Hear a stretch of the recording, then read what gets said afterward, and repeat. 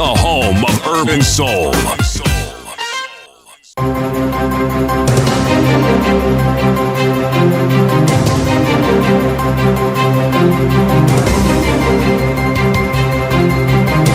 This is the Radio Generation News. Good morning, I'm Winnie Maganga. Interior Cabinet Secretary Kipchumba Murkomen says at least 355 people were arrested during the June 25th protest across the country. Murkomen said security agencies received intelligence reports that some groups were being transported to Nairobi to cause trouble, disrupt peace and attack businesses during the demonstrations. He said most towns across the country remained calm, with businesses and daily activities continuing as normal despite increased security and fear of unrest. 355 arrests were made in connection with the demonstrations, and this is a developing case. It could be more than the 355. Nairobi County accounted for the highest number of arrests, which is 161, followed by Kajiado, 123, and Kiambu, 36. Other arrests were reported in Murang'a, 12, Bungoma, 9, Meru, 6, Laikipia, 5, and Machakos, 3, while no arrests were reported from Northeastern, Nyanza, and Coast regions. Alego Usonga Member of Parliament Samuel Atandi has criticized Siaya Governor James Orengo for taking part in protest in Nairobi yesterday instead of focusing on county matters. Atandi said Orengo's absence from Siaya was affecting service delivery and leaving residents to struggle with unresolved problems, including water disconnections. The MP accused the governor of paying more attention to national politics while neglecting the needs of the people who elected him. And the residents of Siaya went about their businesses without any problem. They were very, very peaceful. Well, they saw their governor running around on the streets of Nairobi on a border. They were busy doing their businesses, Honorable Speaker. Honorable Speaker, the governor of Siaya must be called out. Because, Honorable Speaker, I've said before that there are some governors that are misusing the resources that that the national government allocates to them. One of them is this governor of Siaya, Honorable Speaker.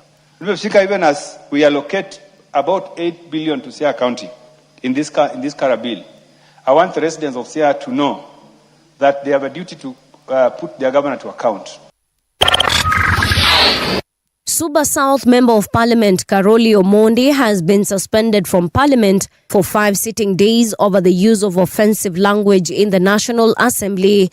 The suspension was announced by temporary Speaker Peter Kaluma after heated exchange during the debate on the Sovereign Wealth Fund bill. During the exchange, Omondi allegedly told the chair to stop being stupid, leading to disciplinary action against him. Will this being the first time I'm meeting out this punishment, suspend you from the House for a period of 5 days. I'll give you the minimum 5 days so that it is a caution to all of us. And let me make the members understand that when you dishonor the House, rules of procedure become secondary to the powers of the procedure under Standing Order Number 1. Honorable Karoli, you are accordingly ordered to exit the precincts and you will be out of the service of the House for 5 days. Rescue teams are searching through collapsed buildings after 2 strong earthquakes hit Venezuela near the capital Caracas. At least 188 people have died and more than 1,500 others were injured. People trapped under the rubble in Caracas and the nearby city of La Guaira were heard calling for help as emergency workers raced to save survivors. The first earthquake measured 7.2 in magnitude and was followed seconds later by a stronger 7.5 quake, according to the U.S. Geological Survey. And that's the truth on Radio Generation. Good morning, I'm Winnie Maganga.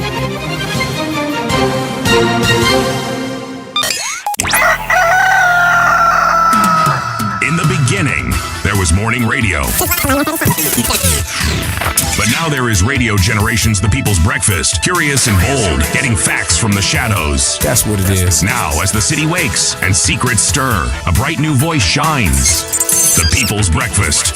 Your morning, your voice, your journey.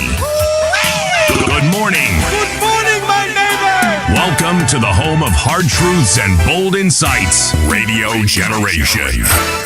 A very good morning to you. This is Radio Generation, and the time right now is 5 minutes and 52 seconds per 6 o'clock. I'm with the one and only CT Mugo in the studio. CT, how are you doing, sir?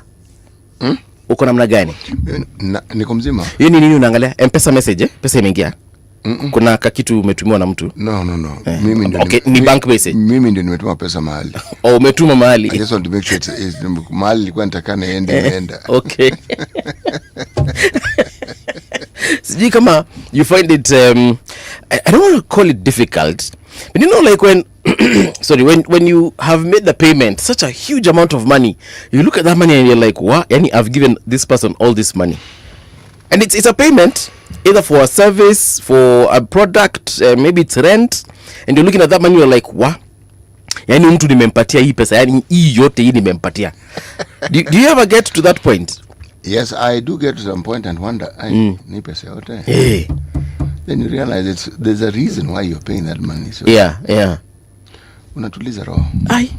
There's some things I buy, and it's one of things you buy and you're like, Kai, lakini surely did I have to spend all that money on that thing? Well, and you've spent it. Yeah. No, your wonderment ni mzuri kwa sababu it means you're reflecting. Yes. Ni muhimu. Ni muhimu sana. A few years ago, when I was young and let me say young and stupid, there are times I would wake up on a Monday morning and just go through my M-Pesa messages and ask myself, wa. Hii weekend, yani between Friday and last night, hii yote hii. And I jikuchuna and I say I won't do it again. Then repeat next Monday. You wake up and you're like, wa. Hii pesa yote hii nimepatiana kwa place moja in one establishment. All this money.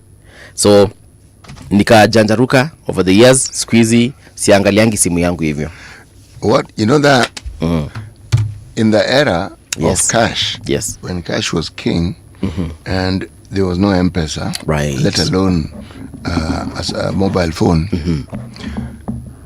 using money, especially if you are somebody who consumed alcohol, right, had a similar effect. You start off because you know how much money you have, right. Then the following morning, there's something you need to go and buy. Then you start looking for the money. And you're like, where is that money? Look for the pocket. Unaweza hata kutoka kwa nyumba uende kwa gari. Yes. Uangalie glove compartment. Maybe ilianguka mahali. Uangalie chini ya viti. Yes. Carpet, uko chini ya carpet ya gari. So what I did over time, right, I realized that the best thing to do is to separate the money. What do you mean? Okay.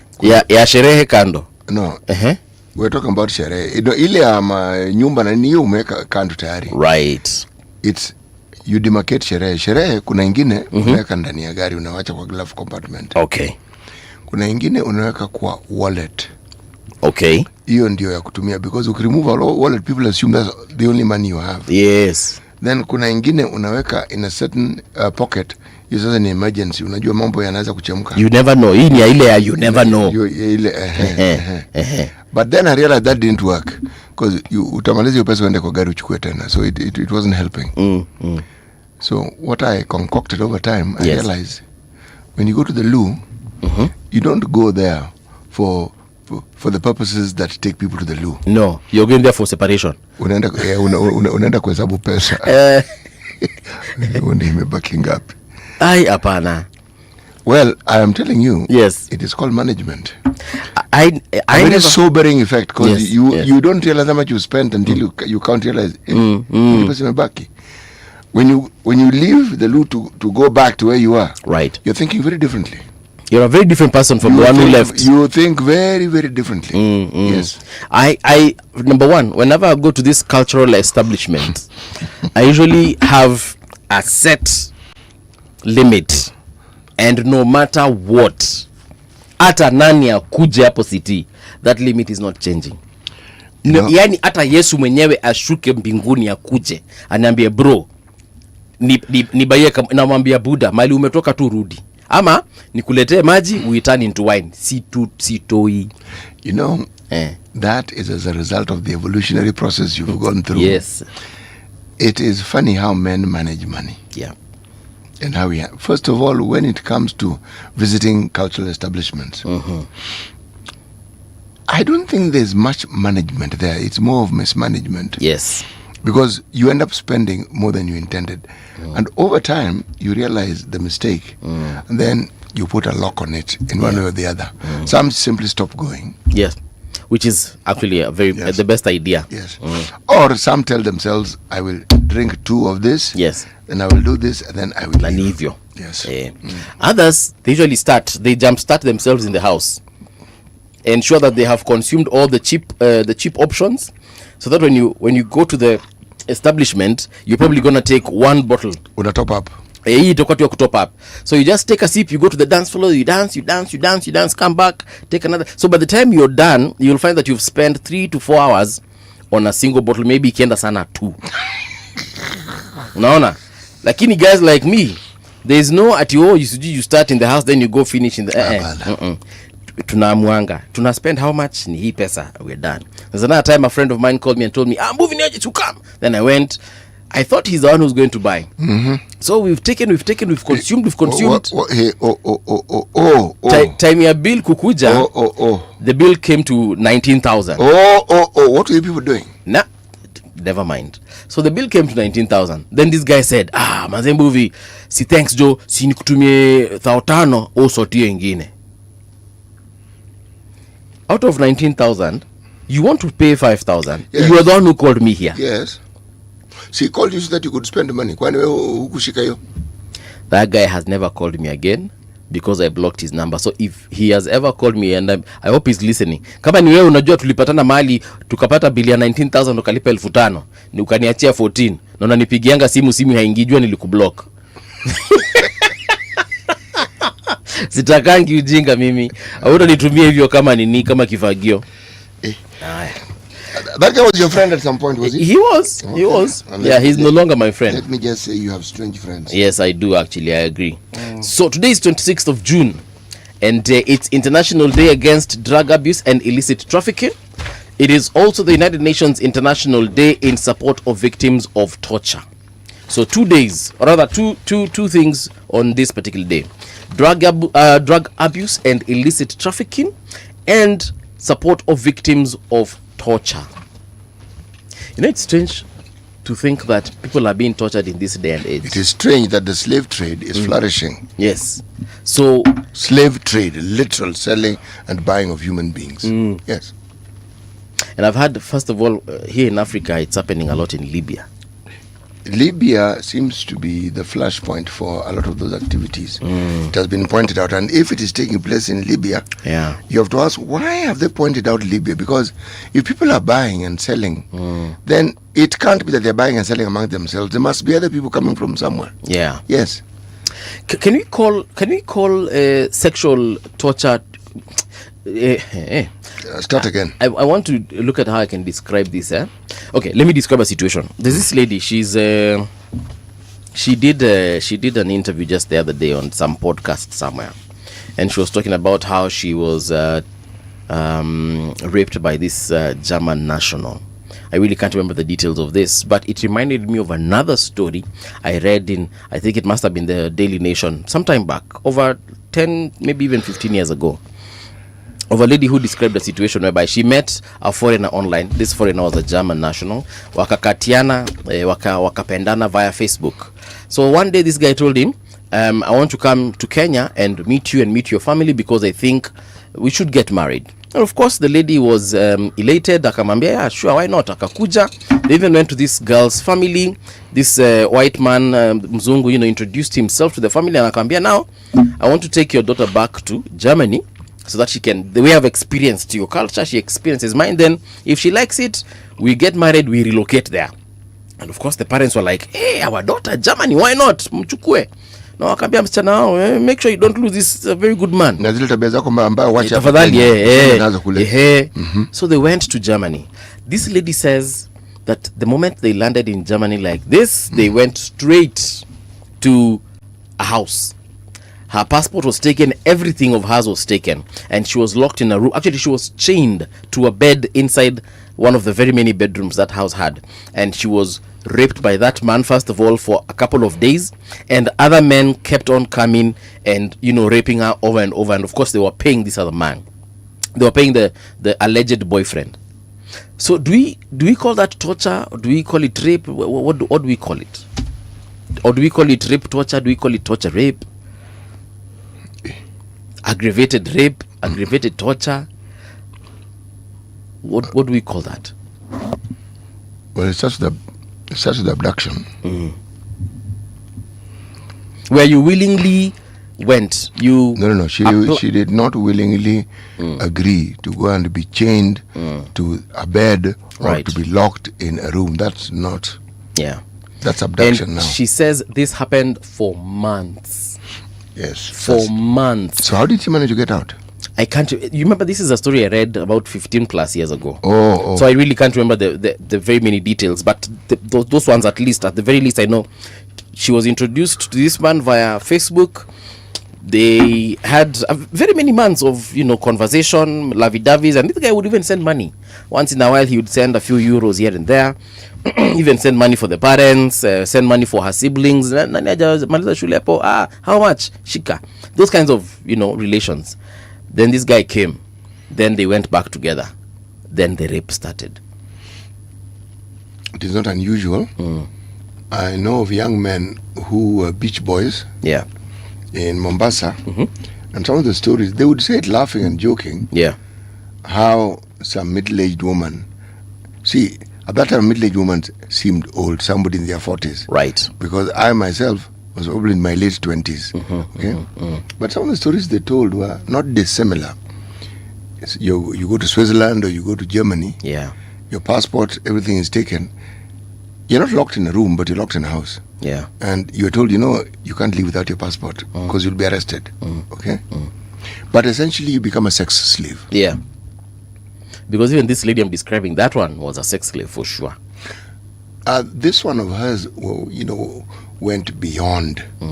There are descriptions for whatever it is that you have just described, but the terminology doesn't come to mind now.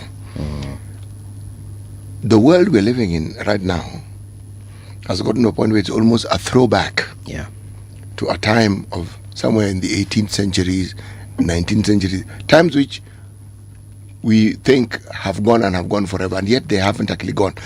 At first, they were hidden from the public view. Yeah. But with the time, more and more they're coming into the public view. Yeah. Yes. And they are almost mainstreaming the discourse. So it tells you that we live in a rather strange world. Yes. All right. So today is International Day Against Drug Abuse and Illicit Trafficking, and also United Nations International Day in support of victims of torture. And I feel like these things go hand in hand. They're more or less together. Illicit trafficking, victims of torture. All right. So, tuingie katika mtandao. This is radiogeneration.co.ke. Okay, here we are. Wetangula summons CS Wahome and PS Singer over I'm assuming this is stalled housing levy projects. There must be a typo somewhere here, but let me check it out. Growing concern over delayed affordable housing developments has reached Parliament, with Speaker Moses Wetangula summoning senior housing ministry officials to explain why projects funded through the housing levy are yet to be completed in many parts of the country. Wetangula directed Lands, Public Works, Housing and Urban Development Cabinet Secretary Alice Wahome and Principal Secretary Charles Hinga to appear before the National Assembly on July 2nd, following complaints from lawmakers over the pace of implementation of the government's housing program. Sawa. This one is going to happen on the 2nd of July, so sometime next week, but perhaps we shall get to know what exactly the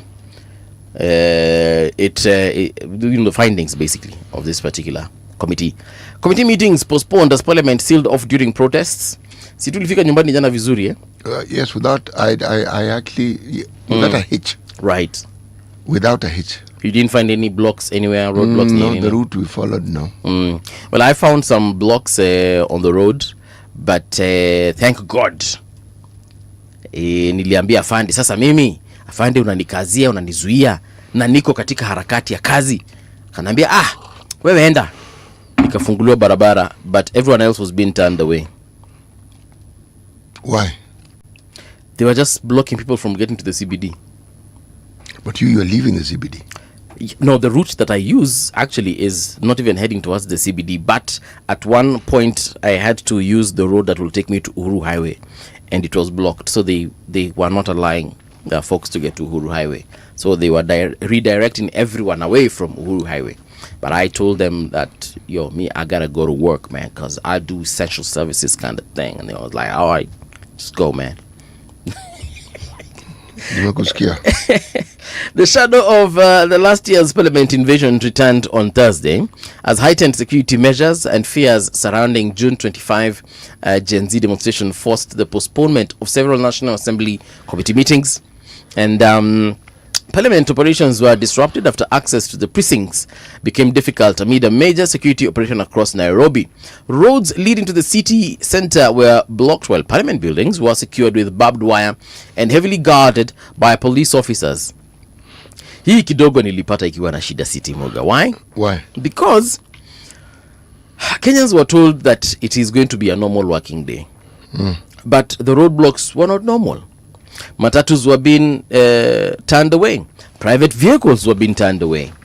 So there are folks who had businesses or had business to run within the city that were not allowed to come.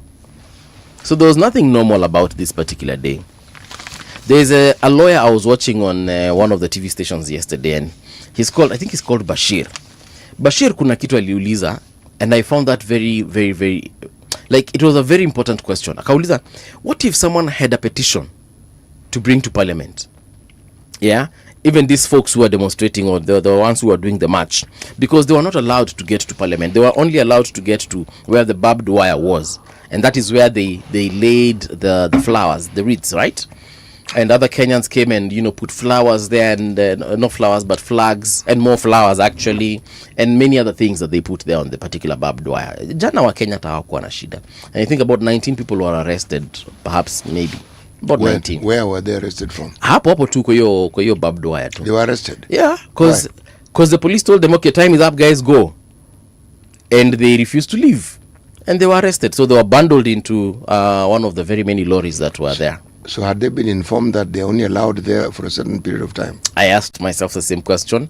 And again, this lawyer, Bashir, who was, I think was from Citizen. He actually was, yeah. Because alikuwa anaongea na Nimrod Tabu. So akasema that, look, this is unlawful.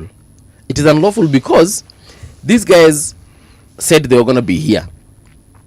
And they were allowed to do this the entire day up until, I think, you're supposed to end your mandamanos at 5 p.m. Yeah, so why were they being chased away at around hata ikiwa imefika saa 7 hata ikiwa imefika saa 8 tuseme? So mbona mnafukuza watu, mbona mnawashika cha lazima? Why are you arresting these folks? They've done, like, they're doing, and then they're not even creating a commotion. They're not attacking anyone. They're wameshika tu mabango. They're just singing. Some of them are giving pressers to the press. So why are you forcing them to leave, and yet they've done nothing? Yeah, they have up until the end of the day to finish their work, or rather their demonstrations. But anyway, so they were arrested. But that's besides the point. So Bashir was asking, what if these guys had a petition to submit to parliament? Where would they submit it? On the barbed wire? Yes. Or give one of the policemen there and shiko peleke Wetangula? Yes. And he was like, that was very unlawful, and I agree. And I was like, this is actually very wrong. Well, or alternatively, they could wait until the next day. Alafu kuja ushikwe bado. No, but the next day is today. Hakuna maandamano. So wewe umpeleka tu petition. Lakini CT, yesterday was a normal working day. Yesterday was a weekday. Yesterday was like any other day. It was like today, it was like Monday, Tuesday, yesterday Wednesday. was not like any other day. But the point here is, even the cabinet secretary, the government said it is a normal working day. Watu waende shule, wawele wanaenda shule. The cabinet secretary said very many contradictory things, Chief. Okay. But you get my point. I get your point. Yes. I get your point. I came to the conclusion that we we're at a point where the options we had were as follows. The entire city is shut down. Yes. Essentially, it's cordoned off.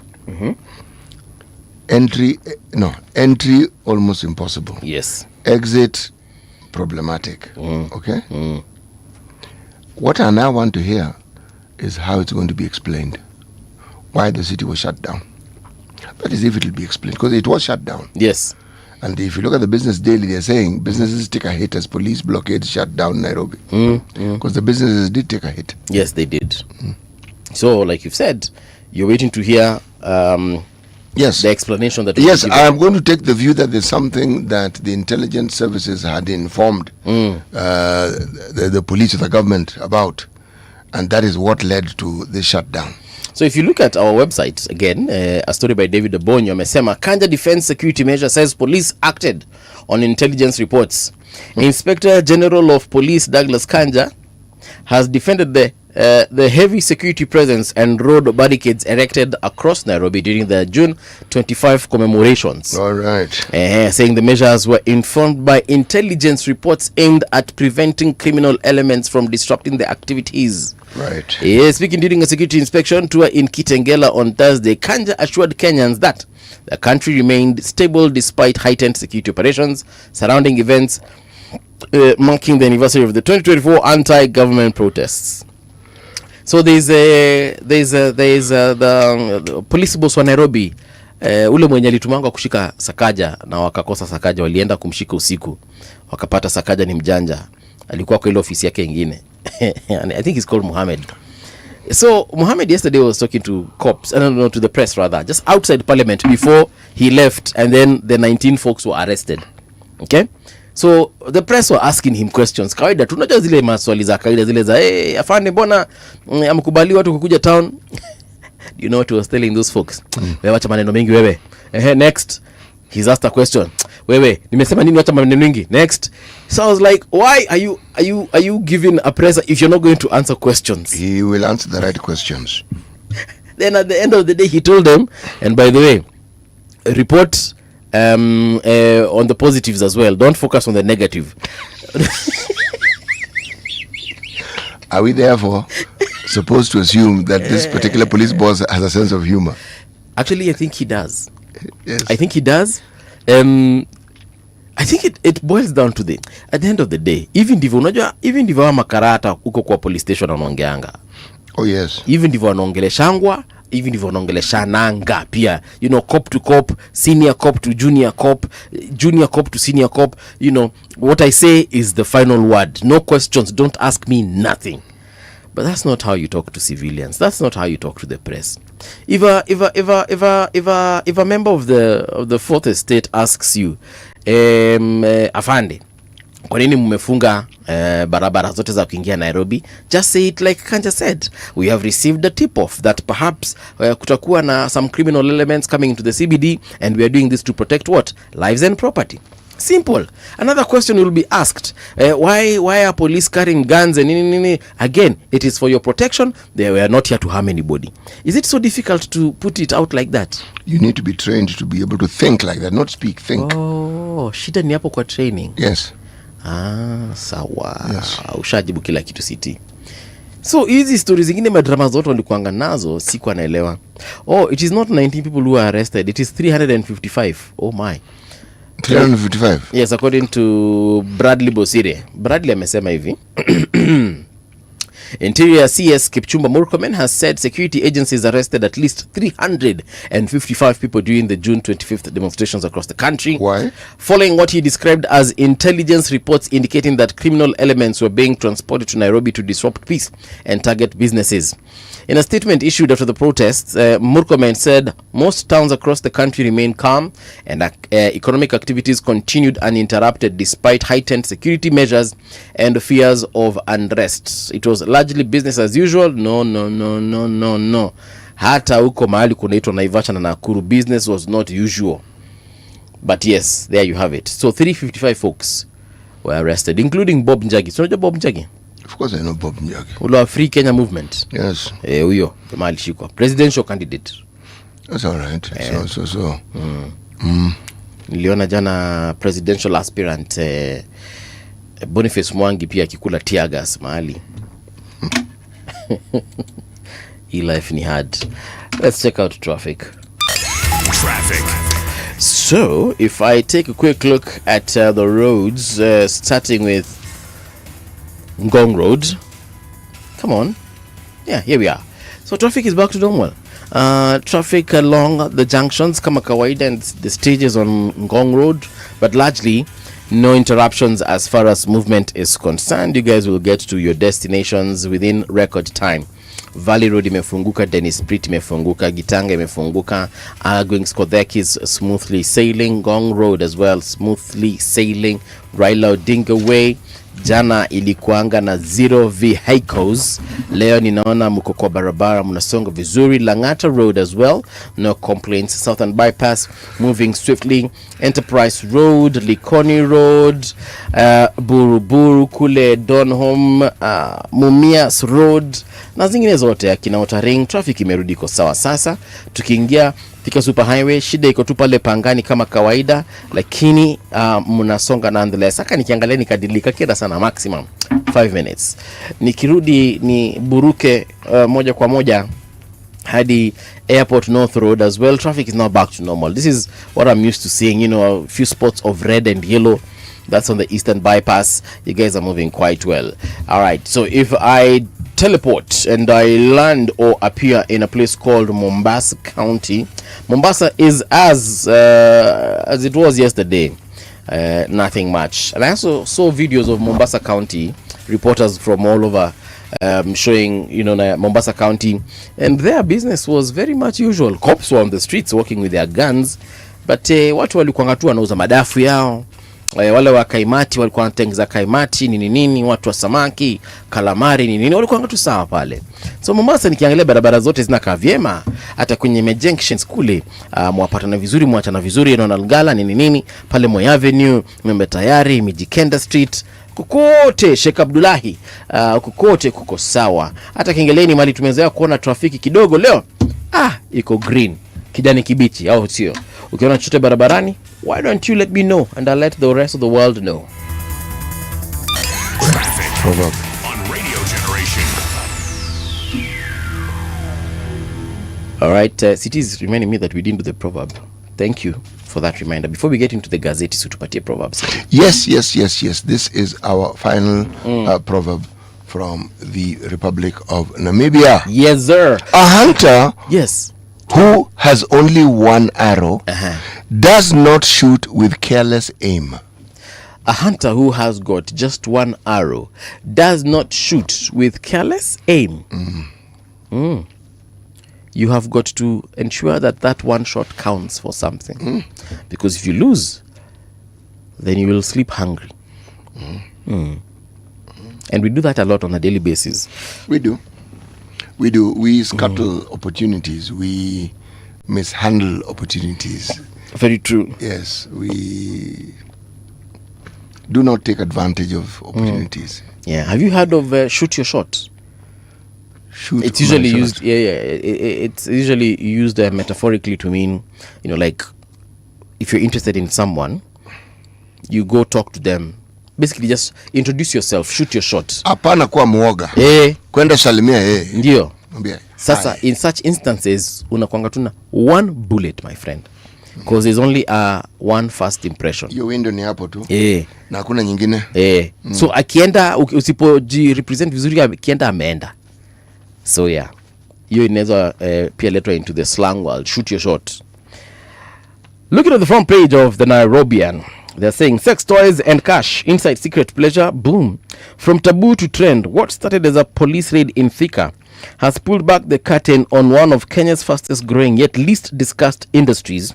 From bedroom toys and online creators to virtual relationships and digital desire, a quiet pleasure economy is flourishing behind closed doors, fueled by smartphones, social media, and changing attitudes towards sex. Now, the taboo is fading. The taboo is fading, the market is growing, and Kenya's intimacy landscape may never be the same again. What are they talking about? So they're saying these stories on page 4 and 5. If you You're open Nairobian, eh? Hii ni Nairobian, hii ni ile gazeti ile yako favorite. Habari kem. Habari kem Daisy. So what happened in the thing, it happened where? So this is what they are saying. Whether viewed as empowerment, entrepreneurship, personal wellness, or a challenge to traditional values, Kenya's pleasure economy is no longer confined to hidden bedrooms. This is according to the writer Manuel Ntoyai. The discovery of sex toys and other things, computers and ring lights during a police raid in Thika on June 22nd, 2024, has reignited a conversation that many Kenyans would rather avoid in public but actively engage in private. So there's a growing business city. I don't know if you know of this social media space, social media space called OnlyFans. No, I don't. You don't? No, City, no. What? You do not know of the social media website known as OnlyFans? No, I don't. Paul, I'm not a millennial. I know, but... Okay, OnlyFans is a social site where it's just like your normal one, TikTok, Facebook. Which normal one? Acha nimalize. Normal like Facebook, Instagram. But now this one, you are selling yourself. Selling? Yes. Myself? For lack of a better word. Selling yes. to whom? To your viewers, to your followers, to you, the people that would like to view you in the ways that you want to expose yourself. Yes, of course, explicitly. Yeah.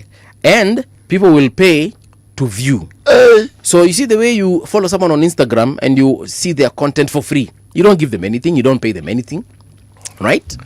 Like hii sasa hii ya OnlyFans. For me to view your page, for me to view your profile, for me to view your live feed, I have got to part with a little bit of my dollars. And once I do that, that money is split between the content creator and the social media site.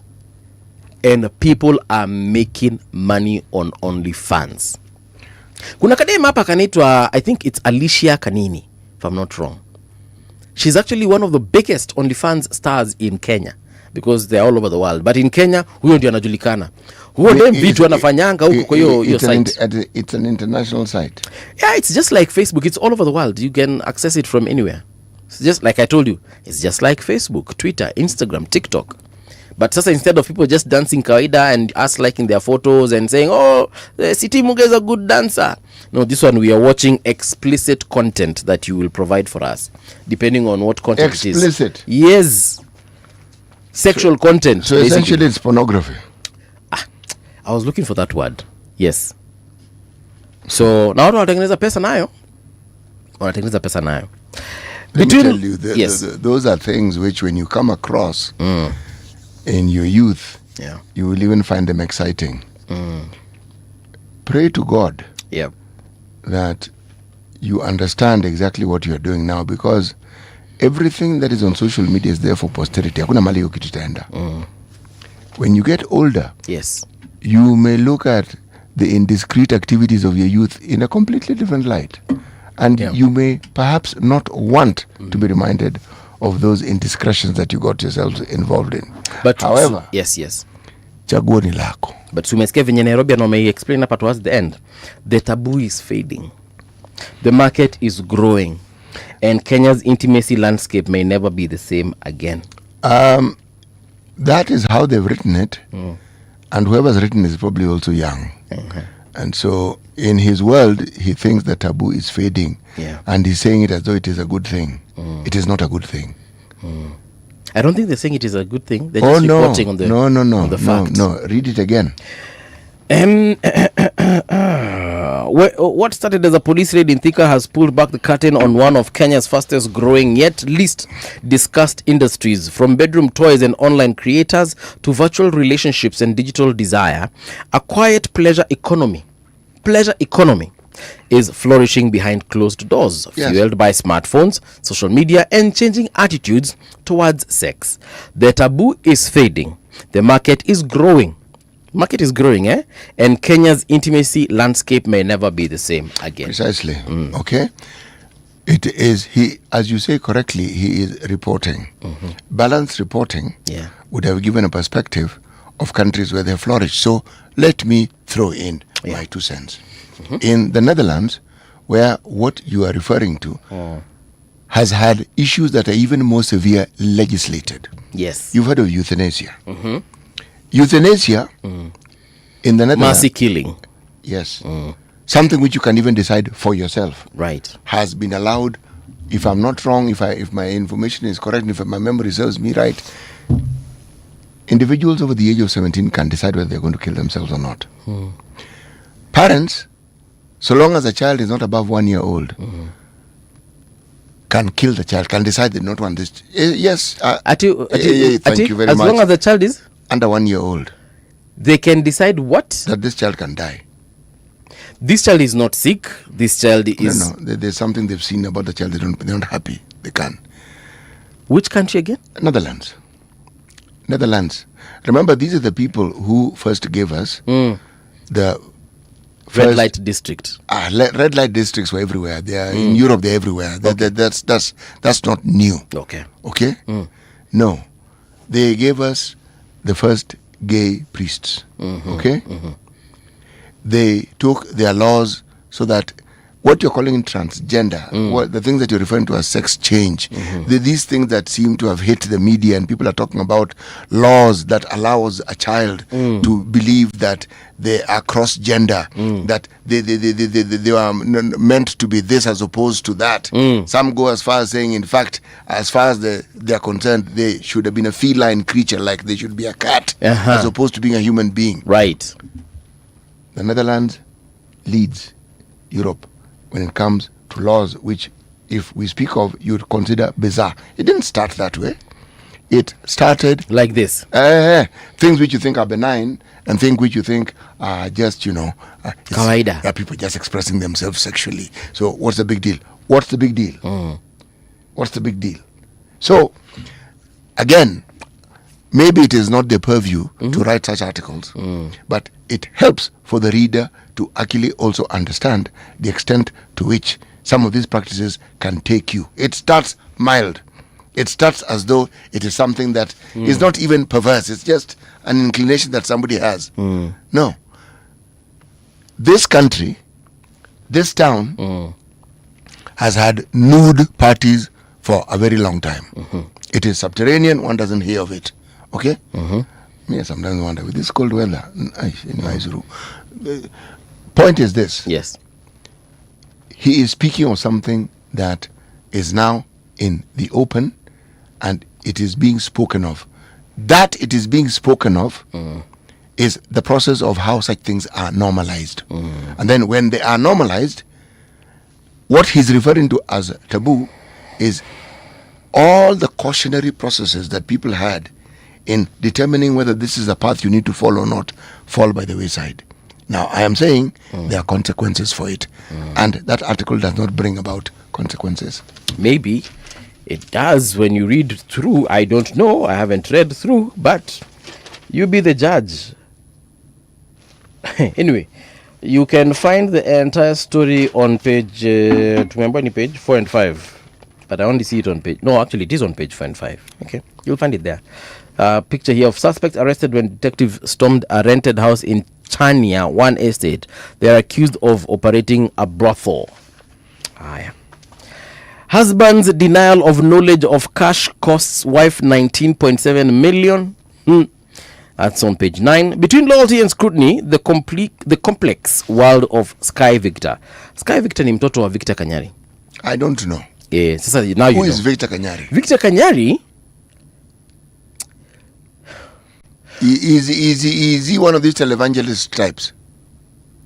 Mi niko na shida ya kusema kudescribe mtu kwa njia yenye mimi sioni kama yeye ni, because I'd like to call him a preacher, but me I don't see the gospel in him.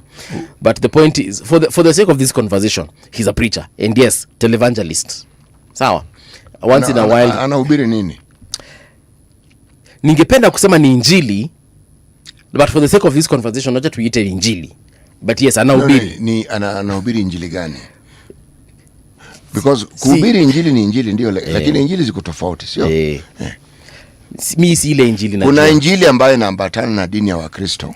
Ni ya Wakristo for sure. Kuna injili ambayo inaambatana na dini ya Waislamu. Hii sasa ni gospel ya Wakristo. ya Jesus Christ. Okay, anajitambua kama moja wao ambao ana pastor. Okay. If you remember, well, the time Muhammad Ali Jicho Pevu Ali exposed Victor Kanyari as a person who was doing fake miracles. Actually, I don't know why I'm putting them in quotes. They were fake miracles because he would perform these things and people would think they're miracles, only for you to find out that and Mohaji Chopevu together with John Allan Namu exposed the fakeness in the miracles. Na bado yuko tu. And then he disappeared for about a decade. Then he reappeared after Kenyans have forgotten that expose by we haven't forgotten by Chopevu. Now this is now his daughter, and they sired this daughter with a gospel artist, the late Betty Bayo. Betty Bayo died a few months ago. I think it was sometime last year. It must have been. I think so. I'm not sure. But she died. She passed on. And now we have been seeing this this particular girl. I believe I've been told she's 13. For the longest, I thought she was about 18 years old, somewhere thereabout. Clearly, I am not good judge of looks. But the point here is, Sky Victor, as she's known on social media, has been exposing herself on TikTok, on Instagram, on Facebook, and everywhere else. And I am just thinking, the way she's been exposing herself, I wouldn't allow my child to expose herself like that. Expose herself how? From the way she dresses to how she talks, the content that she is putting out there, the topics that she's tackling. Those are not topics that should be discussed. This is why countries have actually banned people on social media. Children. Yes, banned. Meaning banned kabisa. Until you get to the age of 18, tusikuone mahali kwa social media. Hapa Kenya hatuna hizo sheria. Hatuna. Na ninajiuliza, kwani kuna children's services huku Kenya? Iko. Mbona hizi hawajaona huyu mtoto? Kuna Children's Act pia. Waingilie, waulize tu, at least hata waulize. Sisemi waingilie haswa, lakini no, lazima waingilie. For heaven's sake. Those laws are supposed to protect children. Yeah, so again, so when you have a 13-year-old or 14-year-old doing that, you're normalizing it. You're saying it is okay for 13 and 14-year-old. 13, 14-year-old. That's a child. All right, so that's the Nairobian. The Star newspaper, total lockdown is what they're calling it. The spectacle that played out yesterday during the second anniversary of Gen Z fatal protest of 2024 portrayed a government scared of its own people, despite government officials led by Interior CS Kipchumba Murkomen promising a normal working day. On the eve of the commemoration, the nation woke up to blockades in all roads and leading to the capital city and major towns. The police, as has been the case, became a tool of suppression instead of providing security.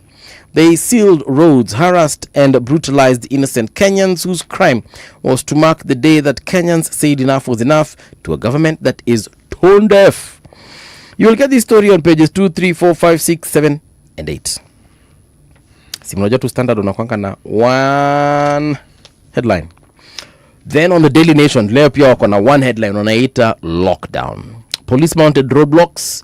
The barricades outraged Kenyans whose daily activities were disrupted amid protests that authorities had defied a court order barring police from erecting cordons to restrict access to the city without prior public notice. Oh, there was a court order. Haya, na wakasema to hell with the court order, sisi tunafanya kile tunafanya. Haya. At least 355 people were arrested, with pockets of skirmishes reported in some areas, including Githurai, where anti-riot police lobbed tear gas canisters to disperse rowdy mobs attempting to block the Thika superhighway. Victims of police brutality and activists pressed for action against killer officers, arguing that state compensation for atrocities without accountability would entrench the culture of impunity that led to the killing of at least 50 people 2 years ago.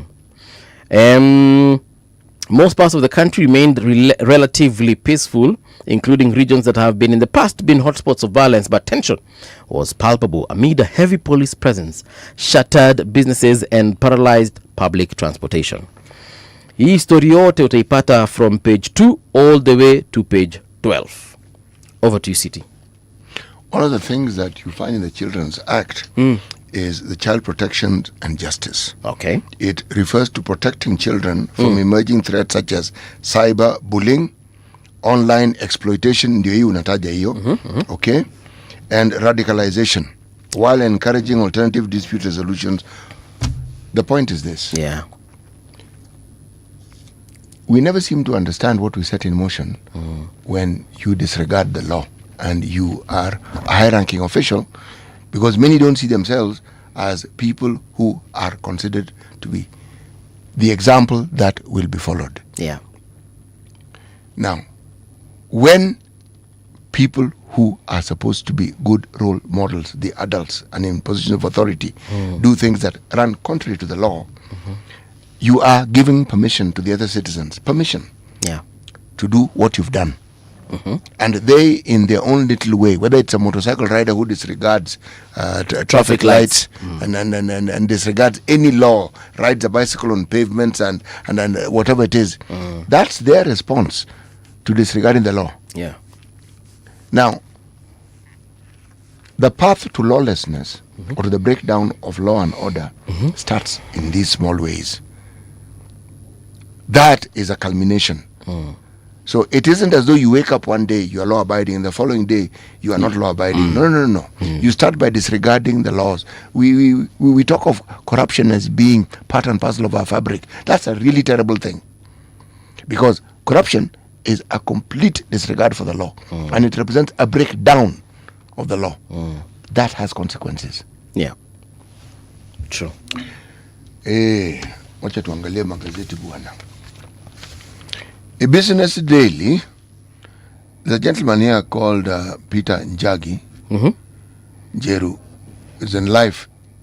He's an engineer who began his career working with the government like all good Kenyan citizens. Comes from Embu. And he then decided to go into the petroleum business. He is the managing director and the owner of a company called River Petroleum. Okay? Yes. He is married to a lovely lady called Dr. Dokas Ngamau. Now, why I'm going to this, I'm not reading it because I happen to know them. Okay. But you know them personally? I know them personally, yes. All right. But his story is one of how somebody took a loan of 45,000 from a SACCO and akaanza now biashara, which continued to grow and grow until it became a massive business. Okay? Diligence over time, growing it. And I think at this day and age, he has been joined by his daughters. They are part and parcel of the business. Okay. Yes. That is a story on life. All right. Italian Carrara marble buffalo sculpture for Ella Mausoleum. Let me read it for you. Kenya has started preparations to build a tomb and a mausoleum for the late Raila Odinga in Siaya County, revealing a mix of unique fittings and features of the facility to be built by the National Museums of Kenya. Sawa? Sawa. All right. Royco dispute tests multinationals' tax rules. The Kenya Revenue Authority has been allowed to pursue a fresh appeal against Unilever Kenya in a dispute over more than 1.2 billion Kenya shillings in custom taxes, reopening a battle over the taxation of royalty payments by the multinational firms. Sawa. Banks raise NSC wealth share to record 42.5% on bull run. The share of investor wealth at the National Securities Exchange, concentrated on the banking segment, has climbed to a record 42.5% after a price rally in the past year and the addition of Family Bank through a new listing. Okay? Biashara ambayo inaendelea katika the National Securities Exchange imeongezeka, na wale ambao wanapata faida katika biashara hizo za National Nairobi Securities Exchange imeongezeka. Okay. Yes. Sawa. Ni biashara ambao watu wanaweza kufanya kununua vitu ambao tunaita shares. Shares. Yes. And this has nothing to do with politics. Hii ni biashara. Back in the middle of the paper, business takes hit as police blockade shut down Nairobi. The question is this: if we take the view that intelligence had brought to the fore the likelihood of goons not just disrupting livelihoods, but also causing mayhem and causing damage. Yeah. So let's juxtapose that to the shutdown. Please, let's. We shut down, there's no business taking place. So if you anticipated to make money on that day, then please anticipate it. Okay. Okay. Yeah. I look at the Uber business because I am a frequent customer. I am a committed customer to that particular line of business. There were very, very few vehicles on the road, but they were there. Yes. Okay. But did the fares change because of the disruptions? No. The fares did not change. The fares were the same. All right. It is now you who would decide. Let me give this gentleman a little more because anafanya kazi muhimu sana. Essentially, they are also essential services. Yeah. Okay. Okay. Now, that is what you need to ask. Did we make the right decision? Did we save lives? Did we save property? What did we actually do? What did we actually achieve? Because remember, this was a commemoration. Yes. Remembrance. Not very long from now, this coming month on the 7th, will be Sabasaba. Yes. And people will remember Sabasaba. Yeah. Yes. But just so that we understand it, next year's an election year. It is. And it's on October. August. When do we have election? October or August the 10th? August 10th. Okay. Yes. So just do the math. Next year, there'll be the remembrance on the 24th of June. On the 25th of June. Yes. Kama hitu. Na Sabasaba. Sabasaba. Sabasaba will be just a month and a bit shy of the election period. So, kuna jamaa last year's Sabasaba alipost, I'm forgetting, but it is one of these prominent politicians, I'm forgetting who. Na kwa of course this other side of United Opposition alisema on 7th of July 2025 State House will become the people's house. Well, that is what falls into the category of a very vivid imagination. Okay? Yes, that imagination. Are you trying to say that State House is not the people's house, City? No, it is what is implied. It has always been the people's house. Okay. Always. There's no, it's public property. Okay. Alikuwa anamaanisha Wakenya wataenda kulala. Yes, that is what he was suggesting. Yeah. It happened in Sri Lanka. Oh yes, their State House became the people's house. Yes, and people walked in there. That's all they did. I remember people were having lunch. They went into the kitchen. That's all they did. They just walked in. Bedroom, wakalala kwa vitanda huko. Wakaangalia, taking photos, dini, and then wakatoka kwaenda zao. Those guys put it on TikTok. Watu hawagopangi. No. And then the fellows who were taken off came back later. Hey, life is hard. It can be extremely hard. Why are we giving preferential tax treatment to raw sugar when the only local refinery capable of processing it has broken down? Jaindi Kisero commenting, yes. Let me look at the Star. Even, my friend, even they have decided that it's only one headline. All right? Gen Z, roadblocks, arrests, and tears. Security checkpoints on key highways, razor wire rolled around Parliament. Okay? Now, in other news, Radio Africa bids farewell to founder, chairman Kiprono. Okay? Kiprono, bye-bye. So they're going to get another chairman. Okay. Then there's a picture. Kiprono has been there for how long? He's been there for a very long time, if I remember correctly. My memory doesn't tell me of any other chairman other than Kiprono. Okay. Then there's a picture here of President William Ruto inspects construction of Bomas International Convention Complex, Nairobi on Thursday. Police officers arrest activists on Parliament Road during protests in Nairobi. There's a whole bunch of policemen in fatigues, and there's a gentleman here with a Kenyan t-shirt, and there's clearly somebody here who has wrestled down someone who's probably a protester. And the picture taken shows that this gentleman has a gun and at the back of his whatever. City, whatever. What is whatever? Okay, ameweka bunduki nyuma kwa belt. Kwa mgongo. No. He has holstered it. He hasn't holstered it. It is between. It is tucked. It is between his waist and his bum. Yes, I'm just looking at the picture.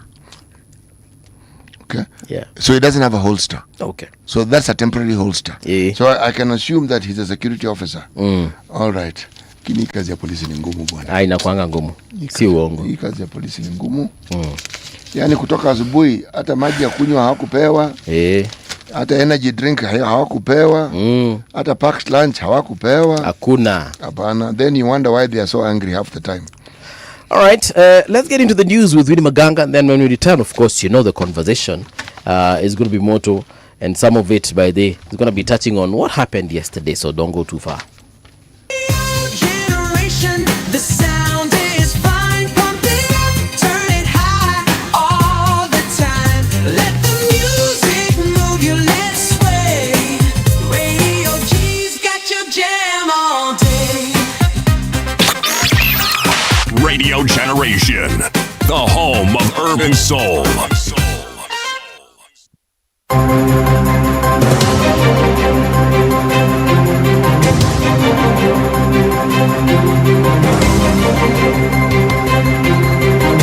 This is the Radio Generation News. Good morning, I'm Winnie Maganga. The National Council of Churches of Kenya has criticized the government for compensating victims of police brutality without holding those responsible accountable. The church says officers linked to the abduction, torture and killing of protesters should be identified, arrested and prosecuted before compensation is given. Speaking during the second anniversary of Gen Z protest, the council also encouraged young people to remain active in shaping the country's future. That the church will always stand with you. Only condemn the inhumane trend where the youths are being met with death and violence every time they express their minds. In acting this way, the government has put the cart before the horse. We are not opposed to the compensation because it is going to happen anyway. We don't want the compensation to be used as a cover-up to put the justice issues and the truth issues under the carpet. Immigration and Citizen Services Principal Secretary Belio Kipsang has directed chiefs and assistant chiefs across the country to ensure all Kenyans aged 18 and above obtain national identity cards. Speaking in Kisumu during a sensitization forum for chiefs and their assistants, Kipsang said the exercise will help citizens access government services and take part in the country's electoral process. Officials at the meeting noted at least 60,000 eligible residents in Kisumu County still do not have national identity cards. Part of the Kenyans who make decisions of this country and them playing their civic duty. But the most important thing that we want to emphasize is centrality of identity documents. When you have an ID, you are able to register for SHA. When you have an ID, you are able to register for Bomayangu. When you have an ID, you are able to benefit from Nyota. When you have an ID as a student, you are able to benefit from the loans. You remember the president waived 300 shillings, which used to be paid by those applying for the ID for the first time. National Assembly Speaker Moses Wetangula has ordered Lands and Housing Cabinet Secretary Alice Wahome and Principal Secretary Charles Hinga to appear before Parliament on June 2nd, 2026. The two officials are expected to explain delays affecting affordable housing projects funded through the housing levy. Members of Parliament raised concerns after several projects across the country stalled despite continued deductions and collection of the levy. Stakeholders have called on schools, colleges and universities to strictly enforce laws aimed at fighting drug and substance abuse among learners. Speaking during a public participation forum in Kakamega, Kenya Tobacco Control Alliance chairperson Joel Gitali accused some learning institutions of failing to implement government policies on drug prevention. Gitali urged universities and colleges to take firm action against people involved in the sale and distribution of drugs within institutions. Hawa vijana ambao wanajiingiza katika matumizi ya shisha, wao ndio huishia kuwa hata wahalifu. Kwa maana mtu akishakuwa na uraibu, anataka sana shisha lakini hana pesa. Atafanya nini? Atafanya uhalifu. Our children are able to access these drugs. And that's why I'm calling for the increase in taxes of such drugs. For example, the cigarettes, the tobacco products, we should increase the taxes. The United Nations Maritime Agency has temporarily stopped plans to evacuate more than 11,000 sailors stranded in the Strait of Hormuz after a cargo ship was attacked in the area. The head of the International Maritime Organization, Arsenio Dominguez, said some evacuations had already taken place, but operations were paused to ensure safety for crews and rescue teams. Meanwhile, the UK Maritime Trade Operations Agency said a ship near Oman's port of Dahit was hit by what it described as a known projectile.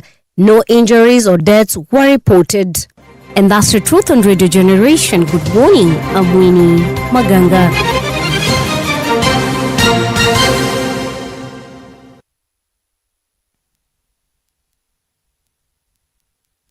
The views and opinions expressed on this program are those of the guests and do not necessarily reflect the views of Radio Generation. Radio Generation assumes no responsibility or liability for the interviewee's views. This is Radio Generation. In the beginning, there was morning radio. But now there is Radio Generation's The People's Breakfast. Curious and bold, getting facts from the shadows. That's what it is. Now, as the city wakes and secrets stir, a bright new voice shines. The People's Breakfast.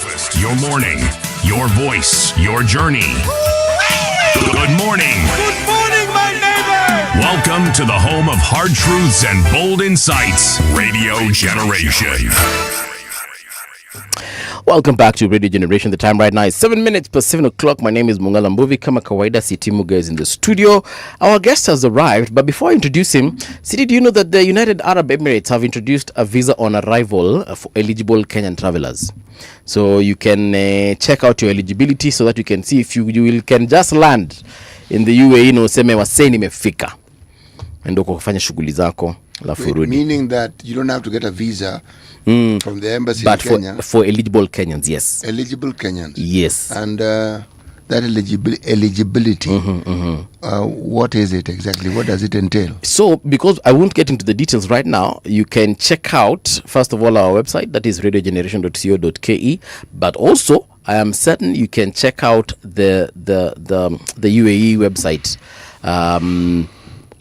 depending on the country that you're coming from. Kenya has been included in there, Republic of Korea, Canada, New Zealand, Japan, Singapore, some of the countries that now have been allowed to just land there and you get visa on arrival.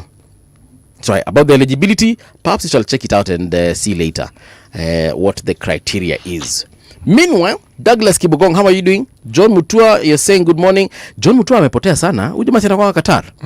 John Mutua saying, my lovely RG show, listening for weeks, silently listening because I was busy with new projects. Mbuvi, tell my friend CT, still I never boarded back home, but I will soon. Ujama anahepa kutubaya kahawa, si ndio? Bro, the issues that were in the Middle East, they were not small, bro. The economy of that region has been affected, not affected, severely affected. Yes, very true. William Musita amesema, morning City Movie, ni furahi day, it's okay, what a week it has been. Yes indeed. Kipkorir Ngulat anasema, good morning gentlemen, happy Friday, thank you so much. Louis Rudasing all the way from Kigali, good morning. Super Mwamba, habari yako. Mukasa Meshak, how are you doing? Then Alex Gioko anasema, good morning Radio Generation. Danson Kenywa, morning to you too. And Alando as well, good morning. Anasema, yesterday's overdoing of police presence in and around the CBD was a very obvious sign of the government's fear of an undeterred youthful population demanding accountability. Alafu Mukasa anasema, city, no one will explain to you about the city shutdown. You know why it was illegally shut down. That is why, right? To avoid illegal shutdown, the good thing was no one died. Mukasa, I agree with you. Thank God no one died. And then we also do have a comrade of mine all the way from Kenyatta University, anaitwa Doreen Owako. Ameniambia wanasikiza kwa gari wakiwa na the daughter. I wonder where they're heading. Lecha shule zimefungwa ama nyinyi mko international school. Hizo hazifungangwi, but Doreen Owako, thank you so much for coming through. Right now though, allow me to introduce our guest for this hour. We're going to be talking about what it will take for SMEs to scale and thrive. He is the CEO of Bizna Kenya, Tony Melo. Tony, good morning and welcome to Radio Generation. Good morning, sir. You're well? I'm good. Was your biashara affected yesterday? Not really. No. We are digital, so yeah. To go on. So you did not face any disruptions? No.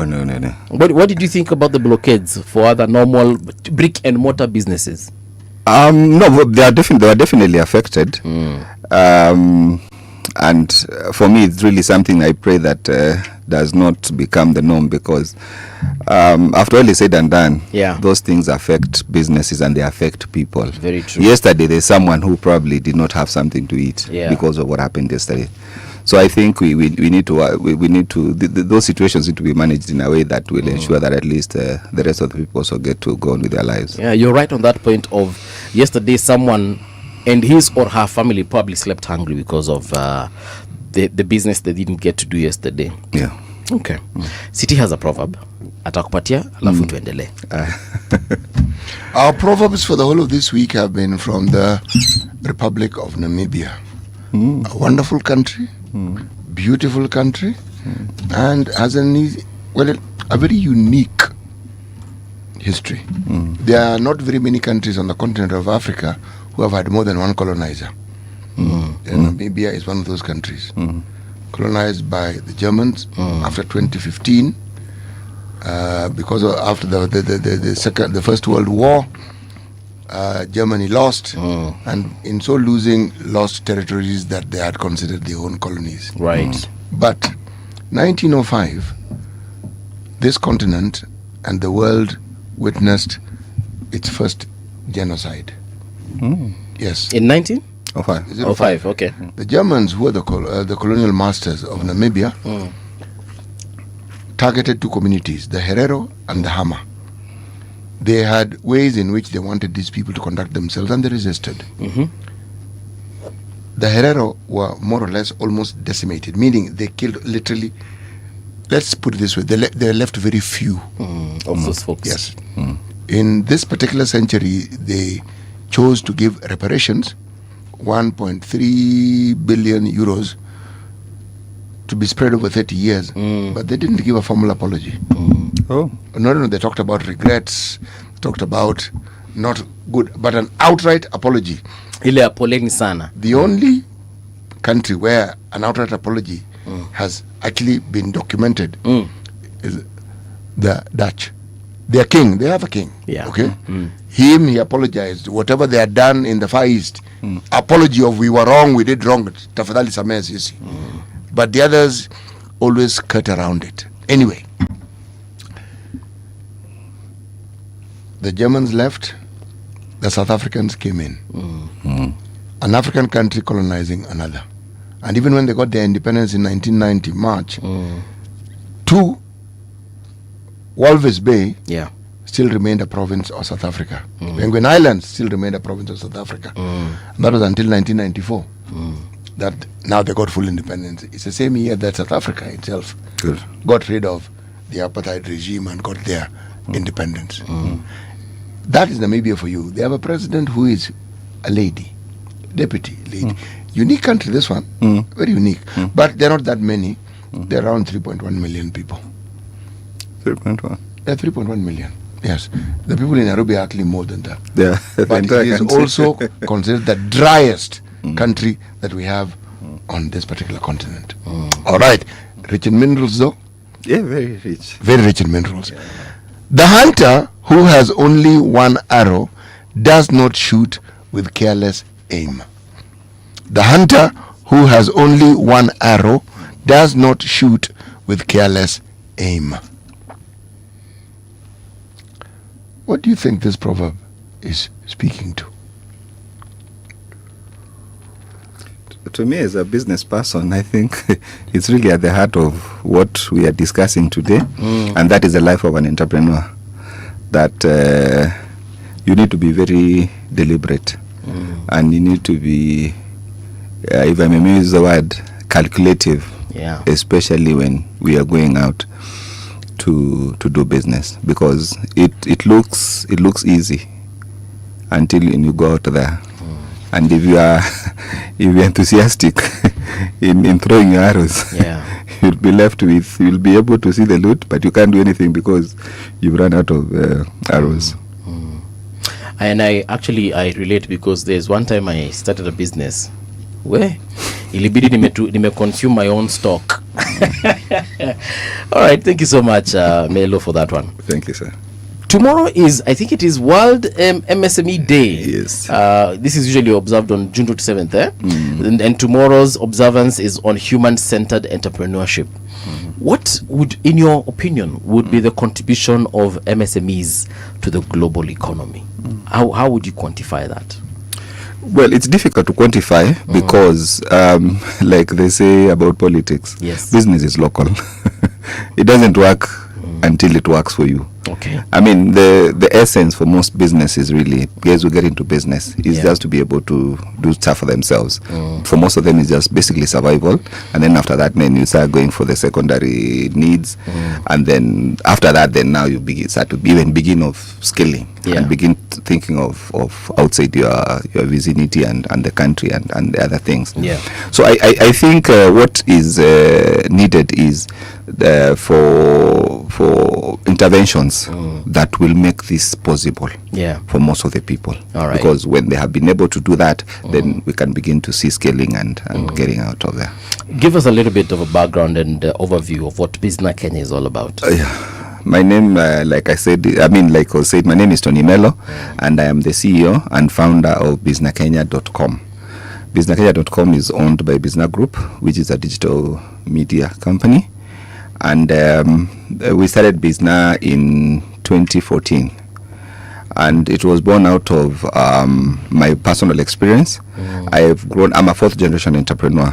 That is an interesting way to say that my father, my grandfather, my great-grandfather, and my great-great-grandfather were business people. Okay. So I grew up in that business environment, and growing up, business is the only thing that made sense to me. Because then I would see that you can buy a crate of bread and milk and sell, and by evening, if you spend 200 shillings, you have 230 shillings. Yes. So I was like, isn't that better than going to work the whole month and then now that's when you'll be able to get something else? And then, of course, the issues of scaling and stuff like that. So after I went to college, after college, I studied education in my university and I did my master's. But then after that, I worked a bit and then I went back now to business. And the reason why I started business now was just the basic need that there are not enough jobs and enough products and services to create wealth in this country. And the best and the best way. Could you repeat that statement again, please? There are not enough jobs. Yes. And there are not enough. What did I say? There are not enough. There are not enough jobs. And there's a lot of need. And need for products and services. Products and services, which is what we need to create wealth. Okay. You see, today, and I think probably like even what we're discussing about the colonizers and everybody else, that only happens because they have means. Yeah. If you remember, the US is hosting the World Cup the second time. Why? Because they have the resources. They can afford it. You get? So even us as Africa and Kenya in particular, we need to grow wealth, because when we have wealth, then a lot of these other opportunities open up. So because of my understanding and the need to make that happen, I thought, Len, why don't I create an opportunity where two things will happen? And that is really the core of business. Two things. Number one is for the small businesses to be able to access markets. And the second thing is for them to be able to access the support that they need to grow their businesses. Because unlike what most people don't know is that it takes an ecosystem to make even a small business work. Mama Kibanda, you'll imagine that, she just needs to have the tomatoes and onions and bananas and everything else. But these bananas could be coming from Kisii. The tomatoes could be coming even from Tanzania or Kajiado. The onions could be coming from Murang'a or Kitui. So imagine what it takes for all that to come together so that you can be able to walk in, get your skuma and your tomatoes and go and make ugali. Yes. You said businesses are local, and just like politics. Yes. So are we saying that at the end of the day, the global, then what runs the global economy? Growth. Once now the local is sorted, then you'll definitely grow. Once you grow, then you will network. You will create that ecosystem. So instead of now doing 2 bags, you are doing 100 bags. So that means that now you are supporting more people. And then with that scale, then you will get someone. I'll give you an example. My dad is in the honey business all his life. Okay. And they've been, and I was very involved in the business, and we're also close friends. So I get to understand what he has been doing over the years. I'll tell you, there have been so many opportunities that he's gotten. People come all the way to Kitui, and they tell him, we want honey. Can you supply 100 tons every week? The guy is like, I can't. Not once, not twice. Yes. Because the capacity is in scale, capacity. Yeah. Yes. And why is he content to remain at the level that he's at? Because he lacks capacity. For you to generate. And by capacity, of course, you mean funds? Yes. Okay. Funds. I mean, it's not just funds. It's funds, the knowledge, and sometimes even the tools. You know, because like in Kitui, it's small scale farming. So it's just a guy who has 2, 3, 4 hives. Most of them actually just have 1 hive. So by the time they're able to consolidate that, to be able to make a ton, and then 10 in a week, and not just, you know, if you said one of 100 tons, he'll do it. But now, because the buyer want consistent supply. Also, they want and they want it like every week. Or every week. Every week. I need 100 tons of honey every week, and this is not honey with combs. It is the liquid honey. Pure honey. You have to extract the liquid, like the one that you can put in a mtungi. Yes, like that. What you buy in the supermarket for about a G. Now you want 100 tons of that every week. You see the skill. Your father, in my opinion, has the skill, not has the skill. The skill is you. You have education which your father didn't have. You have exposure which your father didn't have. And you have an understanding of business that your father didn't have. So your education and you, that's the skill.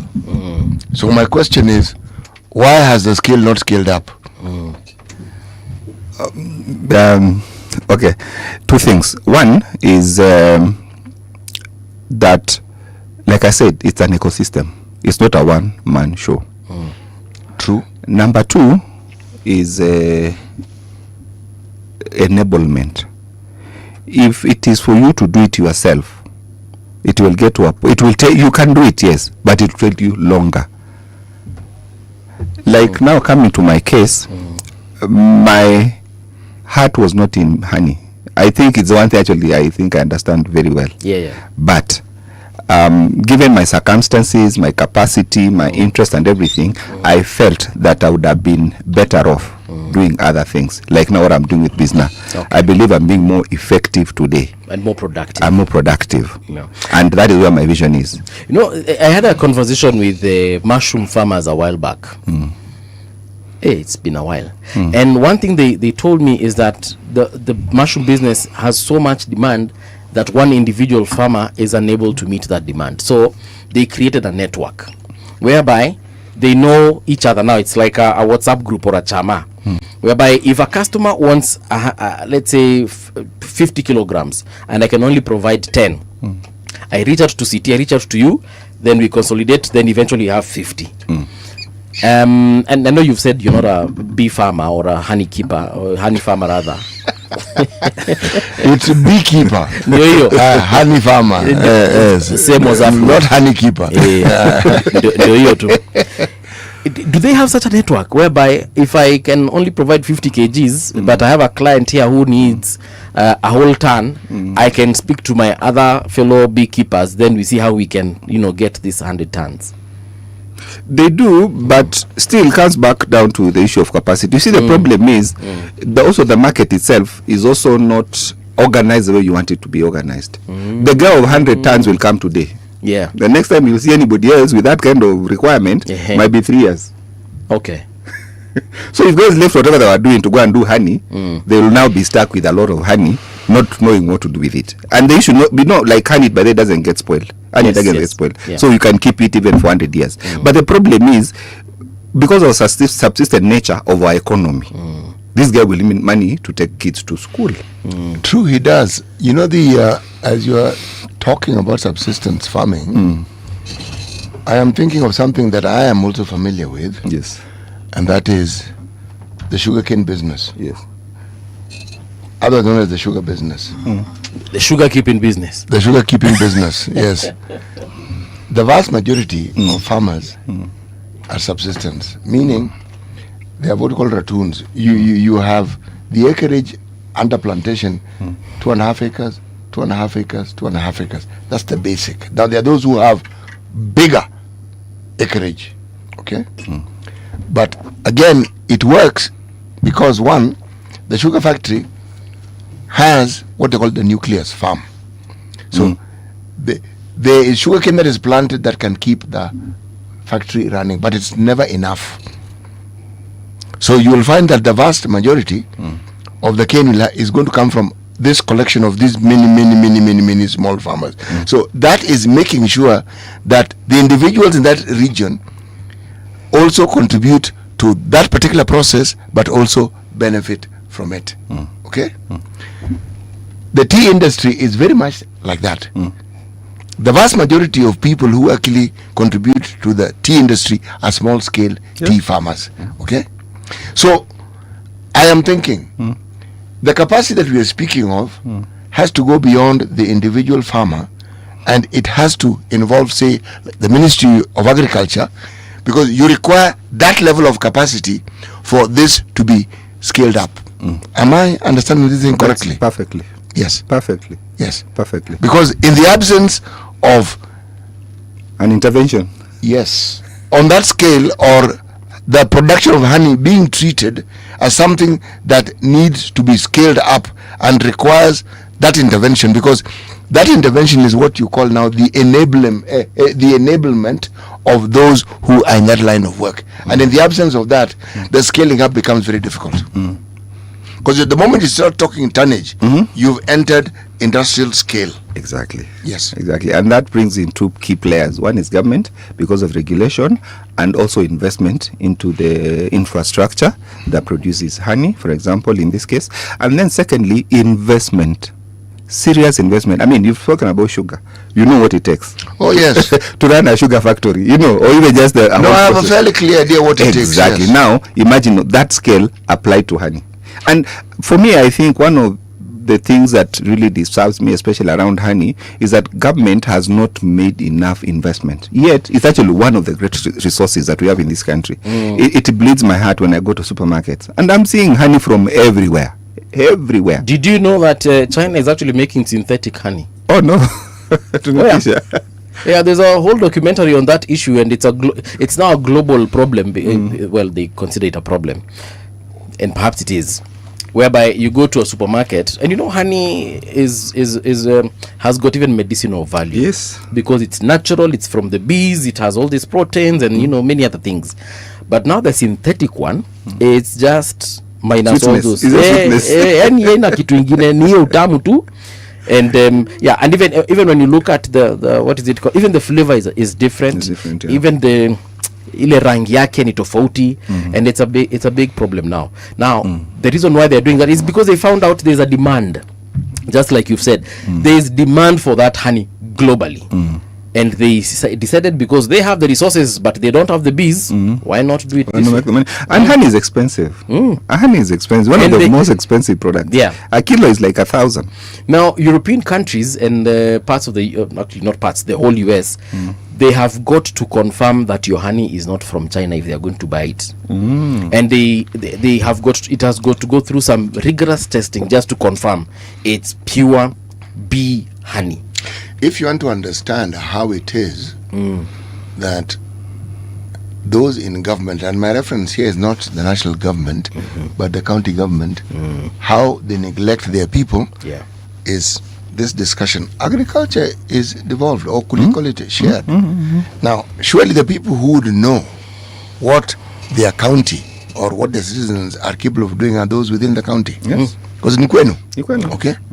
Now, you tell me, the scaling up of a business such as that one, that people are, by the time somebody has several hives, that is an expert, but that is also an investor.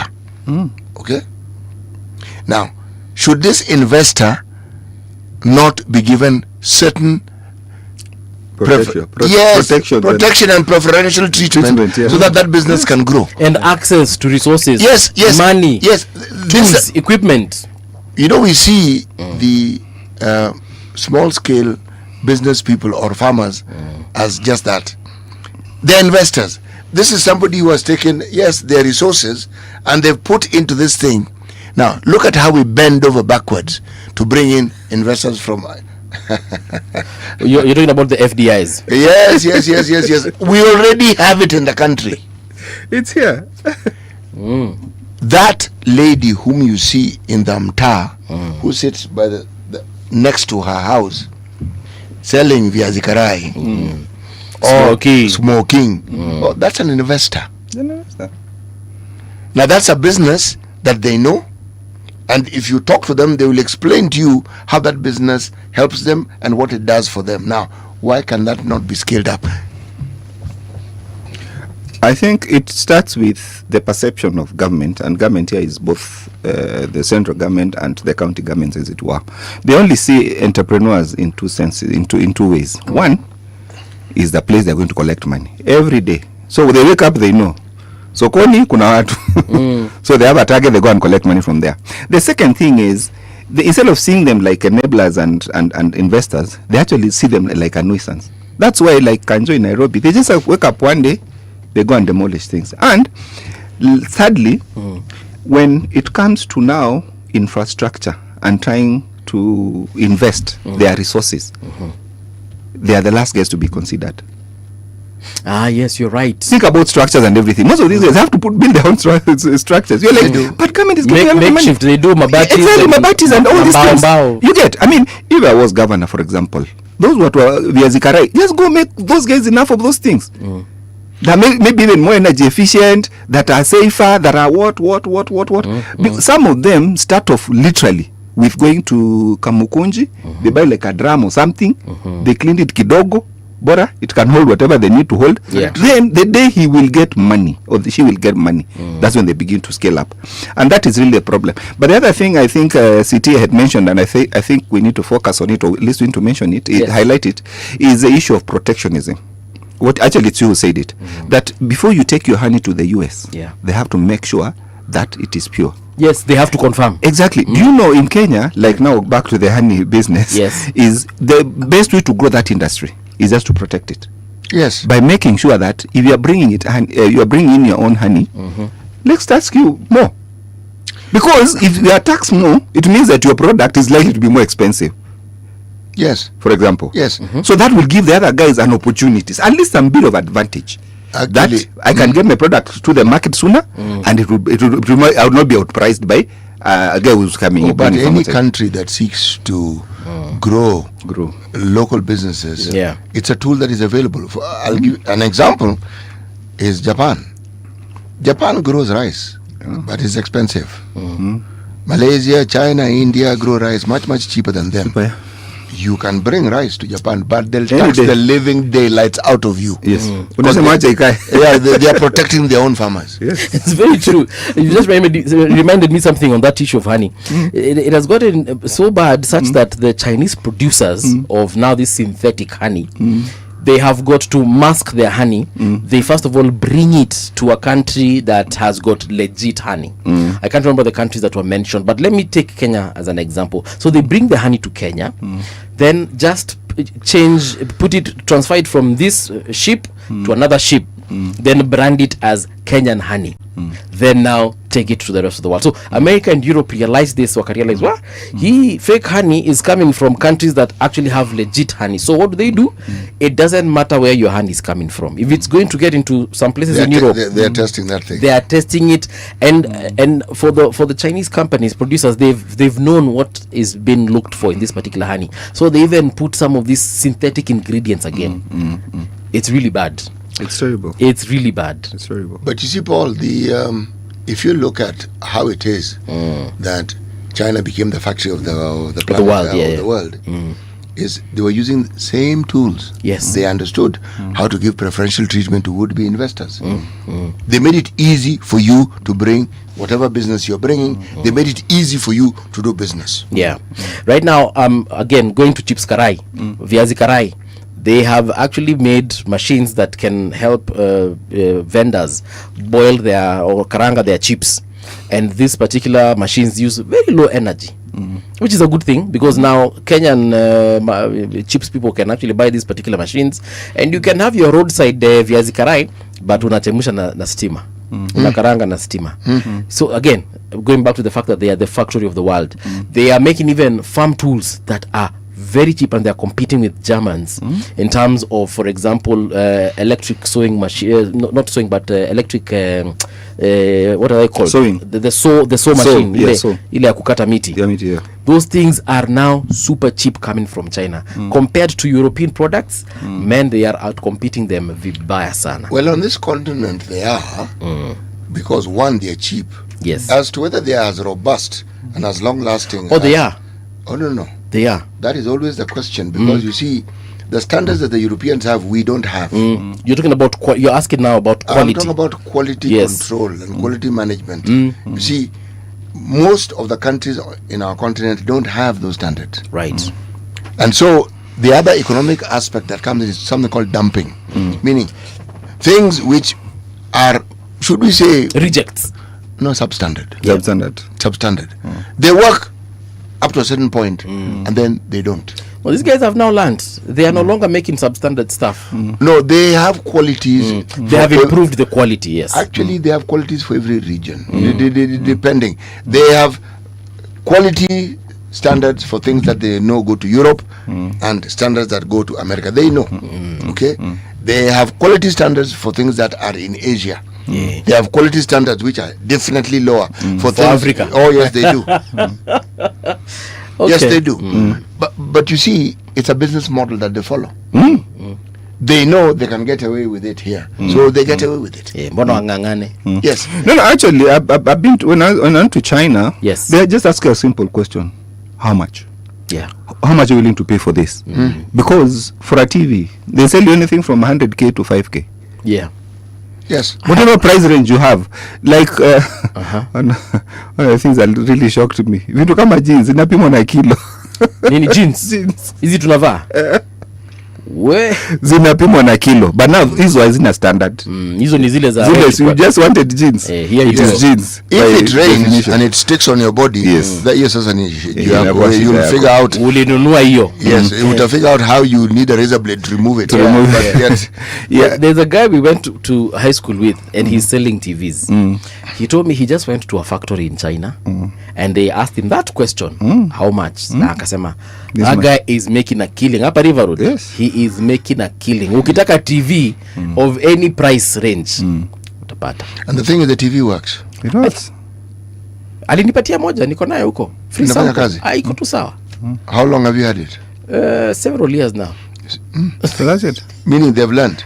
But then if we come back to our situation here, how is it that we can learn from countries like Korea, countries like Japan, countries like China? Because they learn from others. These things that we are now considering commonplace, as in these things imetoka China, and it's not an issue. There was a time they were an issue. Because to understand what I'm saying, look at how they've also entered the motor vehicle market.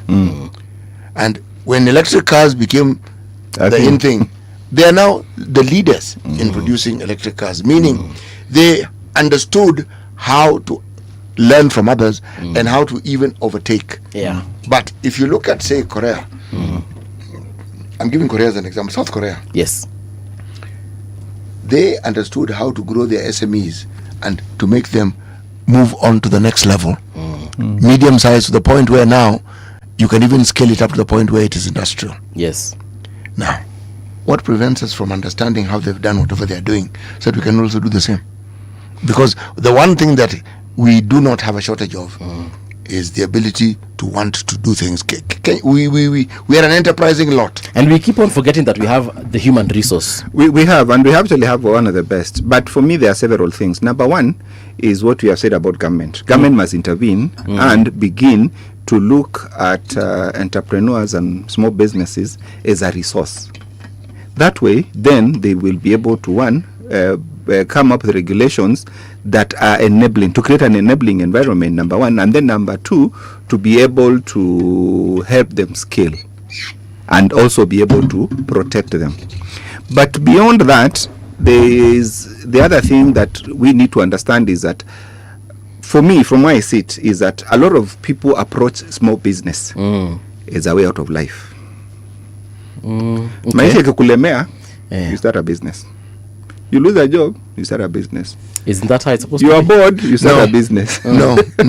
Isn't that you lose a job, city, what do you do? No. People will ask you, sasa unakaa nyumbani kufanya nini? Anza kupika chips hapa hivi. That is the point. Paul, what Tony is saying, from what I hear, yes, he is stating what we have, what pertains to our situation here. But in so doing, it raises the question of why do we use? Why is that the default? Why is it that you need to be at the end of your tether for you to think of business? Why can business not be the first thing? Yes. Intentionality. Yes. So the issue is intentionality. Priority. Yes. Intentionality. Okay. One, intentionality, and two, vision. If you're going into business, what is it you want to do? You see, people talk about business like it's nuclear science. It's not. Business is simply the art of providing value. That is why today, and I think I used to give a very funny example. When I started out business, I started out at KICC. I was subletting an office at KICC. And at the corner, near Garden Square. Yes. At the corner up there used to be a Coca-Cola container. They used to, a distribution. Okay. So you could actually go there and buy a soda at the recommended retail price, which then probably was like 20 bob or 15 bob, whatever. But just across the road, there was Intercon. Yes. They were selling soda at 250 shillings. Same soda. So you could either take Coca-Cola here at or Intercon 200 at 25 bob, or across at 250, 10 times. Why? Because of the value that Intercon would deliver that soda. It has an ambience. It has there's an Exactly. aura there. You never know. You might meet an ambassador. So Yes. You might. You will. Yeah. So that is the point. That for business, whatever business that you are doing, even Zikarai or Skuma, whatever, or even it's about value. It's about value. So if you are delivering value, first of all, you never lack a market. But let me tell you then where makosa iko. Makosa iko mahali tulianza kuambiwa soma kwa bidii upate kazi. Yes. Unaona? Yes. So become study education so that you can become a teacher. Yes. Study law so that you can become a lawyer. So we were told, and business was all part of that conversation, by the way. If you listen, if you remember. It wasn't, but ask yourself this very simple question. Was that mantra relevant at that point in time? I believe it was. Yes. Now, did we understand that people need to grow out of it? Meaning, this is how you build the foundation of a nation, because we had just got independence. After the foundation is laid, that's where the vision you speak of comes in. What were we going to do next? Because even I know some of our parents to date will tell you, ulipata kazi, unafanya kazi wapi siku hizi, wanalipa vizuri. Those are the conversations we are having with our parents. But they are appropriate conversations for this reason. The era in which that became the norm was an era when employment was permanent and pensionable. There was security. Job security. Yes, you knew once you joined government. And remember, natives of this country who were trained and who were educated to take over these jobs were not many. Those jobs also came with privileges. You could get a house. You could get a car loan. Whereas you are promoted, there are things that you needed to do. You need to do business now to do. If you're in government, you could actually achieve those things working for the government. In fact, the government was the employer of choice. Yes. The government was paying better than private sector. It was. Yes. With a pay slip, you could walk into Cooper Motors Corporation, CMC, and with a check-off system, you could buy a Volkswagen. Yeah. Check-off system. Yani tu pay slip, your pesa yako naambia okay, unataka gani? Hii. Okay. If you wanted furniture, Africa Retail Traders, you could go there, check off. What I'm saying was that era was that era. Yeah. But there was a need for the vision bearers to understand, once we've got this handled, what do we then do next? Because even in this day and age, in 2026, someone will ask you, you've quit your job. What? Yani umeacha kazi inakulipa uende. It's like a disaster. Waso ruku nje. Wewe unafanya ni kubaya. Unaona venye mafuta imepanda bei. It's for me, I believe it's I don't know to call it a cultural thing. I don't know to call it a systematic problem. I don't know. Well, it's actually a cultural thing, but also I think to be honest, I think it's also a lazy way to go about life, because a lot of people do not want to go beyond that. Like now, back to the conversation around starting business. You see, it is lazy if you just think, and I think you've seen it. Yes. You go and start something innovative. You start selling even something like mtumba or smoky or selling ice cream. Yeah. And within a short time, there are 3 other shops, because they've seen that you are making money. Yes. So their mind is like, there's free money here. And that's me. I always tell people, if you're interested in a business or you're looking for a business location, just give it time. Every 2-3 months, there's a business that is opening, another one is closing. True. There's one closes, another one opens, and closes another. So the thing is, back to intentionality, is that when you're getting into a business, you must be intentional. Number 2, you must prepare for it. Study as much as you can to understand what that business is, what it takes, what it requires, and even the market that you're going to serve. Because you can actually have the best of services, but there's no market for what you're selling, then you won't go far. And part of that also is, the third thing is around now, the people who've been to school, like ourselves. Because you went to school, you studied media. You think you can run a radio station or a TV station, or, or because you are a lawyer, you think that you can run a law firm. No. The skill set for the career and running a business are totally different. So one of the problems we're having today, and I'm saying this because I'm a trainer, I'm a consultant, I'm an advisor, and a coach for small businesses, is that most of the people running businesses in this country are not well resourced. They are not well educated. They don't even know what they are doing. Because being a good doctor doesn't mean that you can run a hospital. Very true. But that is what we have. We have very many good doctors who are mismanaging their health facilities. You know what is actually strange though? If you look at the way, for instance, the structure of managing public hospitals all then and now have administrators. Yes. They were never doctors. No. Not really. You're a business manager. Yes. There are people who studied management. Yes. Who probably studied business.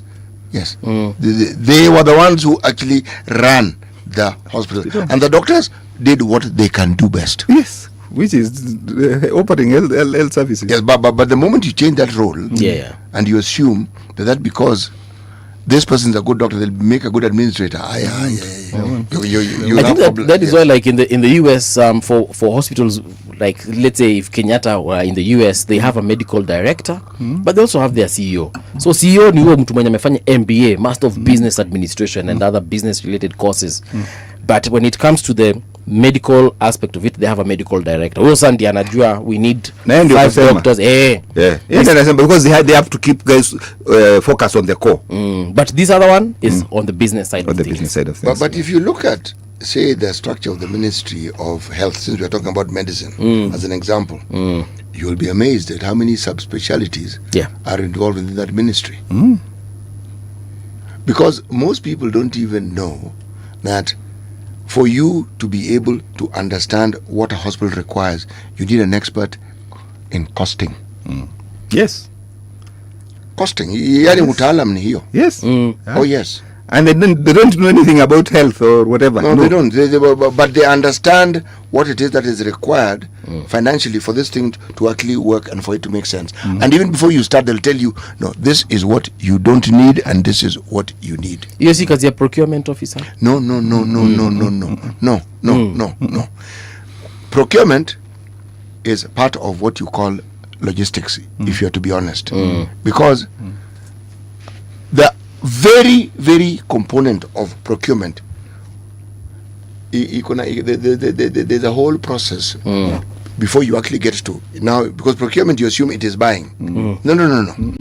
Logistics, why I'm calling it a part of it is, when you think of logistics, you talk transportation, you talk warehousing, and then all these processes involve the purchasing. Now, purchasing, and that's why for the longest time, procurement officers, as we call them, are called purchasing officers.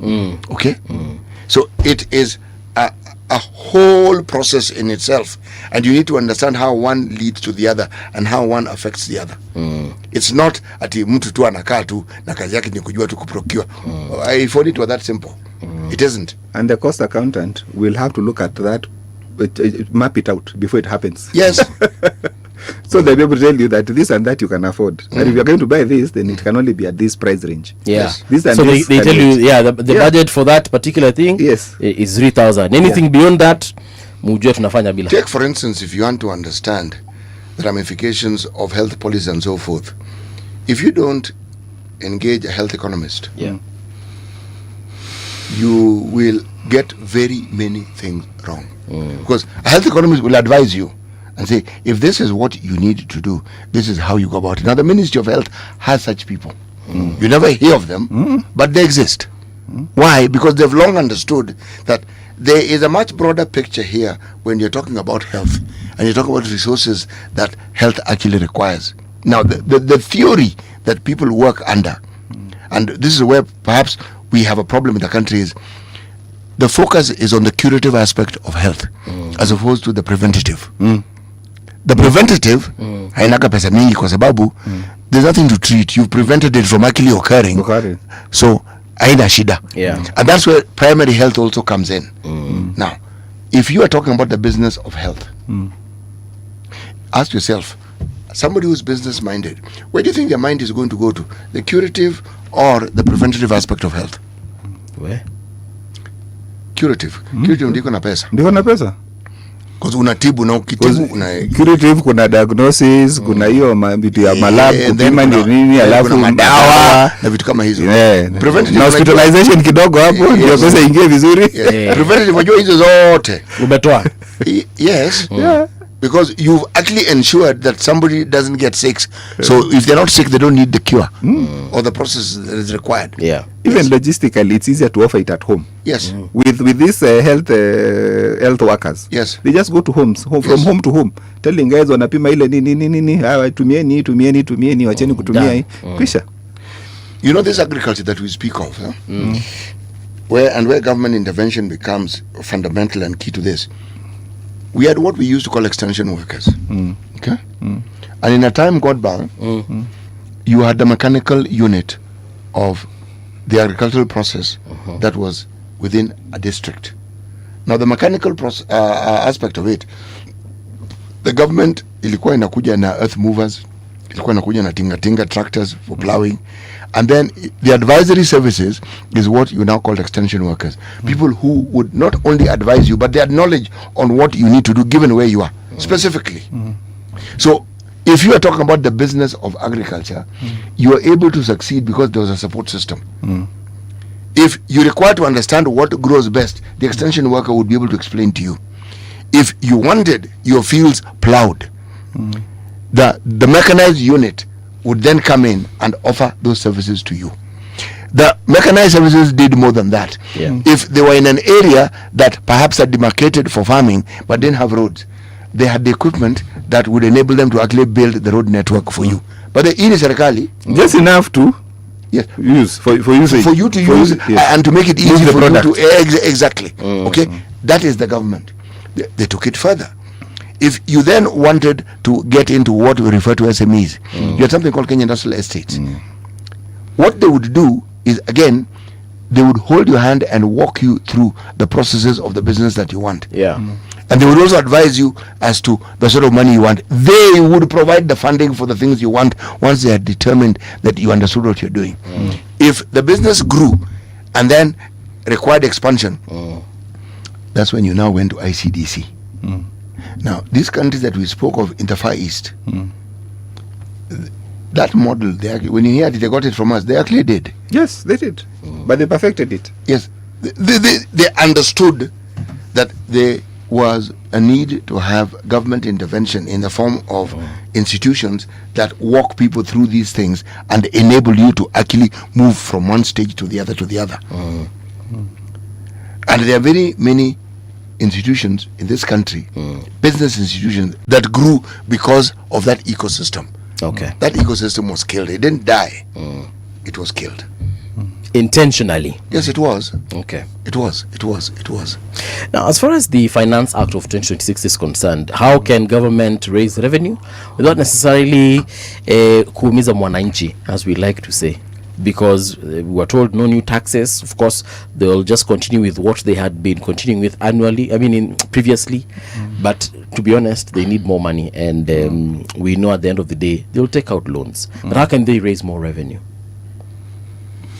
The only way they can raise more revenue is just the obvious. They just have to tax us more.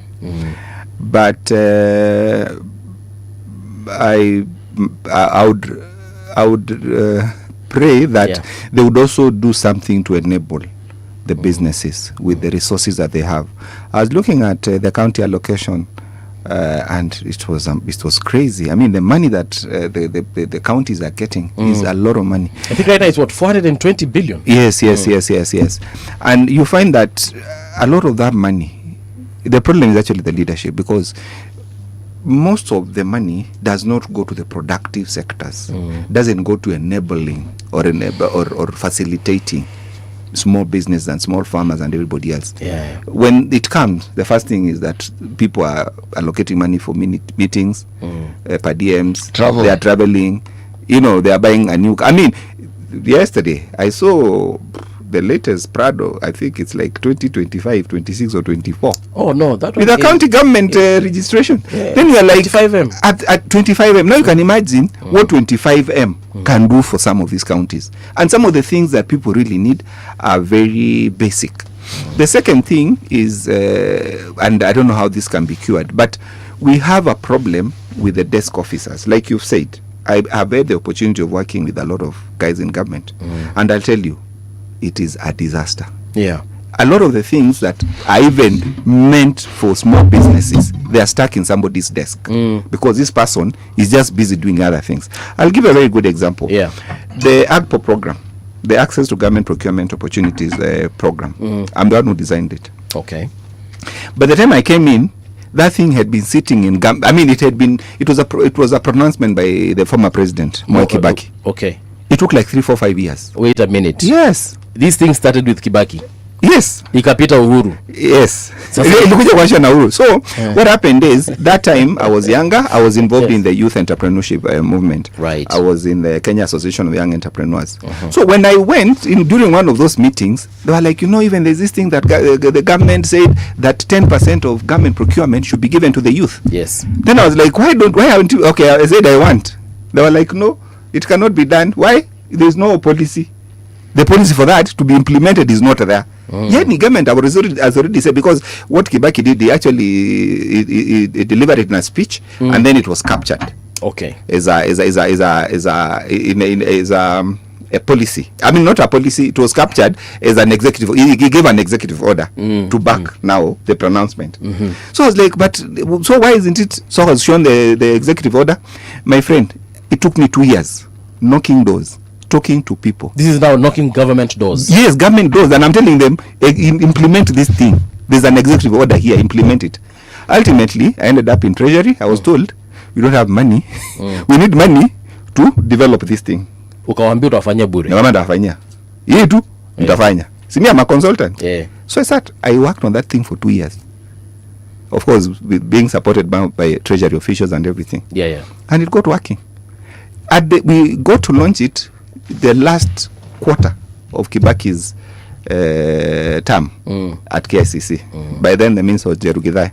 Okay. I had the opportunity of talking to the current president when they were running for office, and I told him, we need this thing. This is the only thing that is going to change this country. And they were like, sir, we'll do it when they get into office. Now, when they got into office, we became Kenyans. Yeah. So, first of all, guys need to eat.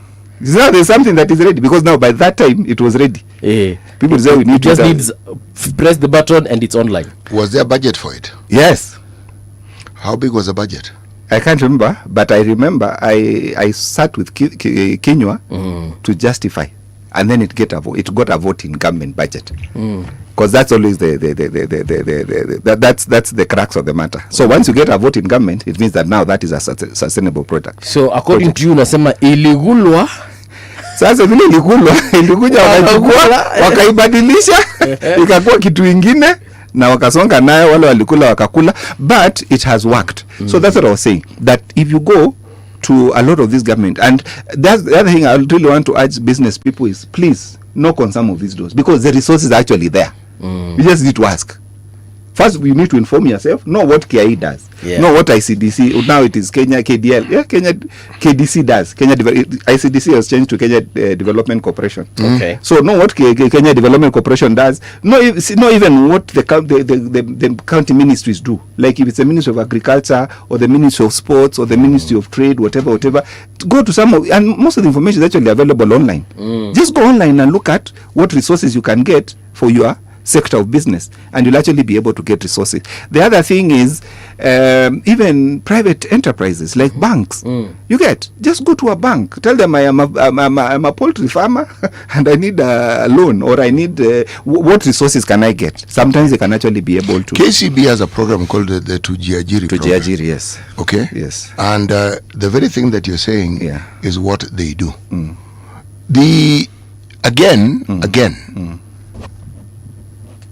This willingness of people who are in politics and are elected, I'm avoiding calling them leaders because they actually don't lead. Yes, and the things they lead in are so retrogressive. There's nothing positive that you can say about it. That the resources exist is true. Yes. Okay. That there are entrepreneurs in Kenya who have already put money into business lines is also true. That they are not supported is also true. That they can be supported, they can. They can. Yeah. And they should. Okay. Any ideas on how they can increase the tax base? That's what I'm saying. It's just facilitating small business, because you see, the thing is, if today I'm able to grow business, yes, that means I'll put a few more people on the table. You understand? Yeah. So even the people being taxed will increase. But if, and which has been the approach of government, instead of looking at how I can be facilitated, all regulators are on us. Yeah. And I'm saying this having done business for over 23 years in Nairobi. I can tell you, the last couple of years have been the hardest. Why? To the point, because of government. What do you mean, because of government? Government, they treat small business people as criminal elements. So there's a lot of regulation. Criminal elements in the sense that they do not. It's like you're not supposed to exist. When KRA officers come to my office, they will not be looking at me in terms of how's business. No, it's like you have not paid, you are not paid, you are not paid. To the extent that sometimes they just send numbers, not understand that these numbers affect people. So I know cases whereby people have been given tax invoices that exceed their turnover. Hey. And the same applies to even Kanjo. But even when Kanjo come to license, they don't ask anything else. No, but what you're saying is not even regulation; it's extortion. I didn't want to use that word. Oh no, allow me. I'm still running businesses. Allow me to use it, because how do you explain? I mean, remember, one of the complaints that the business community has had: why is it that the county governments have so many regulatory licenses? Yani kuna license ya hii, kuna you wonder, everything. Yeah. So are you going to do the business, or are you going to to comply? Precisely. Yeah. But that is the option. For most people, that is the option. And they comply or do the business. And the licenses, by the way, you pay them for services that you're supposed to receive. Sasa shida ni kwamba you ask, okay, hii kitu I'm paying, what exactly am I paying for? I understand that perhaps private car owners will need to start having their cars inspected yearly. Hey, people can hardly afford even third-party insurance. Now you want them to have their vehicles inspected annually. And you see, and for me the saddest thing again is, especially for those of us who are in business, is that the people who suffer are the ones who are doing the right thing. The rest of the people just corrupt their way out of it. Yeah. I mean, you know, in the markets and everywhere else, you find there's someone who does just whatever they want, because they either know people or they grease people. Yes. And that is it. But three things I really must say while I'm here. One is that business is not for everyone. Okay. So before you go into business, think, have a vision, do your have research. a plan, do your research, do everything. The second thing is when you're starting business, start at the lowest, look for the lowest entry point. If you can start a business with 1,000 shillings, if you can start a business from your house, don't go rent an office, buy computers, hire people, do what, you know, those are the type of things that people do. Buy expensive equipment, nini. No. Start at the lowest point, the lowest entry point, start there. And the final thing, small business people must learn to start consuming professional services. Okay. Look for business development officers like Tony Mello. They will train you, they will skill you, they'll resource you to do that. Yes. Look for lawyers. A lot of business have been closed because of legal issues, loopholes. Look for accountants. Every business person must have an accountant and pay them well. Yeah. You get? Because hii mambo ukarabati, especially in Kenya, penye tumefika sasa hakuna ukarabati. Yeah. It's either you do the thing the right way or you don't do it the right way. Okay. How can they reach you now that tumewambia wakuru? Visit businesskenya.com. All right. Yes, or you can reach us on WhatsApp 0738198620. All right. Yes. Here's the news with Winnie Maganga.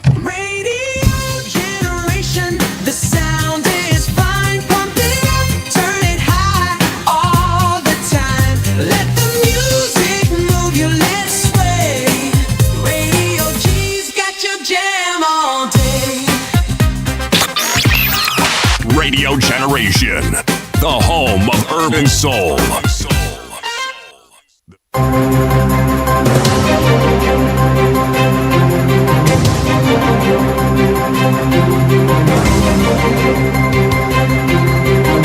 This is the Radio Generation News. Good morning, I'm Winnie Maganga. 2 people have died after building collapsed at Gikomba Market on Thursday evening, with fears that more people may still be trapped under the rubble.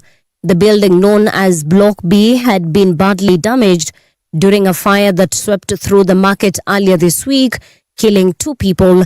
The Kenya Red Cross said on Thursday that it was working with the Nairobi County Fire Brigade and other emergency teams in rescue operations at the scene. Interior Cabinet Secretary Kipchumba Murkomen has defended the heavy security measures put in place across Nairobi during the anniversary of Gen Z protest. Murkomen said the government barricaded roads and carried out security checks after receiving intelligence report that criminal groups planned to infiltrate the demonstrations. Speaking after the protest on Thursday, the CS said the government wanted to prevent violence, looting and attacks on civilians that had happened during previous protests.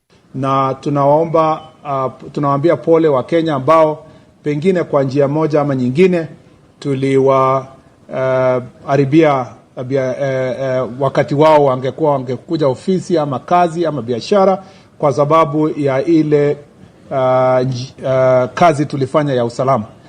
Tunasema ya kwamba kwenda mbele Wakenya wakifanya maandamano kwa njia ya amani kama vile tuliona kwa sehemu zote za Kenya, Kenya itakuwa ni sawa na tutaweza kuhakikisha kwamba kila Mkenya anafurahia haki zake za kufanya maandamano. President William Ruto has reaffirmed his government's commitment to completing major infrastructure projects across the country. Speaking during a tour of the ongoing construction of the Bomas International Convention Complex, the president said all Kenyans should benefit from the Kenya Kwanza government's development agenda. Ruto said the multi-billion shilling project is one of the several key investments aimed at making Kenya a regional center for conferences, tourism and investment. Unajua hii Bomas imepangiwa miaka mingi. Lakini nilisema juu chini kulia kushoto mbele na nyuma hii tujenge. Si ndio hii? Si wale jamaa walikuwa wanasema ati haiwezi jengwa. Walikuwa wanasema ati Ruto ni muongo. Amesema si Bomas ndio hii? Kwani tumezungumzia miaka ngapi hii Bomas? Ni karibu 25 years. Kwa hii mjengo si ni 1.5 years? Ni wachana na hawa. A court in Kilifi has sentenced a 32-year-old Baba to 15 years in prison after he was found guilty of raping a 21-year-old student in Kasamei village. Chief Magistrate James Moniki ruled that prosecutors had provided enough evidence to prove the case against Mwakombe Katana Garissa.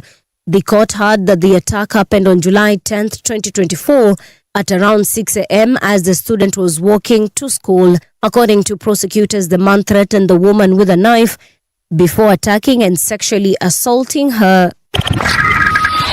A 23-year-old TikTok influencer from the UK has been charged with the murder of a boyfriend in Dubai and could face death penalty, according to a human rights group. Brooke George from Gravesend in Kent is accused of fatally stabbing a man she was in a relationship with after the two met online. An advocacy group detained in Dubai says the woman claims she acted in self-defense during a violent attack by a partner in the United Arab Emirates. And that's the truth on Radio Generation. Good morning, I'm Winnie Maganga.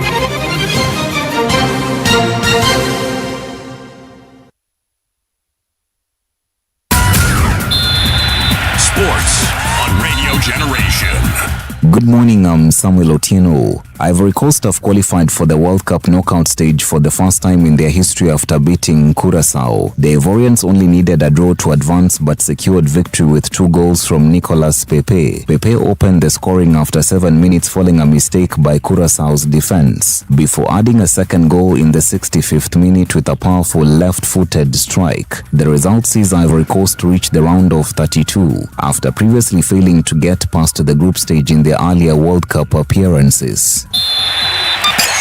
Ecuador have qualified for the World Cup knockout stage after coming from behind to beat Germany 2-1 in New Jersey. The South Americans had failed to score in their first 2 matches, but produced a strong performance against Germany, who had already secured top spot in Group E. Germany took an early lead after just 2 minutes when Leroy Sané scored from a pass from Florian Wirtz, but Ecuador fought back to claim victory and book a place in the next round where they could face England.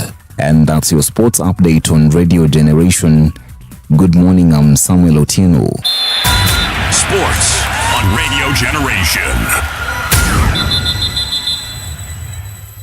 The views and opinions expressed on this program are those of the guests and do not necessarily reflect the views of Radio Generation. Radio Generation assumes no responsibility or liability for the interviewee's views. This is Radio Generation.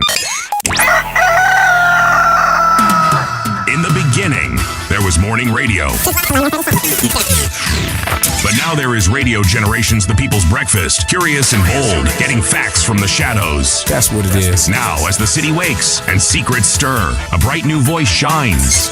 The People's Breakfast. Your morning, your voice, your journey. Good morning. Good morning, my neighbor. Welcome to the home of hard truths and bold insights. Radio Generation. Good morning, welcome back. 13 minutes past 8 o'clock. My name is Mungana Mbuvi. I'm with CT Muge in the studio. You're on the People's Breakfast on 88.8 FM in Nairobi, 90.7 in Mombasa, and 89.5 FM in Garissa. Radio Generation, it is. Salamu zimfikie Alex Gioko, who's saying, good morning Radio Generation, pokeni salamu kutoka mji wa Kitale katika gatuzi la Trans Nzoia. Alex, karibu tena sana. Alando nimekuona. Michael Olande pia anasema good morning movie and CT and all RG fans. LK 92225 amesema you should invite the MCA who mobilized landlords and house owners to build a sewer line. Aha, niliona huyo jamaa kitrend jana. I should look for him. Evans Onyango as well. Habari yako Biwot Boaz anasema good morning movie and CT. And then of course kuna yule viewer numero 1 MC Tonje who I believe is CT's kin. Kutoka kule Muhoroni. MC Tonje, thank you so much for coming through. Now, in studio, we are hosting in this particular hour Professor Murej Makocheng. He's an associate professor of media and communication, Multimedia University of Kenya. And we want to talk about yesterday, the commemoration. Government versus public. What exactly happened? Professor, welcome back to Radio Generation. Nice to see you once again. Thank you. Good to see you. Yeah, nice to be here. Introduce me to your tailor. Niko na Rorasho sometime next week hivi tuongee na yeye tuone venye tutatengeneza moja kama hiyo. Place order. Tamtafuta. Wewe ndio broker eh? Mimi ni broker. Lazima. Yes. Nipate kitu. Karibu sana. Kama kawaida, Siti atakupatia proverb, then we take it off from there. Okay. Our proverbs for the whole of this week have been from the Republic of Namibia. Down south. A hunter who has only one arrow does not shoot with careless aim. Let me repeat it. A hunter who has only one arrow does not shoot with careless aim. Yes. That hunter will shoot not to miss. Sure. Everything depends on it. Yes. He has got to be, or she has got to be very precise. Yes. Right. Yes. Yesterday, where were you? Not maandamano. Sijui mara tunaita maandamano, but yesterday when there were blockades, wewe ulikuwa wapi? Nilikuwa Kenya hapa mahali fulani. By the way, I actually spent quite a bit of time on the road. Right. Yeah, driving back to, traveling back to Nairobi. Yes. And Professor was just telling me, CT, that they found that blockade at Uthiru, yes. We made the blockade, yeah.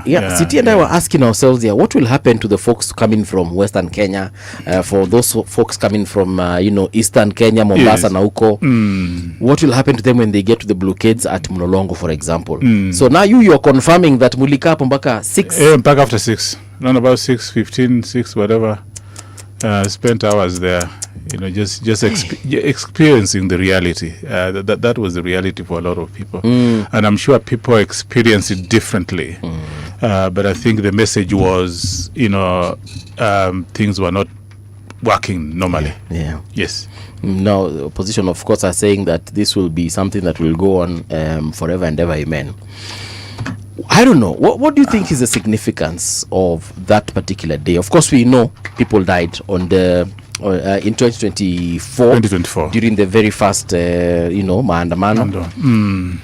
Last year we had something similar, but at least for yesterday we had about 355 people arrested. Thank God no one died. But what is the significance of this day going forward? I think the day is extremely significant, and I think it shouldn't be lost on Kenyans the reasons as to why we had the June 2024 25th rather. And I think talking about those issues will then bring out the significance of what happened. And essentially, there's a very strong message from the people, especially young people, that they were not very happy. In fact, they were extremely dissatisfied with the way that the country was going. And there are details we can talk about. But for me, the critical one is that the young people felt, and I think there are so many people who are not that young who also supported them, that the government had stopped listening to the people. Because governments are supposed to serve the interests of the people.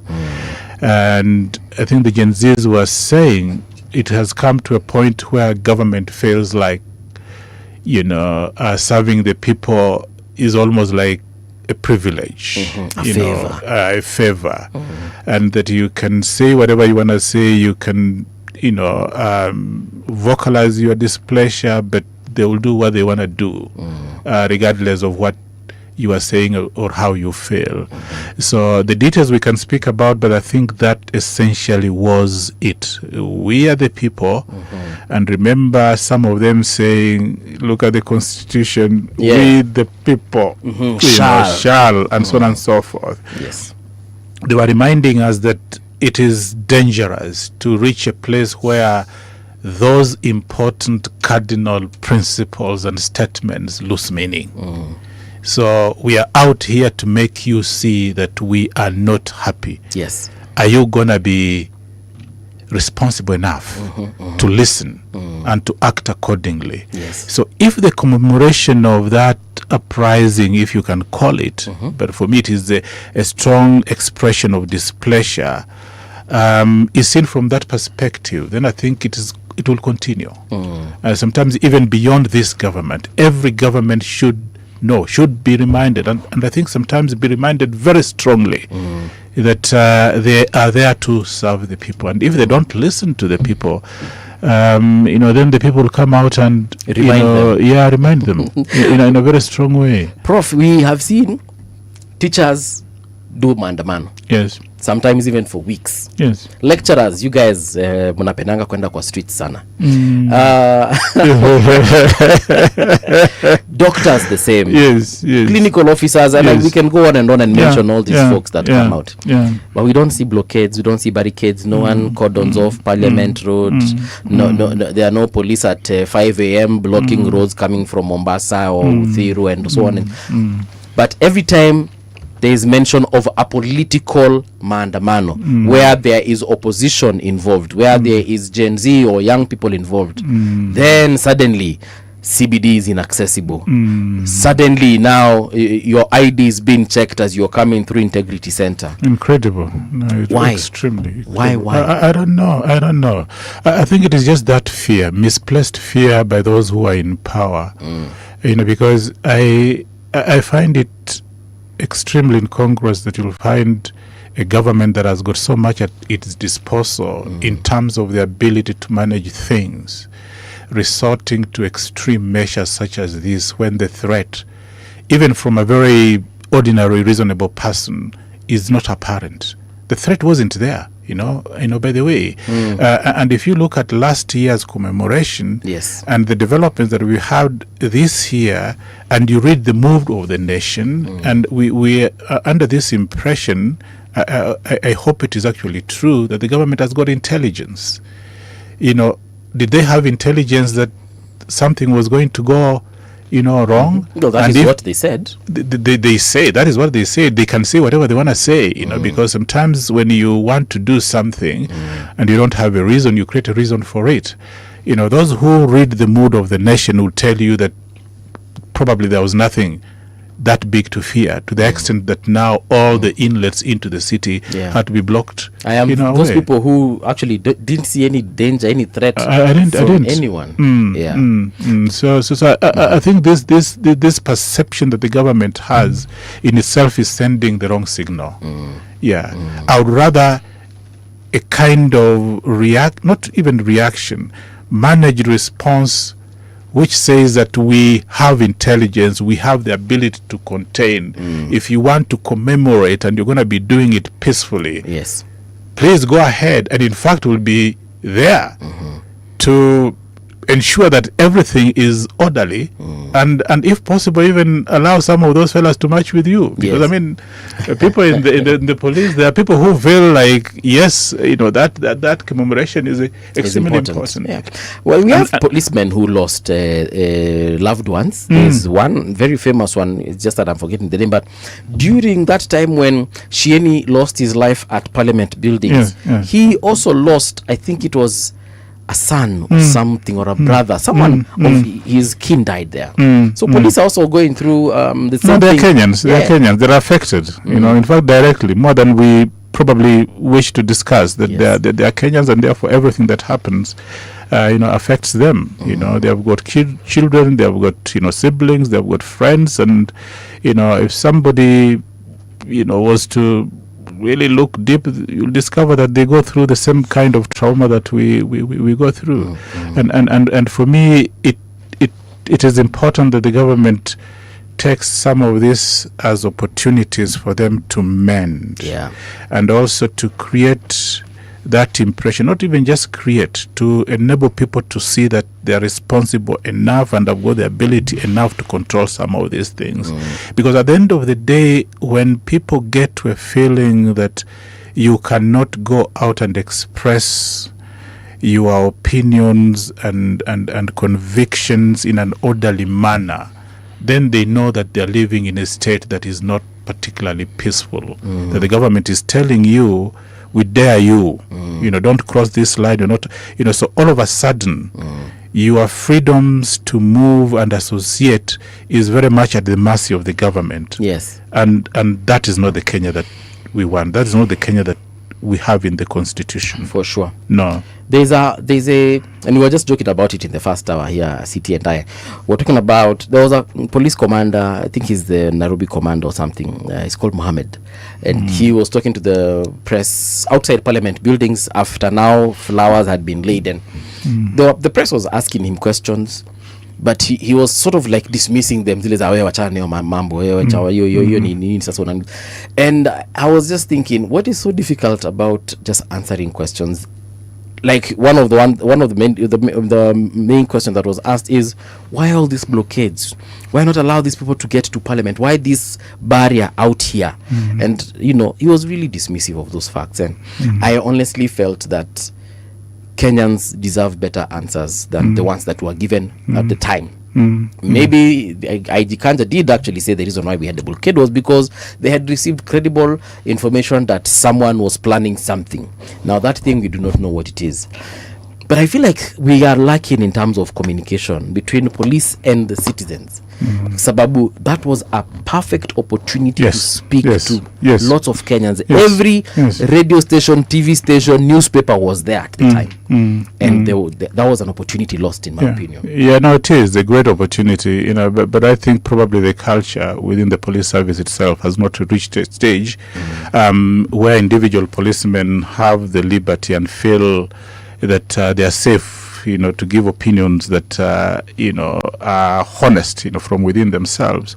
But I'll suggest that probably some kind of re-engineering of the culture needs to take place so that, everybody within the police service and in an organization anyway realizes that when the opportunity arises, they become the face of the organization that they're representing. And if this is the police force, sometimes you can be measured in what you say, but take that opportunity to just reassure people that you are there for them and just explain, probably in simple terms, the reasons as to why you are there, so that people get this impression that you are part of them, not you are opposed to them, because sometimes when you get this feeling of, us versus them, it creates a lot of problems.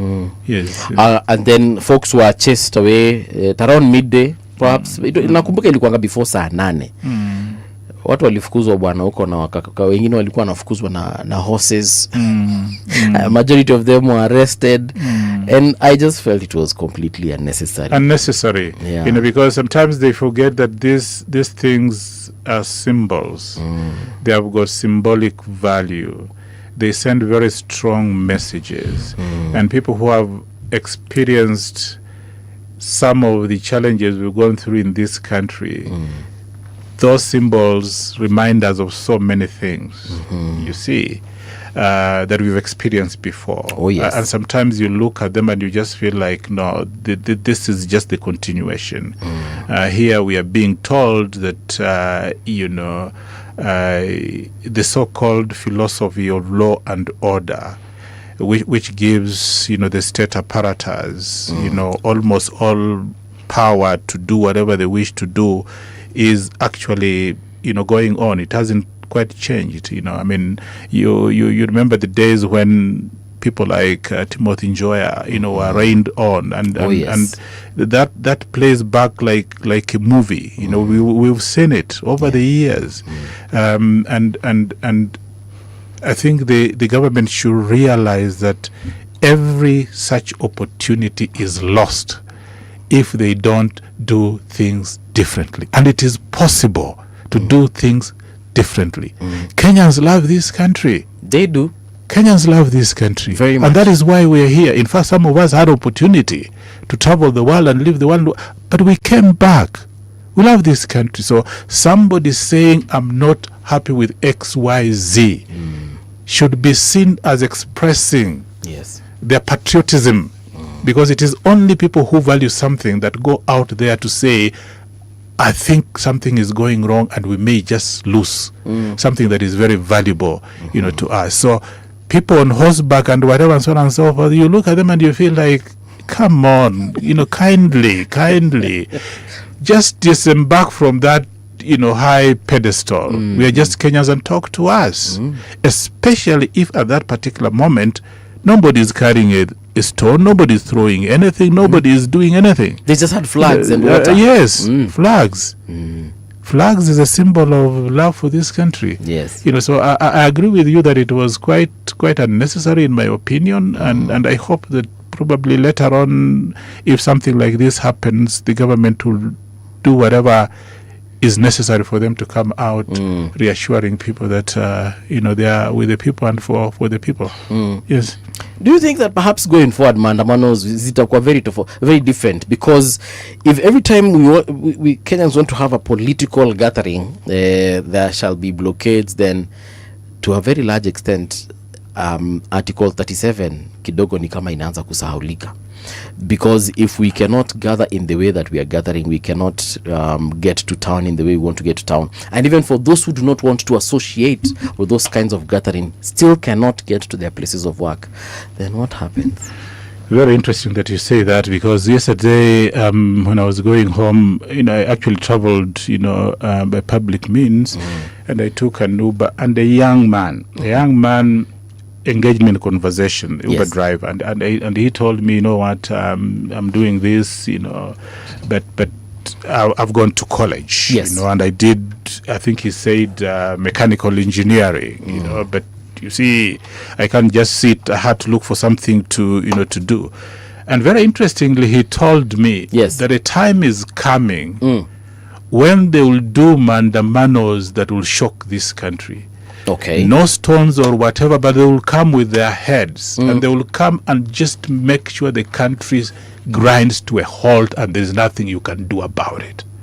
He told me. Yes. He told me time is coming that all of us will come out there into the streets. And then tell me, what would they do? Yes. When every single young person comes out into the street and stops everything and says, we are not happy. Here we are. And they sit down and something similar happened in South Korea. Yeah. That led to the exit. It was Bangladesh. Bangladesh, yes. There's a country that, and I'll confirm just now, where people, young and old, just came to the CBD and they were in the millions. And they sat there for days. And the president had to resign. That is possible. It is possible. I mean, the young man was telling me that he is very glad that even though he didn't get a job that fits his qualifications, the education he got opened his mind. Yes. And he can think critically and he can think creatively. Yeah. And therefore he knows that most young people don't really like to get into violence, but that doesn't mean that they're not happy. They don't wish for things to be done differently, and therefore he was just saying, reflecting what we are saying, that a time is coming that they will just come out and be peaceful and but make sure that you actually listen to them or you ship out. Yeah. I mean, violence at the end of the day anyway is usually like the last test of resorts. Yes. By the time people engage, and like you put it, a sane society, forward-thinking society, by the time they decide, sasa, that is usually like the last resort. But let's ask this other question, and even the president himself, he has asked this question. What is so different about him that he's getting all these mandamanos and all these protests, and President Uhuru never received similar kind of treatment. Kibaki never received it. Even Moi never received it. He was like, why me? What would you say? Why him? First of all, why him probably is the wrong question. I think it is very selective. Mandamanos have always been there. Yes. We've had mandamanos, some of them extremely violent. Violent people have lost their lives. He himself knows that he's put into a place, a process to try and do some kind of amends regarding reparations and what. But no, that is a recognition that we've had mandamanos. Yes, and they have been much more brutal than. I think the key thing is to look at 2024 and ask yourself, what happened at that time was extreme. But the question is, why was it extreme? Okay. Have we learned lessons from what happened, in 2024? And if we've learned our lessons, then why are we having what we are having right now? The good thing that I wish to say is that we like it or not, whether the president likes it or not, that Mandamano of 2024 will remain an extremely important day on our calendar. In fact, I would say there are people who sometimes dismiss, the Gen Z and say, now, look, they're scattered and whatever, they were sponsored, whatever. But just go back and look at it as a phenomenon. And then look at it in terms of the way that it actually developed. Look at the messaging that came across from the young people. And ask yourself, was there reason for them to do what they did? Okay. If I were the president, I would take this as an opportunity, because if you were to play back what happened, almost like a movie, you would see a complex of reactions from the president that showed you two sides of how he approached that situation. If you can remember, the TAS press conference, where it was like, you'll see me, Cheza na Nyuki, and so on and so forth. And some of that cringed and said, for somebody who is actually knowledgeable and critical, you say, you've lost it. And then it wasn't even a day later on, there was the stepping down. What happened? Don't you think that the stepping down and saying, okay, no, fine, we'll listen, we may have made mistakes. In fact, we did. We are ready to talk, is what actually calmed the nation. So there and then you see that the president has got answers to his own questions. Yes. Why? Ask yourself the very first press statement. That is the why. Talking down on people when they feel particularly aggrieved, and their cry is just like, just listen to us and be our president. Take care of our interests. That is one approach. But you see, that first press statement was the one that will answer his question. Why are people, the way you relate to them, the way you speak to them, the lack of connection with them, the lack of empathy, the lack of identification that, yes, we can see this is our president doing our bidding. You see? And then what do I need to do? Then look at the second press conference. Yes. I'm ready to talk. This is our country, blah, blah, blah, and so on and so forth. So there and then you have the answer to the first question, why, and then what do you do about it? The answer is in the second press conference. But there's something else that also stands out yes. with this particular president and the presidency. And it's a simple psychology of hopes that have been raised and then dashed. Because when hopes are dashed, you then have disappointment. Yeah. Now, a lot of what I observed or listened to and heard, and have consequently heard from then, are various and diversified manifestations of disappointment. Yeah.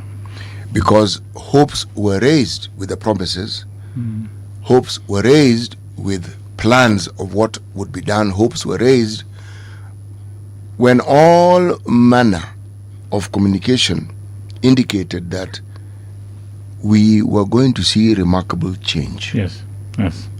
And what then people saw was more or less what they had seen with the previous government. And so one started asking, hey, this change that was spoken of, where is it? Where is it? We were told there'll be an audit of our debts. Why? Because the debts were a problem. And we had complained.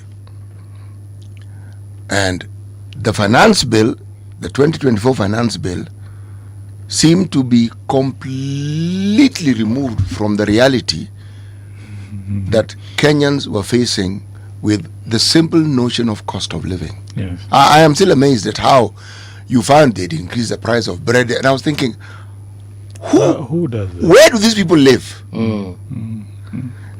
Those are things that people consider critical. And even then, I concluded a long time ago they're not students of history.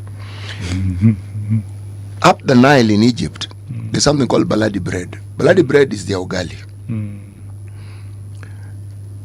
That baladi bread issue has removed leaders simply because the price was raised. Baladi bread. The issues that we saw in countries like Chile, the issues that we saw in countries like Bangladesh, they didn't start as huge demonstrations. No. Issues are raised, they're ignored. Issues are raised, they're ignored, and people feel, these fellows don't seem to understand what we're talking about. And the numbers of people keep increasing, and they're saying the same thing. Yeah. Before you know it, the streets are impassable because the people have filled the streets. Now, what we saw here, in my opinion, was heading in that direction. Because from the 18th, the numbers of young people who were there was not the same numbers as the following day and the day after and every time that they called. By the time we're getting to 2024, those numbers were many. Okay? Now, again, what is different is you have to ask yourself,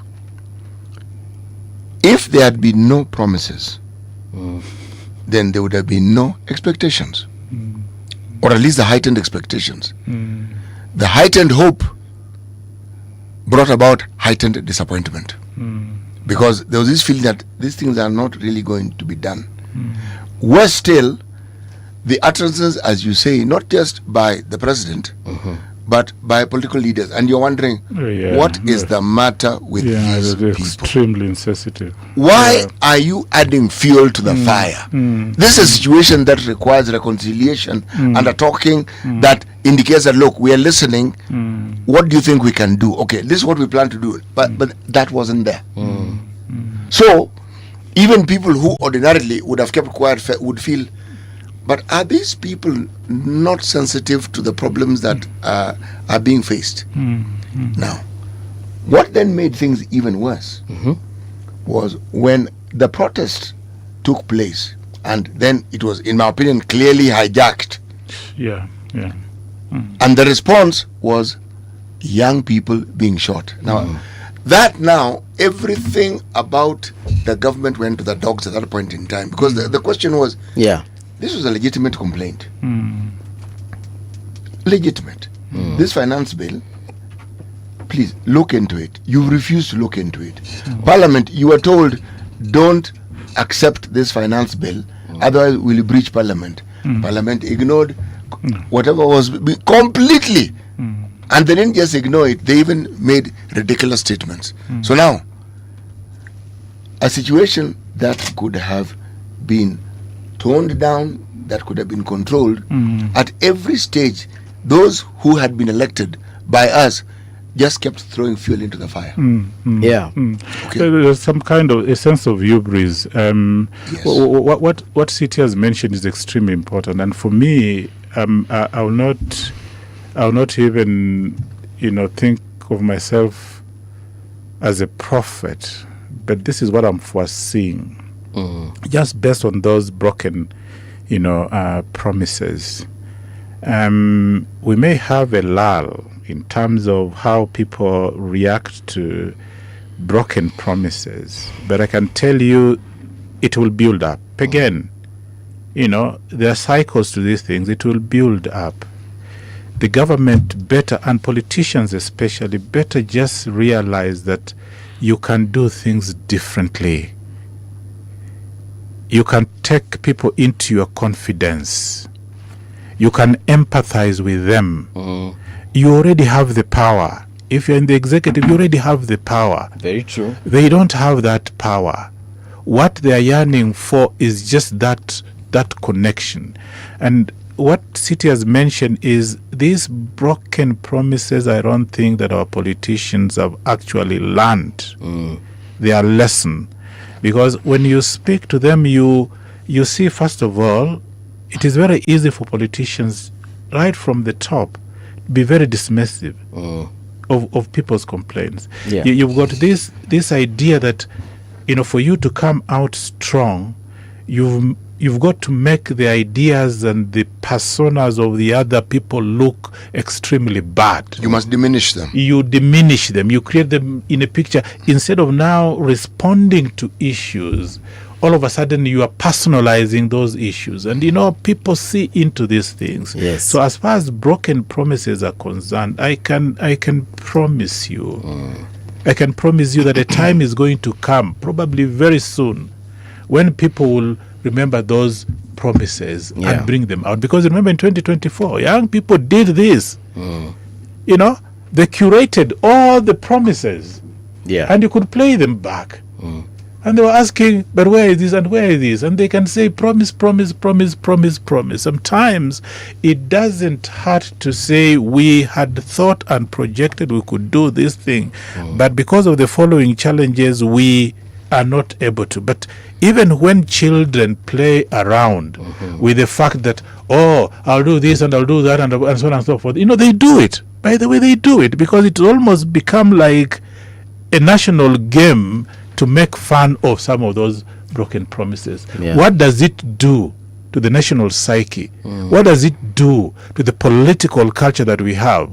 Because you like it or not, sooner or later people feel like, can you believe anybody? Especially politicians, you can't. Yes. And what is very sad also is that when that happened, there are some of those positive milestones that are made and they just go uncelebrated.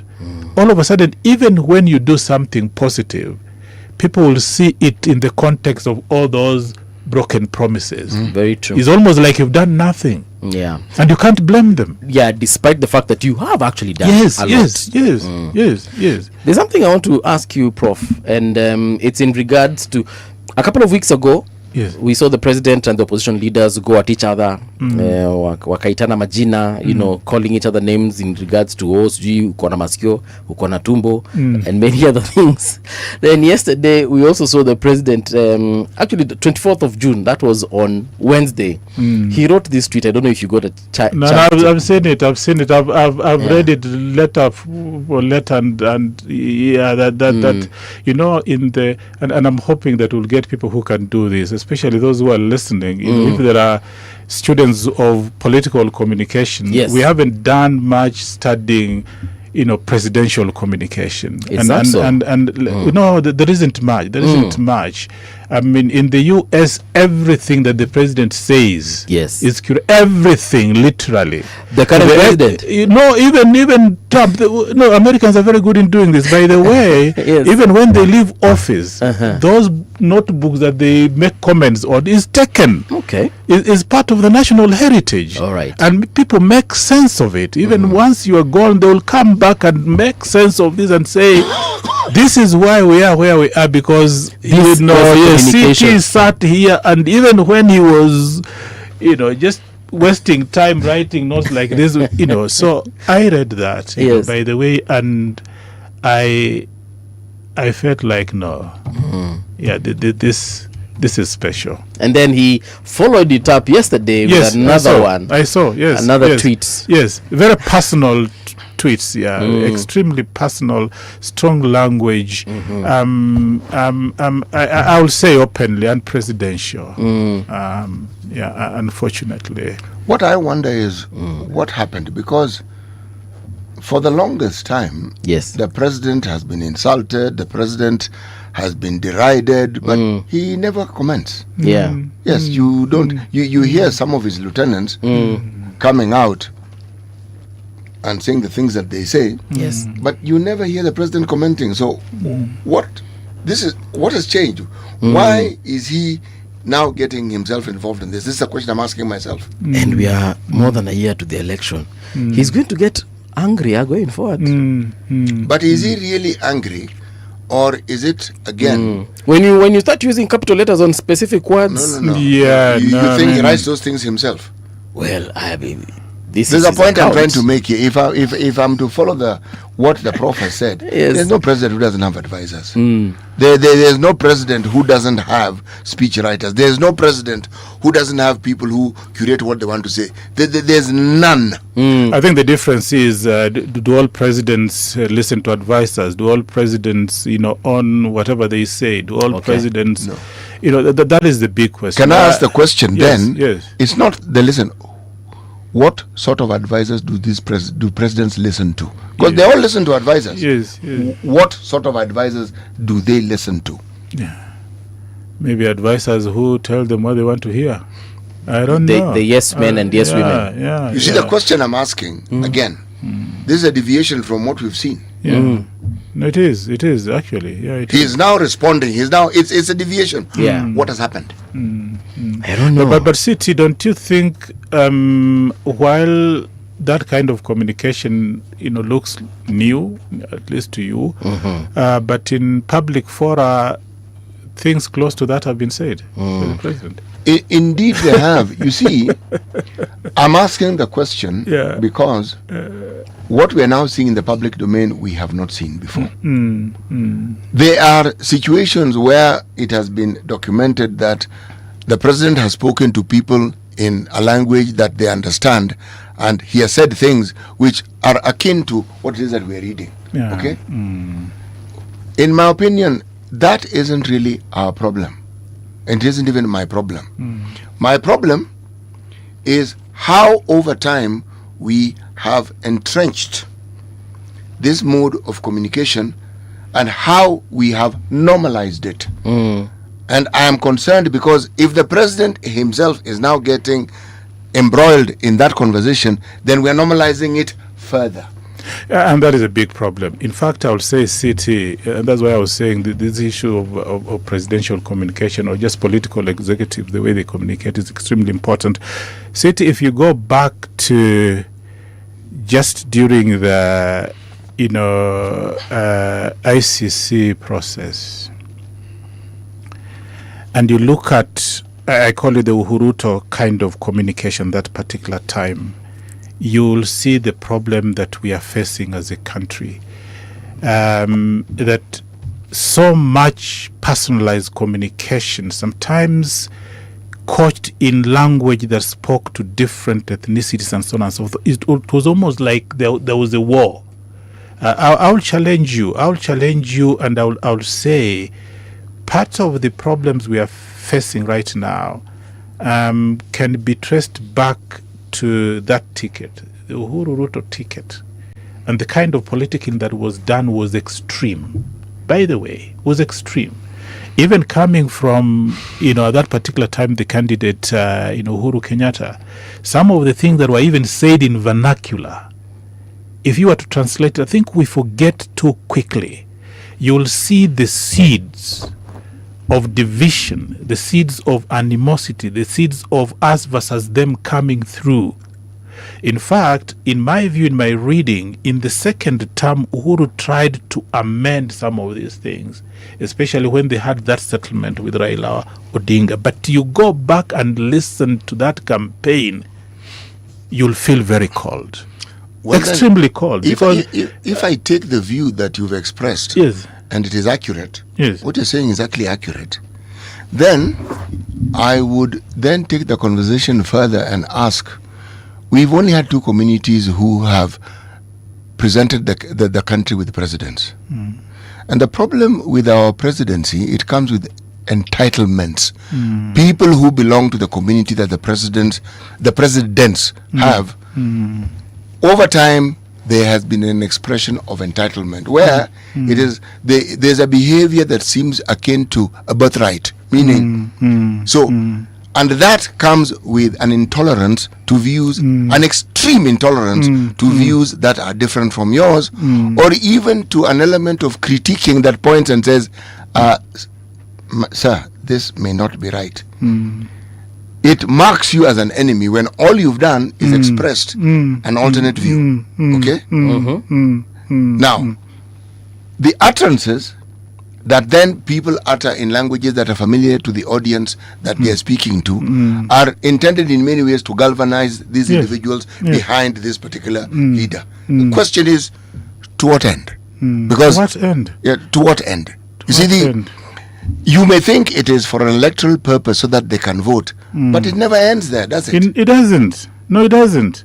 And that is why I would argue very strongly that the political elite in this country need just to reconsider so many things. As it is saying, it may sound convenient. You are on a podium and then you are talking negatively about somebody and associating that somebody with the people that is leading. All of a sudden, instead of listening to ideas and the critiques, you're now personalizing the person, and then symbolically even the people that ethnically are identified with that person are included in that. Yes. And what you are doing, what you are doing is you are making it, the way City said, almost acceptable that this is part of our political culture. This is how we reason. This is the best that we can do. And I'm arguing, no, we can do better. And I think the biggest failure as far as our political leadership is concerned is to get into those positions because they understand the history. They have read the history. They have been there. What stops them from saying, yes, thank God I'm in this position, I'm going to do things differently? What stops them? I don't know. There's always a competing interest with our politicians. Yes. And it is not really complicated. It doesn't even require research. It just requires observation. Yeah. Well, actually, observation is a data collecting instrument, in research. Okay?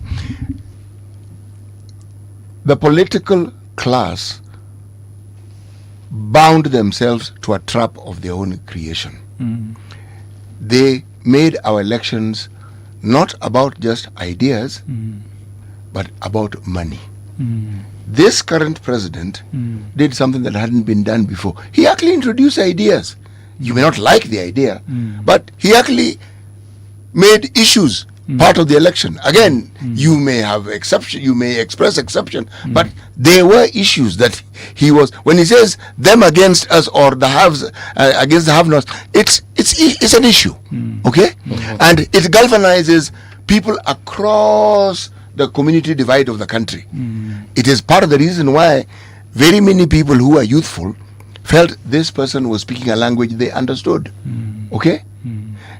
Because the hopes that were raised were as high as they were. In the absence of the fulfillment of these promises, the disappointment was going to be equally big. And then the backlash. You asked why. The backlash. Okay? But because our politics has gotten to a point where even as we talk issues are what we present so that we sound like reasonable, sensible people. Okay? But it is about money.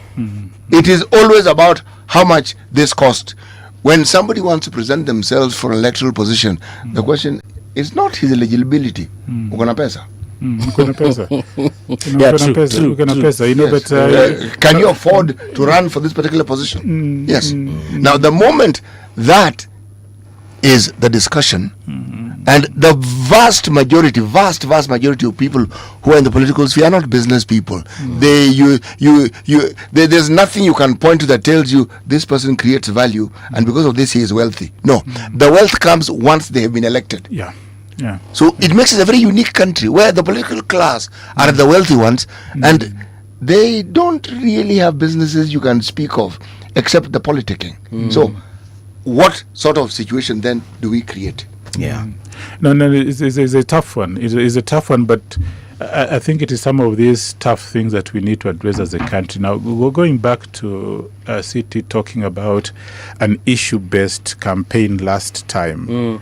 I think a critical look at it would be in terms of communication, and that is something that sometimes we really struggle with. Do people, when they write or when they speak, mean what they say and actually say what they mean? For me, that is a big question. It is possible when you are politicking to say what you don't mean.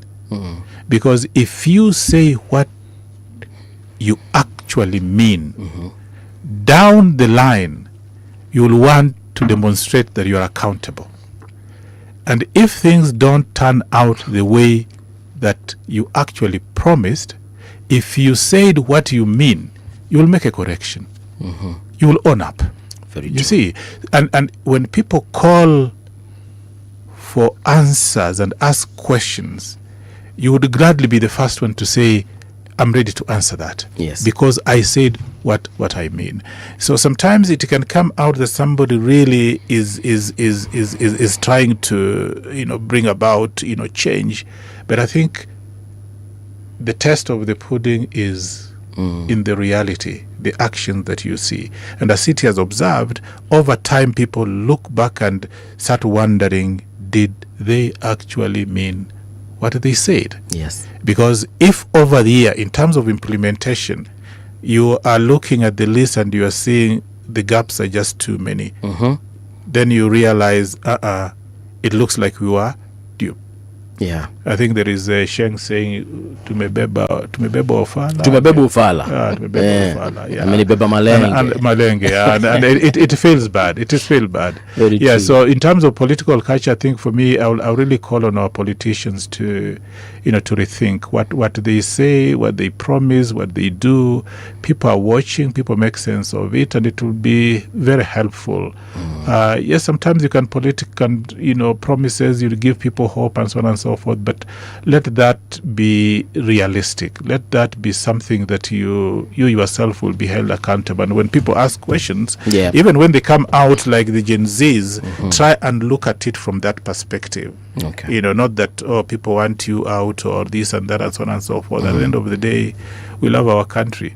And in fact, the more we criticize leaders, the more they should know that we actually love them enough to vote them out if they don't deliver. And you should ask yourself, if someone really wants me out, it's just like in a relationship. If your wife or husband really wants to divorce you, ask yourself why. There has got to be a reason. There must be a reason. Because this person married you, but now he wants out of that marriage. Jiulize ni kwa nini? Prof, asante tena sana. Karibu nice sana. To hear from you.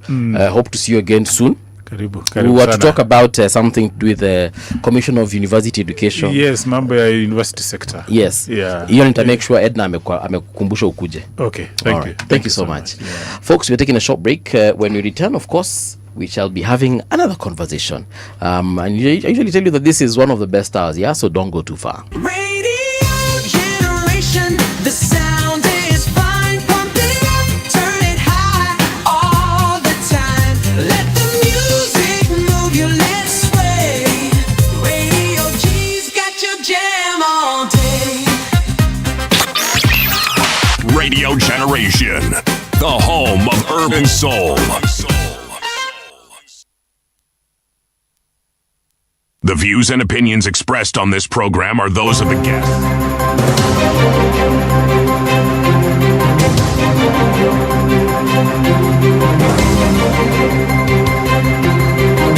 This is the Radio Generation News.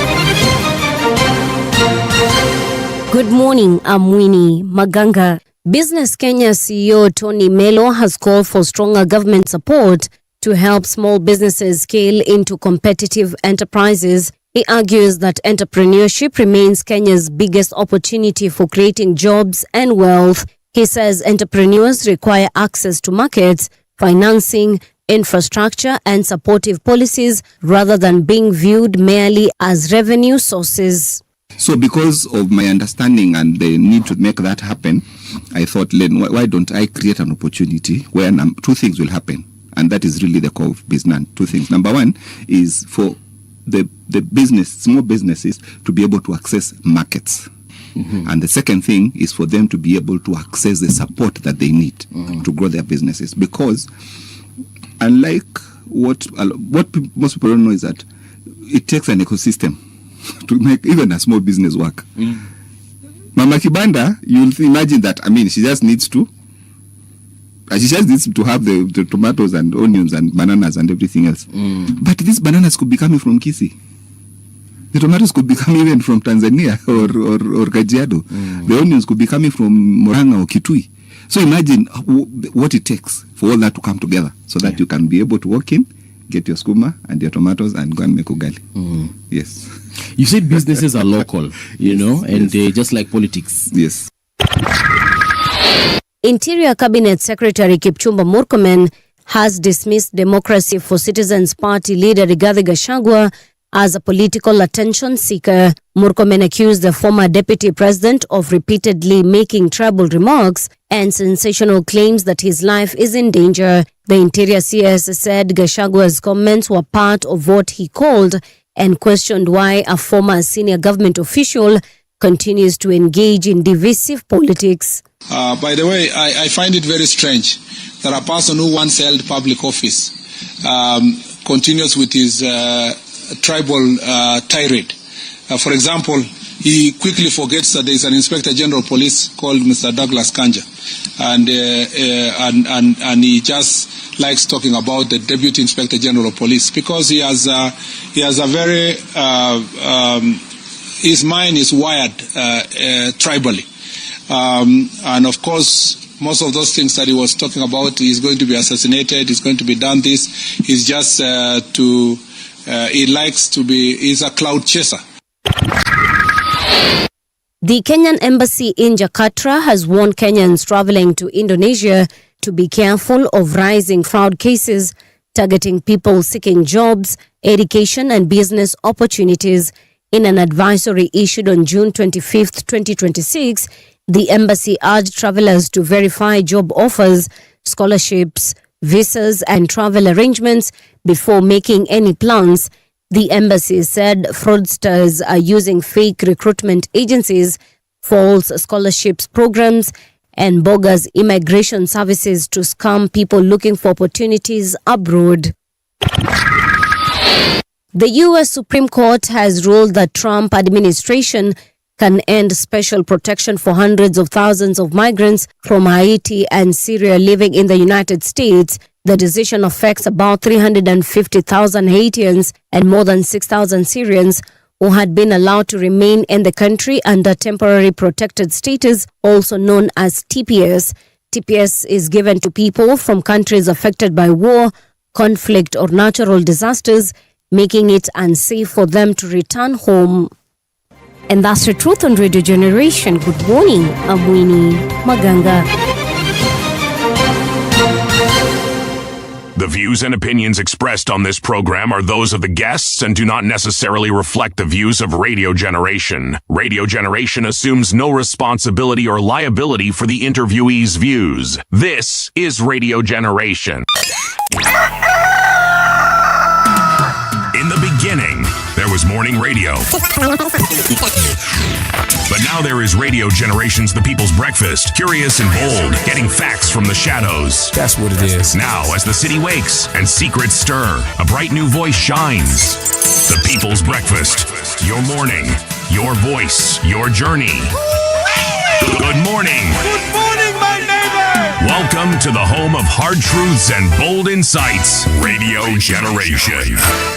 Welcome back. The time right now is 8 minutes past 9 o'clock. How are you doing? City Boga, hapa kuna watu ambao wanasema tumesahau the good things that President Ruto has done.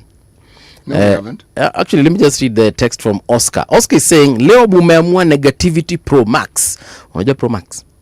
Kuna hizi simu kubwa kubwa. Sana kina nitoje simu iPhone wanakuanga na Pro Max. Why I've mentioned Samsung, why have you bypassed my mention and gone straight to sorry, my head was just thinking about the iPhone, I'm sorry.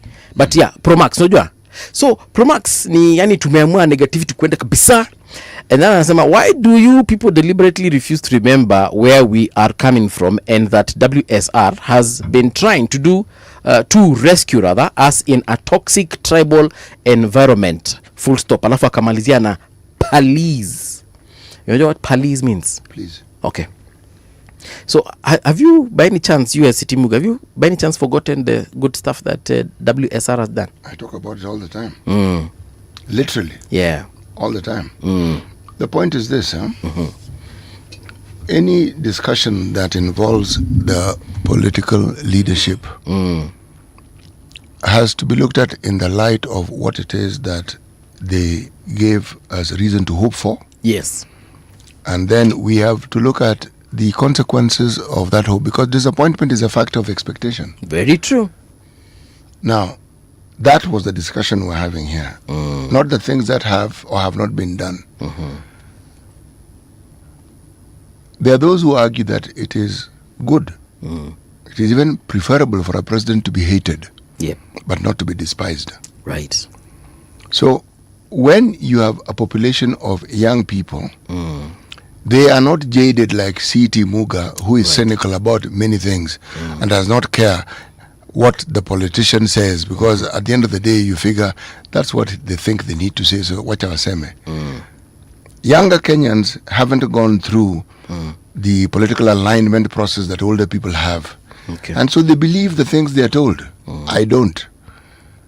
So their disappointment is great, because it's the first time they're actually encountering narratives that they believed in because they were believable and they expected.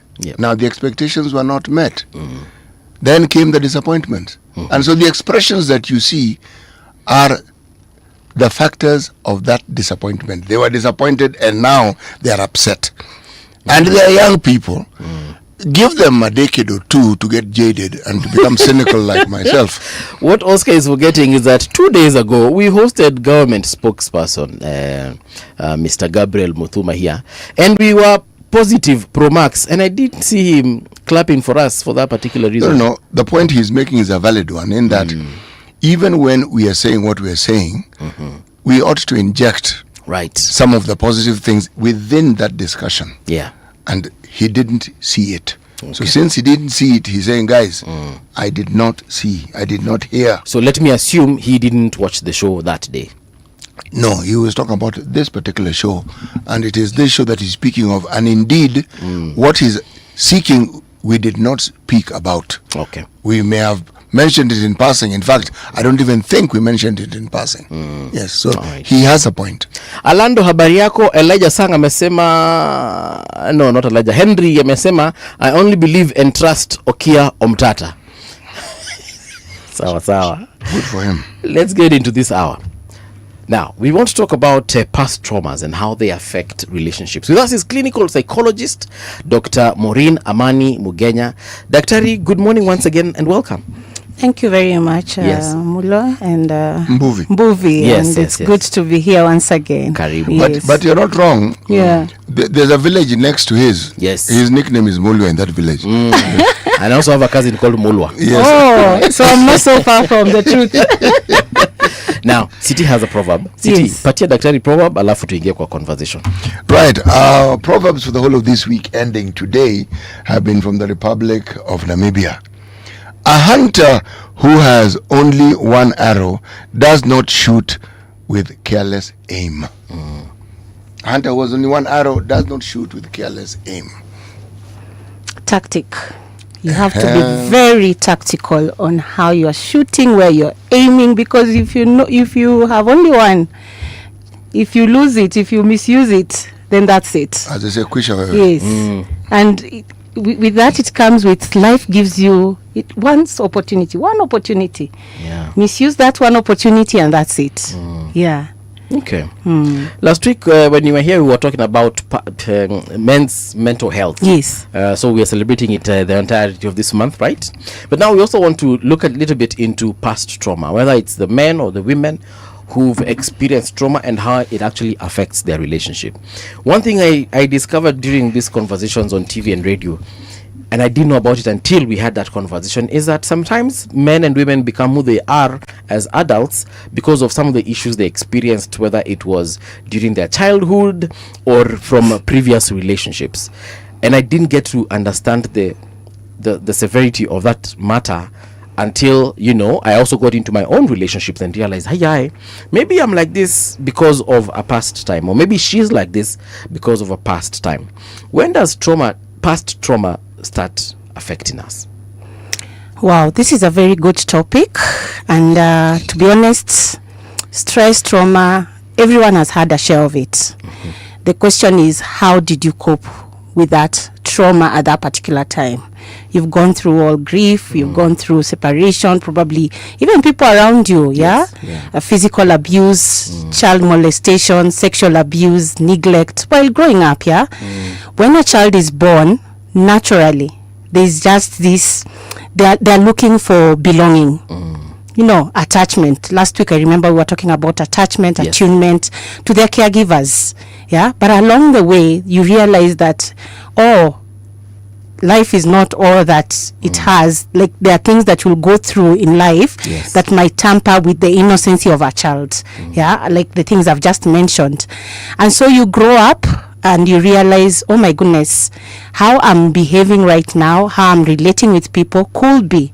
And some people probably, they don't know that how they're relating with people right now could be as a result of what happened in their childhood. It's a completely it's something that is very foreign for them. So I will say trauma, maybe just to define what trauma really is, to help those people who are coming across this term for the very first time.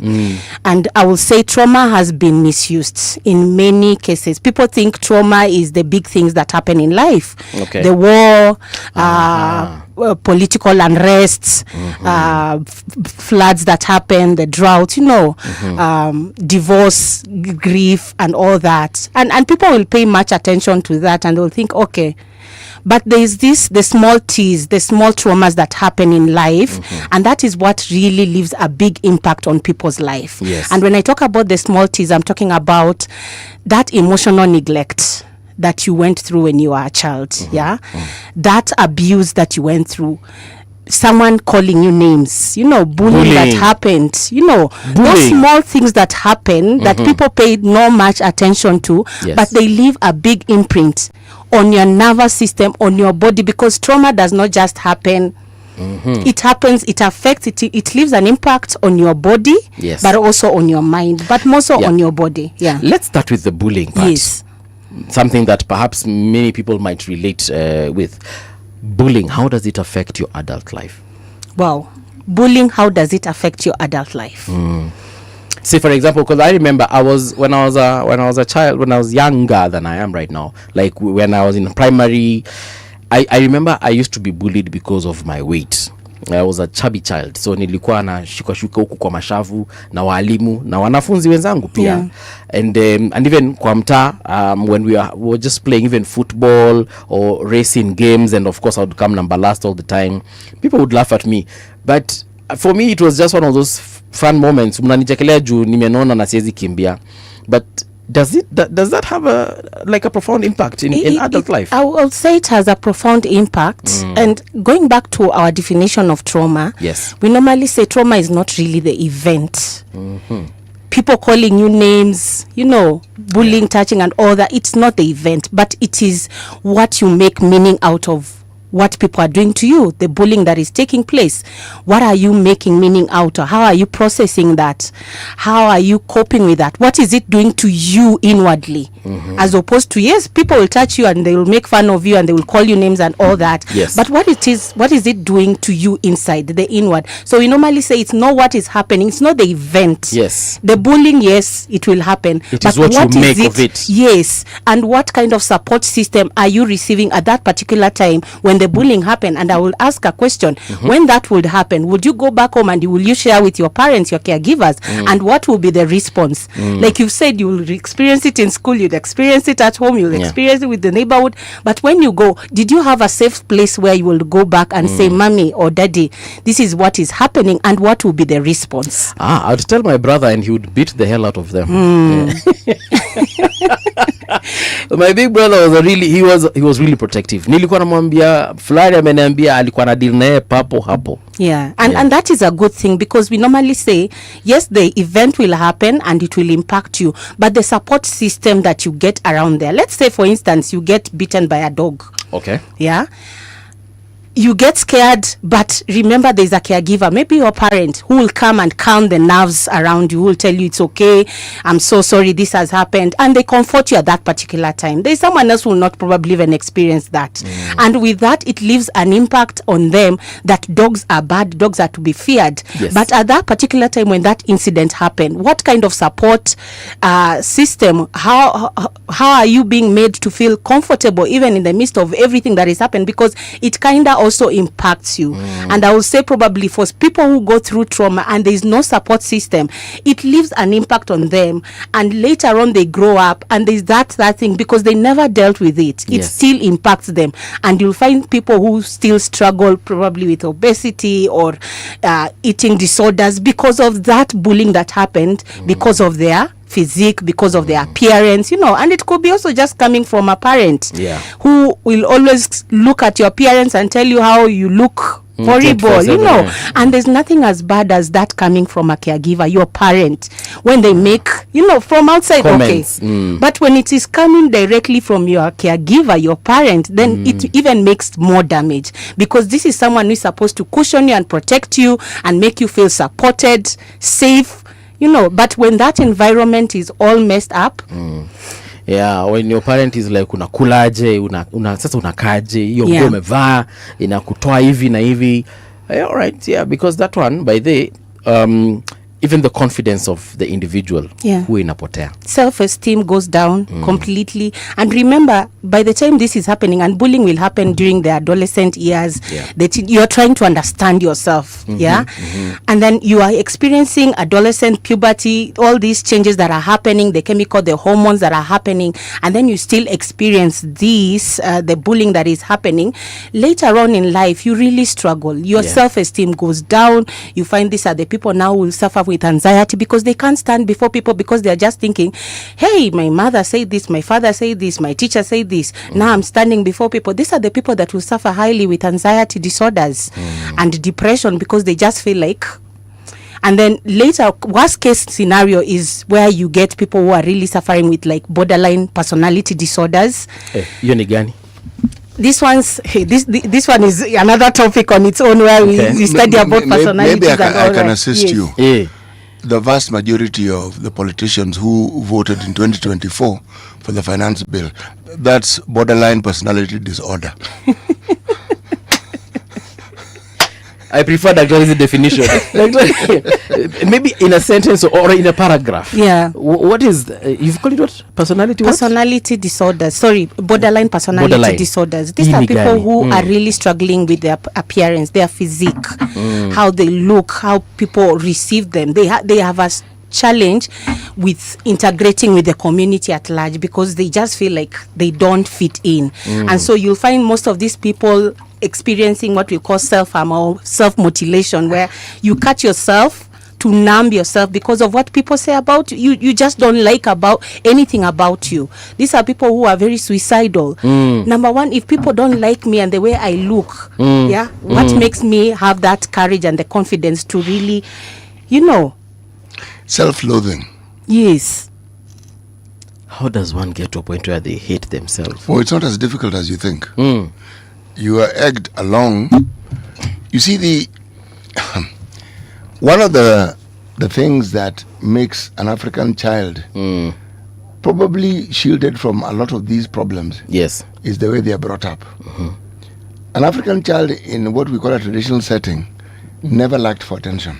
Right. There was always somebody to carry you. And if it was your mother, you would go to the farm. Umefungwa hapa nyuma. So the child was always in an environment where they felt safe. Completely.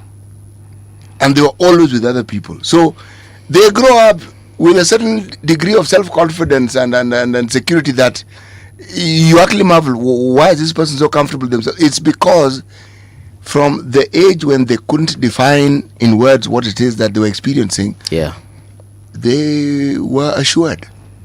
They knew that they were safe. They knew they were cared for. They knew they were looked after. Yes. They didn't need affirmation. Now, somebody who doesn't have that during those formative years, you are going to look for it when you're older. And that's why people get into self-destructive behaviors. Substance abuse. Yes, and you get in with people who encourage you in that direction. Because all you're seeking for is validation. Yes, and that validation is a factor of how you feel. You don't feel like you're worth anything, so you need to derive your worth from other people and from activities that are associated with those people. Why do children smoke in adolescence? Because it's considered hip. Yes. Why do they experiment with drugs and alcohol? Because it's considered hip. You want to belong. Yes. Where? Now I'm getting to understand a lot, eh? What? Now, in terms of... By the way, don't assume that it's only a childhood issue. Or you see it in adulthood. You see it really. It manifests seriously in adulthood. Right. Yes. There's a guy we went to campus with, and there's a time, we're just having normal conversations about our relationships, and he was struggling with a partner who, according to him, every time they have an argument, she cries. She cries. The lady, yes, the lady cries. My friend is a gentleman. Yes. So every time they for whatever reason, whatever argument rather they're having, it could be about anything, like, because this is how he put it, literally anything. Mbona hii simu iko hapa, ashaanza kulia. So I want to understand what kind of person, where are these tears coming from? City is laughing. This is very common. It's very common in people who are traumatized. What do you mean? There are different archetypes of trauma or how trauma is passed on. Number one, you'll find probably when you're growing up, your parent who was your caregiver, again, just basing and going back to attachment, they never were emotionally available or paid attention to this kid.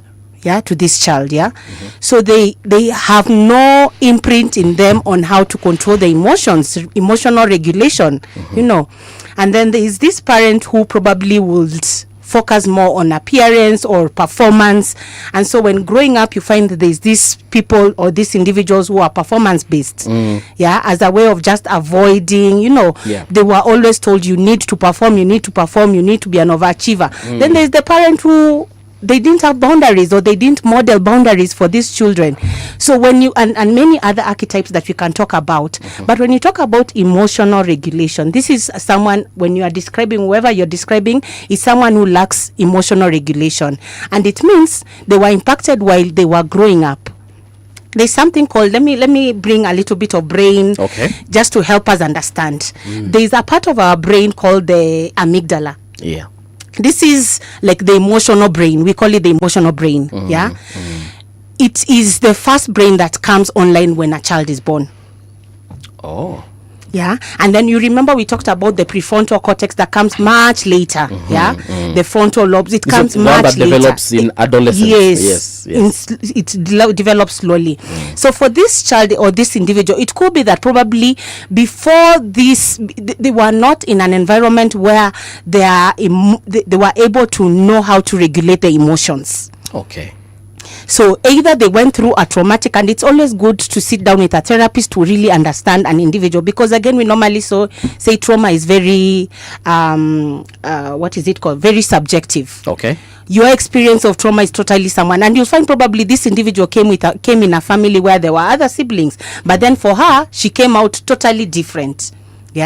So probably she went through something in their family that maybe affected their amygdala, and they're always on high alert. Their emotional brain is the one that is always on high alert. Anything small triggers them. And so they need to go through with a therapist or with the help of professional to help them regulate. But another thing could be, and there are many things that we could say probably could be a reason or a factor that could have led to this individual behaving this way. Probably while they were growing up, while their mother conceived them, probably there's something called epigenetics. All right. Epigenetics is where something is passed on to a child, or what we call transgenerational trauma.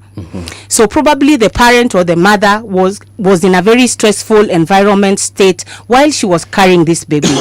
So during pregnancy. During pregnancies.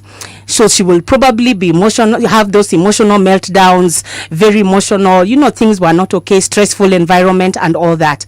So as she's going through that, what she doesn't know and what most women don't know is that when you're in a stressful relationship and you are carrying a pregnancy, there is a way that you can pass those trauma or those stress hormones, what we call epigenetics, to your child, to your unborn child. Now, when this child is born, they come into an environment and you find them very erratic, always on the rage, always very emotional, they're always crying and all that. And you wonder what happened. Probably while the child is growing and is in this environment, nothing traumatic, but it could be that probably when the mother was born. And so I always ask, how was the pregnancy, your mother, how was she? Did she carry you? Were you a wanted baby?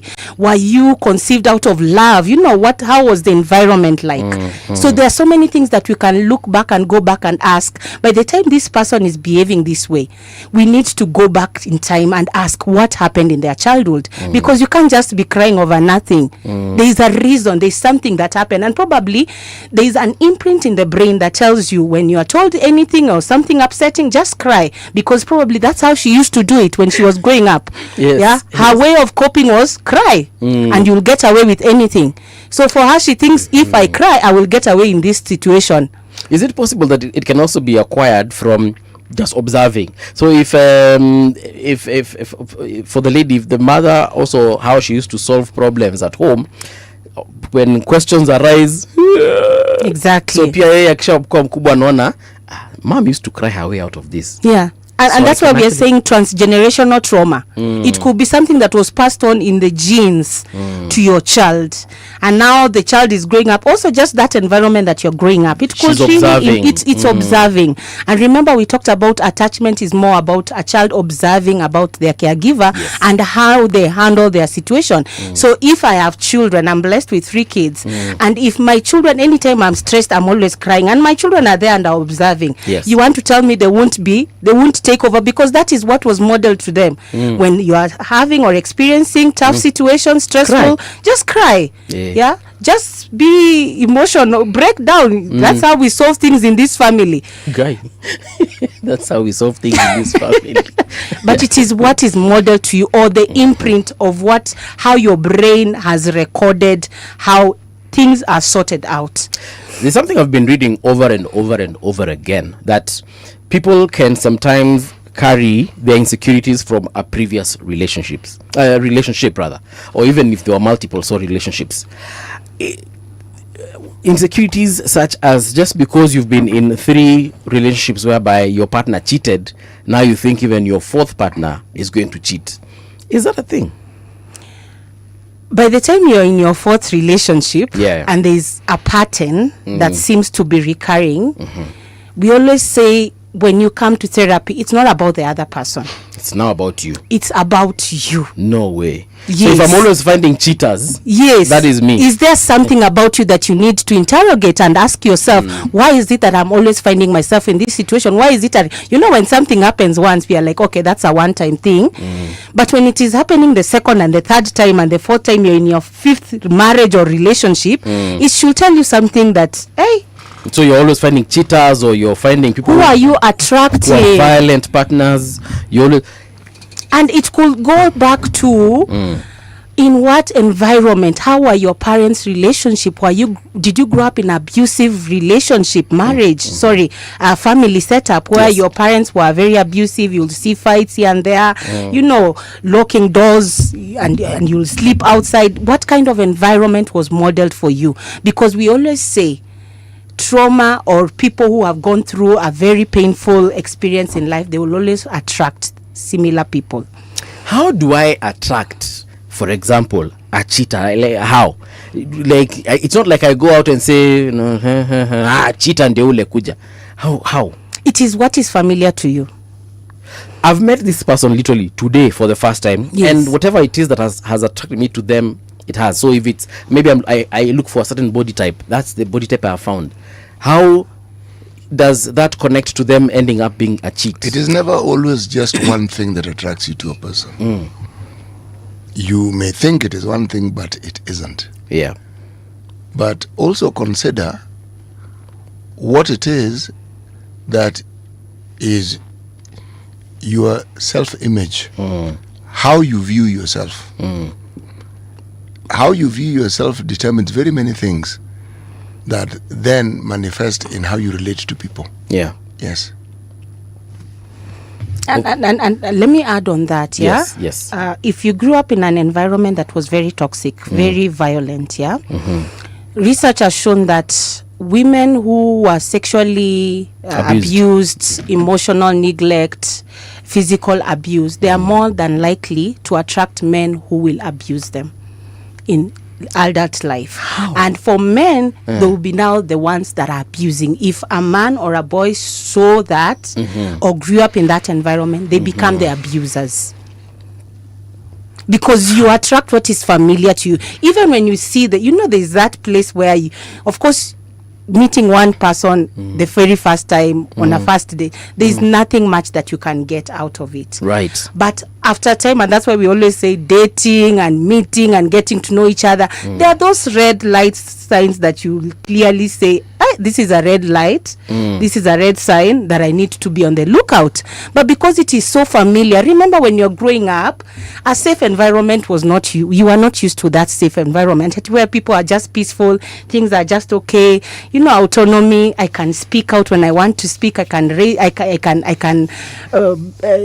if I need something, that safe environment, it was never modeled to you, so you don't know. And there's something that you had asked earlier about that physical appearance and all that. There are people who, for them, if you grew up in an environment where your parents really adored you and they told you you are beautiful, you are adorable, you know, when you meet someone who tells you otherwise, you will speak out and say, that is not familiar to me.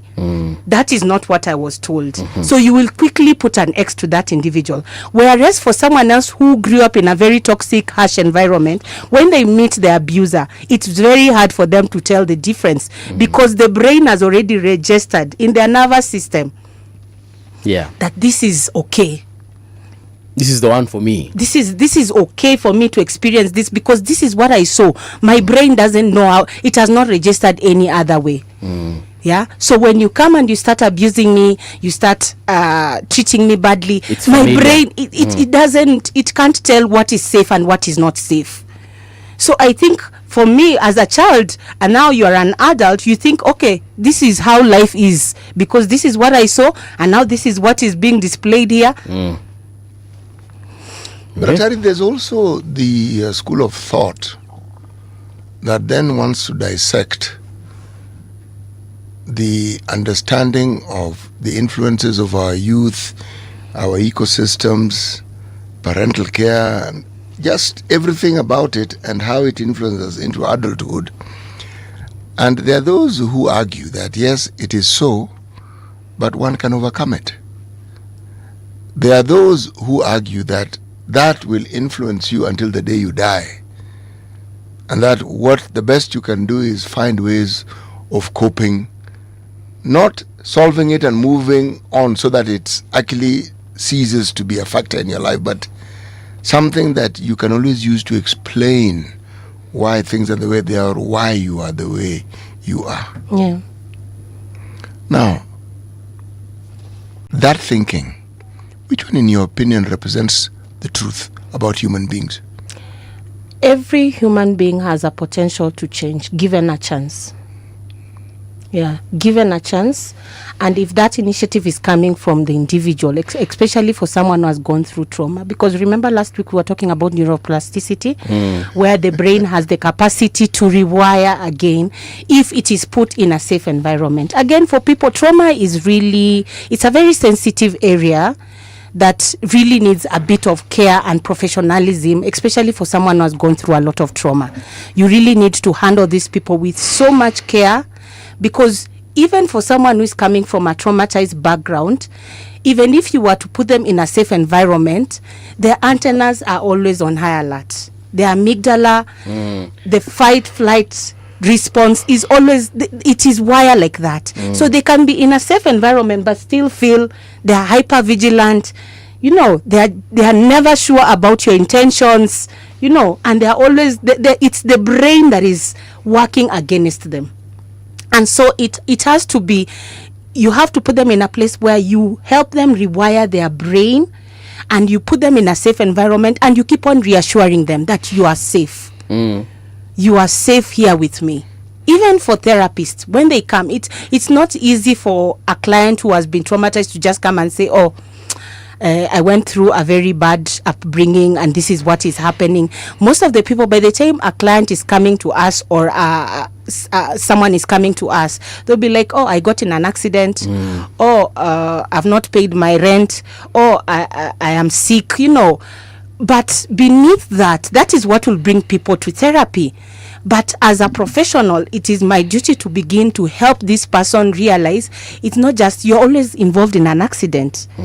What is this thing about the accident?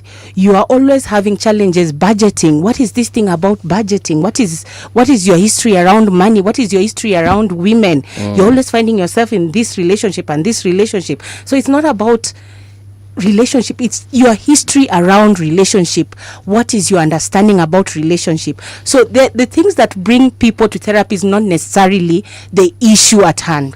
There is something beneath the surface that they are not talking about, and so with a very good professional therapist, they are able to unearth the issues beyond what is being brought to therapy. So to answer your question, it is very much possible. Let me use an example of the horse. There's this traditional old myth about breaking the horse. If a horse was involved in an accident, a traumatic accident, or something just happened to them and they get anxious and all that, horses are always looking for safety. Okay. Dogs will always look for food from men. Horses are looking for safety from men. So if a horse is traumatized and you want to help them, by anytime you go near a horse, it wants to, it wants to ward off, or it wants to, it's showing that tension and all that. It takes time, and you have to touch it, pole, help it, ground it, and all that. And it's same thing that happens to a human being. Someone who has been traumatized, they need to be handled with uttermost care and a lot of sensitivity, because they have trust issues. They are hypervigilant. Their brain is on high alert. Fight or freeze. Fight or what we call flight. Take off. They don't know how to sit still.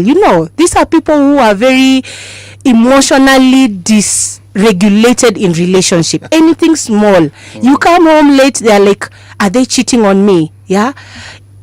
You tell them something small, they are on the rage. They are like, what did you say? Why did you say that? And it's not about the person who said it. For them, it's going back to, this was said to me when I was growing up. This was something that I experienced in adulthood. But if you put them in a safe environment, and it takes time, it's not something that you wake up one day, you go to a therapist, you talk about your issues, and then it is all solved. It takes a lot of time, rapport building, and even for those who are in relationships, I'm sure it gets to a place where you feel like, I'm tired with this guy, because probably you married someone who is traumatized. You yourself, you have a secure attachment, you are well, you don't have issues. But this guy that you married, or this woman that you married, is a lot of work. It gets to a place where you feel like, I can't take it anymore. You get emotionally drained. Do these people the traumatized, these people who have got these trust issues, insecurity and so on, do they ever get better? I don't know if getting better is the word, but do they ever get better? Do they ever heal? There are chances that they can get healed. Anyone, like I said, has a potential of getting healed. The brain is very powerful.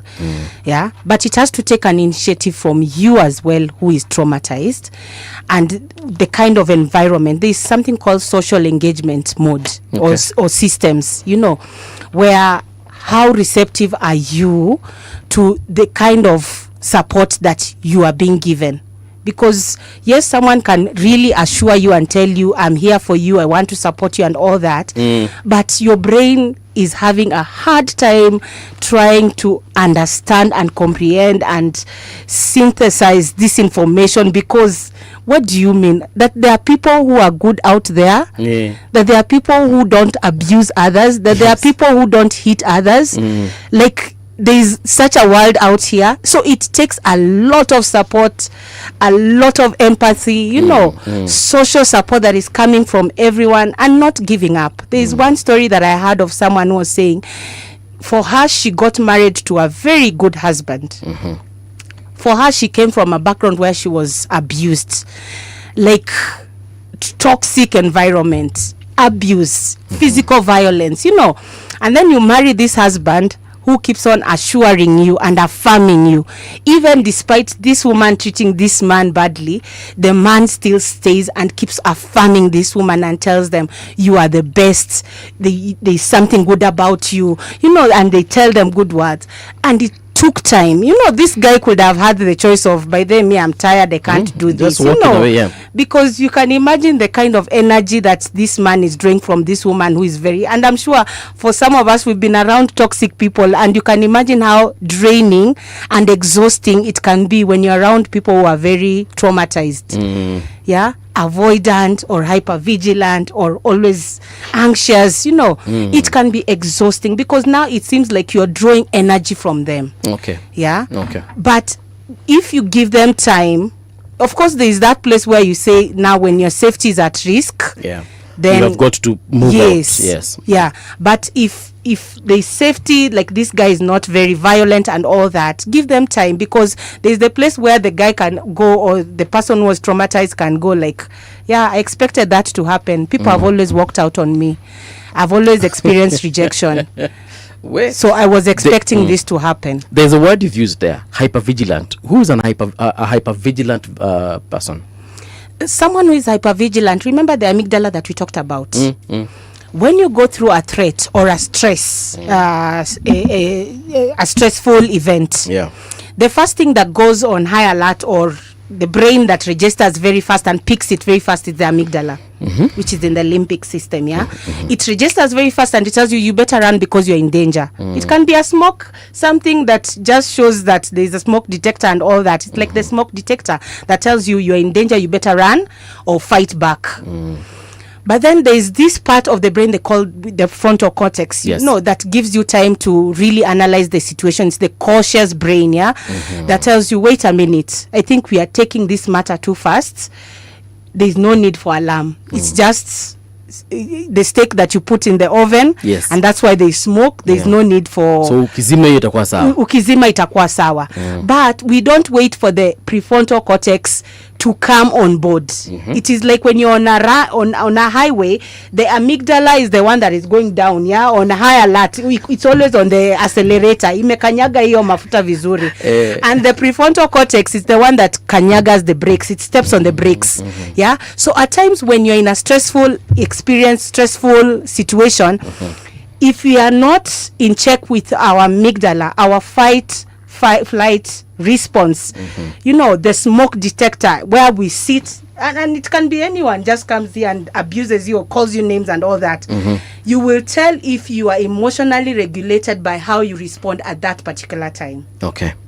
So if you're the one that will again lash back at this person and, who are you? Why are you talking to me like this? Who do you think you are? It tells you about your emotional regulation, how emotionally regulated you are.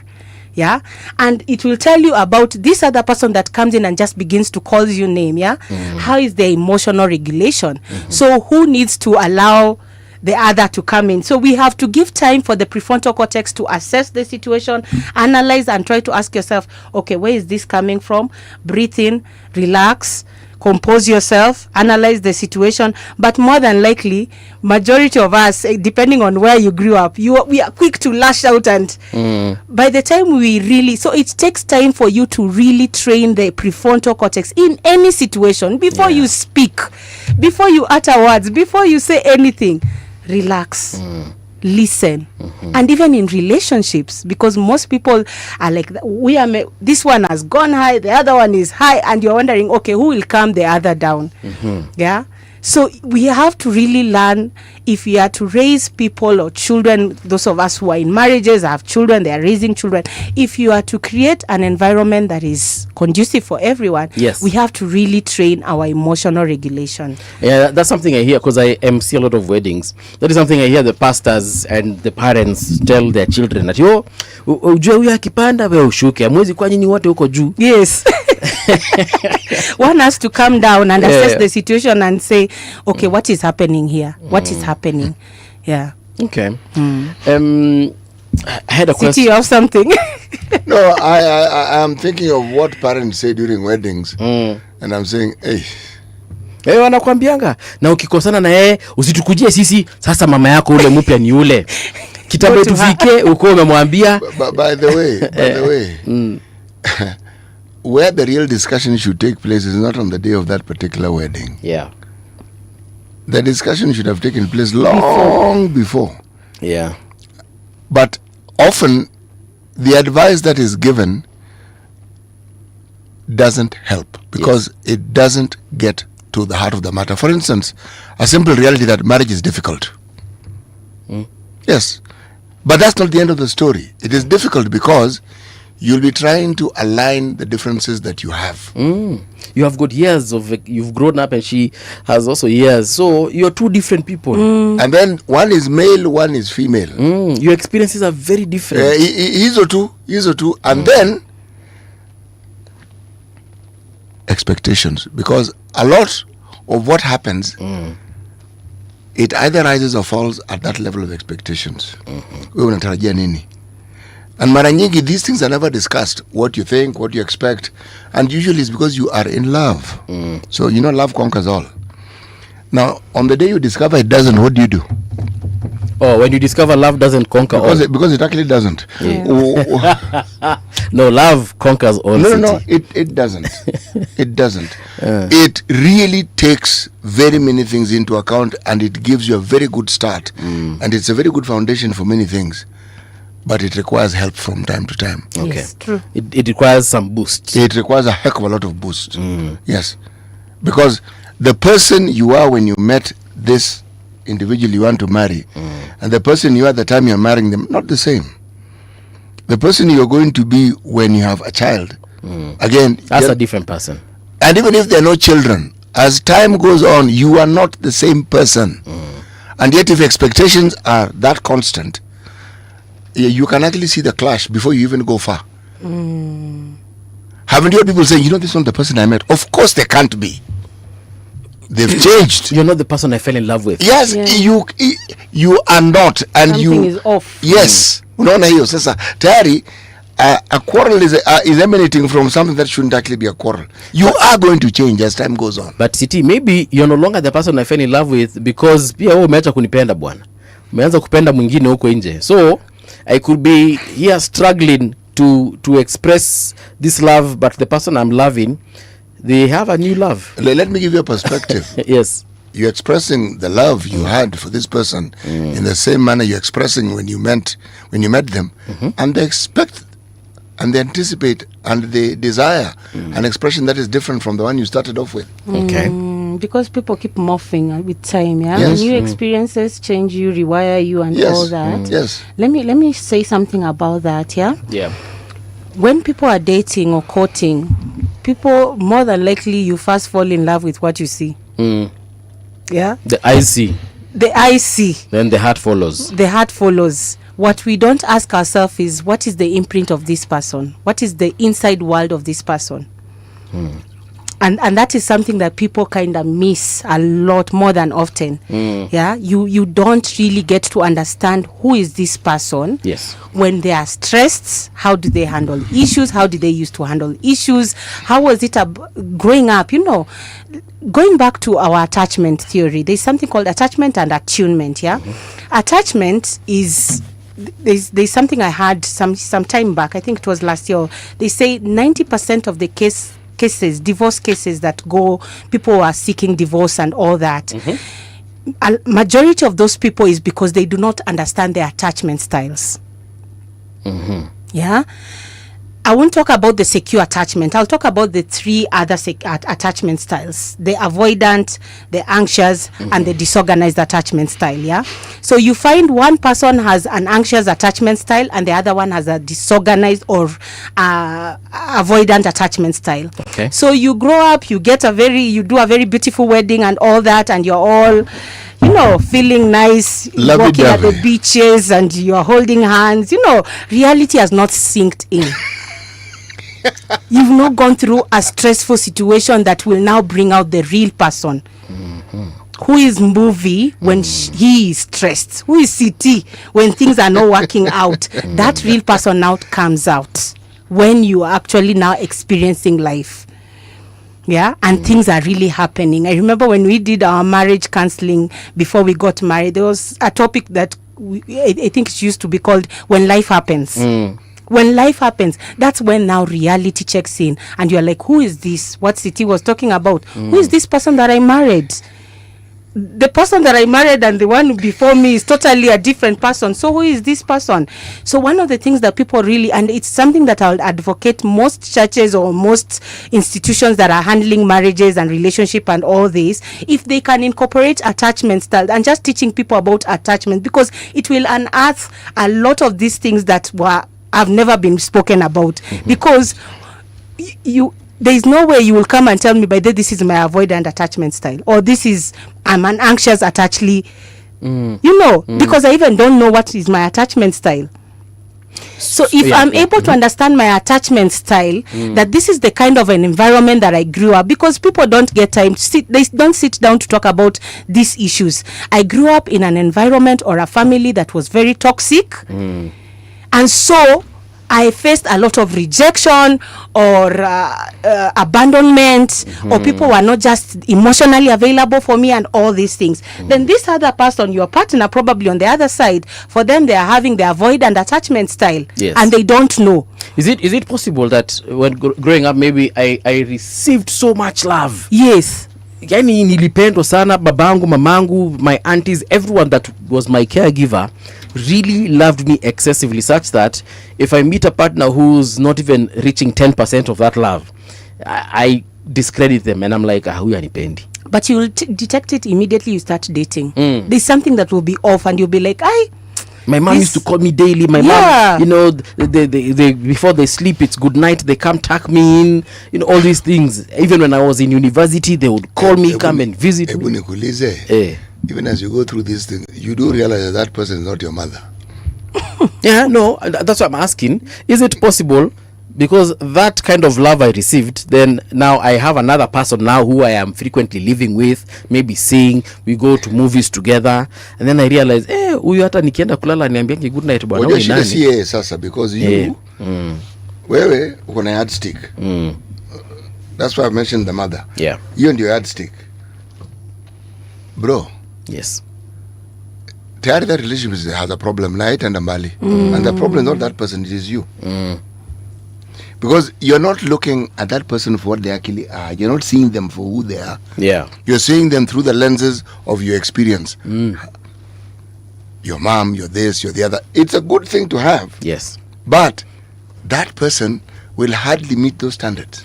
We've actually seen these conversations on many podcasts whereby both men and women, sana sana lakini wanawake, they will come and say that, look, if a man doesn't take me out for movies like my dad used to, then what is he doing in my life?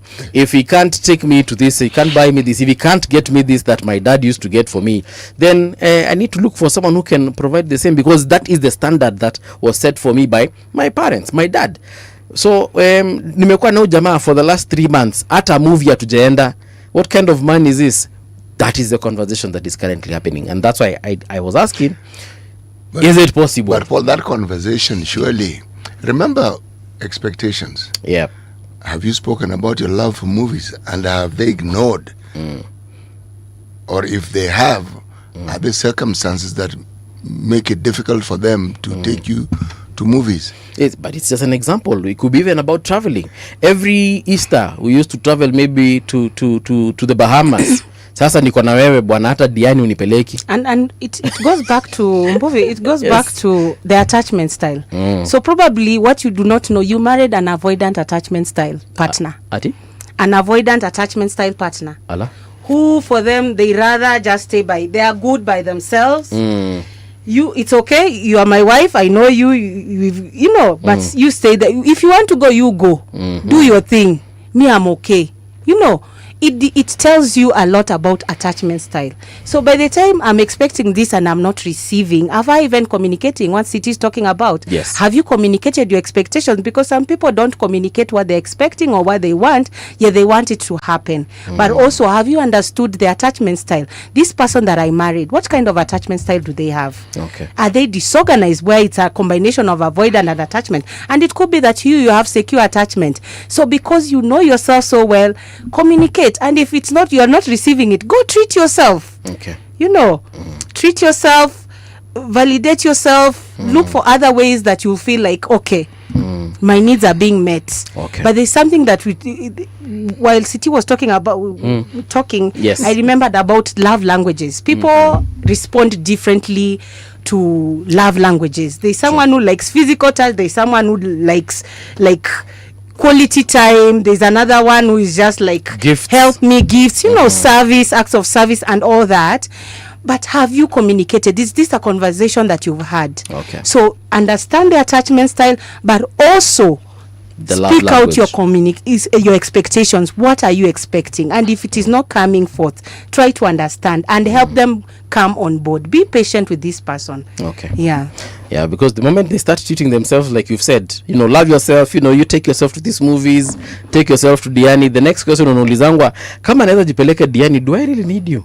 And is it affecting this person who is avoidant? Because you want to stay by yourself. Yeah. Yet when I ask you, can you, because probably you are avoidant, this one wants to go out. There's, again, it's another topic that we can talk about where we are talking about temperaments. Okay. Where one is a sanguine, they want to explore out, they want to walk in the garden, they want to go outside. They are more outward energized. And then for you, your partner on the other side, they are inwardly energized. Like they get energy by just being themselves. When you put them around people, they're like, this is exhausting. I'd rather be by myself. So there are so many things that we need to understand. And so when couples come and they're having struggles or issues in their marriages, one of the things we normally do is we take them through attachment-based theory, assessment. There's something else for someone who is really traumatized. There's an assessment tool that we use to just try to understand, because at times when people won't just come out really and say, this is what happened to me.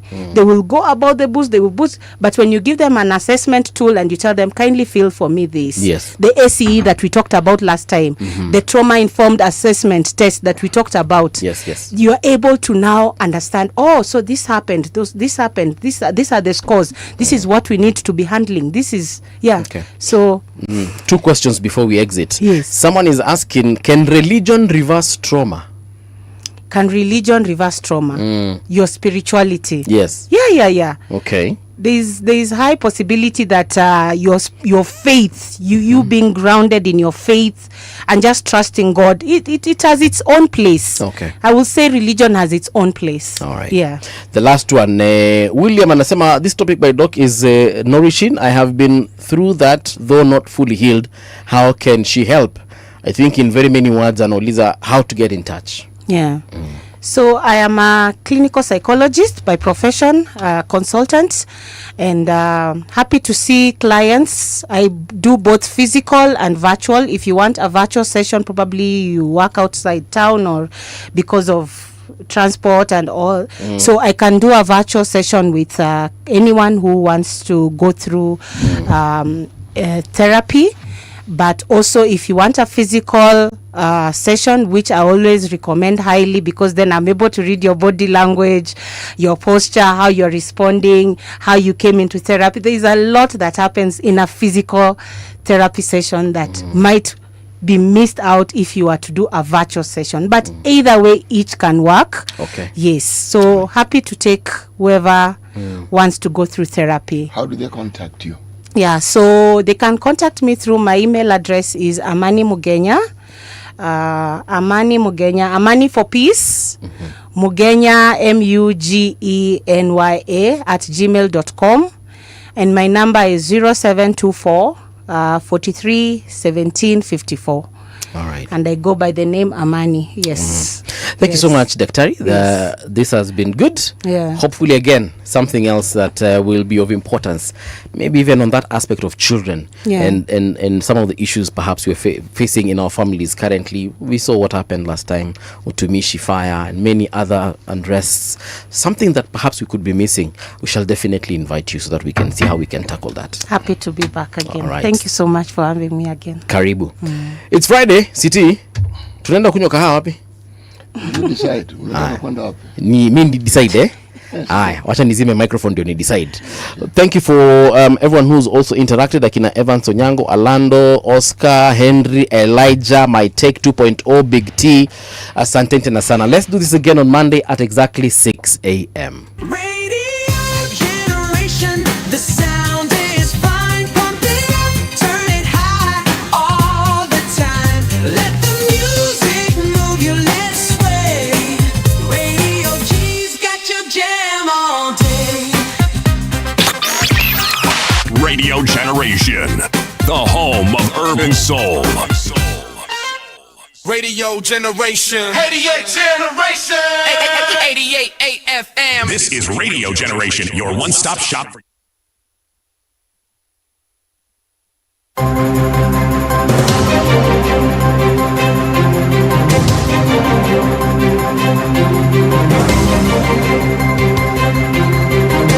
This is the Radio Generation News. Good morning, I'm Winnie Maganga. Business Kenya CEO Tony Melo has called for stronger government support to help small businesses scale into competitive enterprises. He argues that entrepreneurship remains Kenya's biggest opportunity for creating jobs and wealth. He says entrepreneurs require access to markets, financing, infrastructure, and supportive policies rather than being viewed merely as revenue sources. So because of my understanding and the need to make that happen, I thought, why don't I create an opportunity where two things will happen? And that is really the core of business. Two things. Number one is for the small businesses to be able to access markets. And the second thing is for them to be able to access the support that they need to grow their businesses. Because unlike what most people don't know is that it takes an ecosystem to make even a small business work. Mama Kibanda, you'll imagine that, she just needs to have the tomatoes and onions and bananas and everything else. But these bananas could be coming from Kisii. The tomatoes could be coming even from Tanzania or Kajiado. The onions could be coming from Murang'a or Kitui. So imagine what it takes for all that to come together so that you can be able to walk in, get your skuma and your tomatoes and go and make ugali. Yes. You said businesses are local, and just like politics. Yes. Interior Cabinet Secretary Kipchumba Murkomen has dismissed Democracy for Citizens Party leader Rigathi Gachagua as a political attention seeker. Murkomen accused the former deputy president of repeatedly making tribal remarks and sensational claims that his life is in danger. The Interior CS said Gachagua's comments were part of what he called and questioned why a former senior government official continues to engage in divisive politics. By the way, I find it very strange that a person who once held public office continues with his tribal tirade. For example, he quickly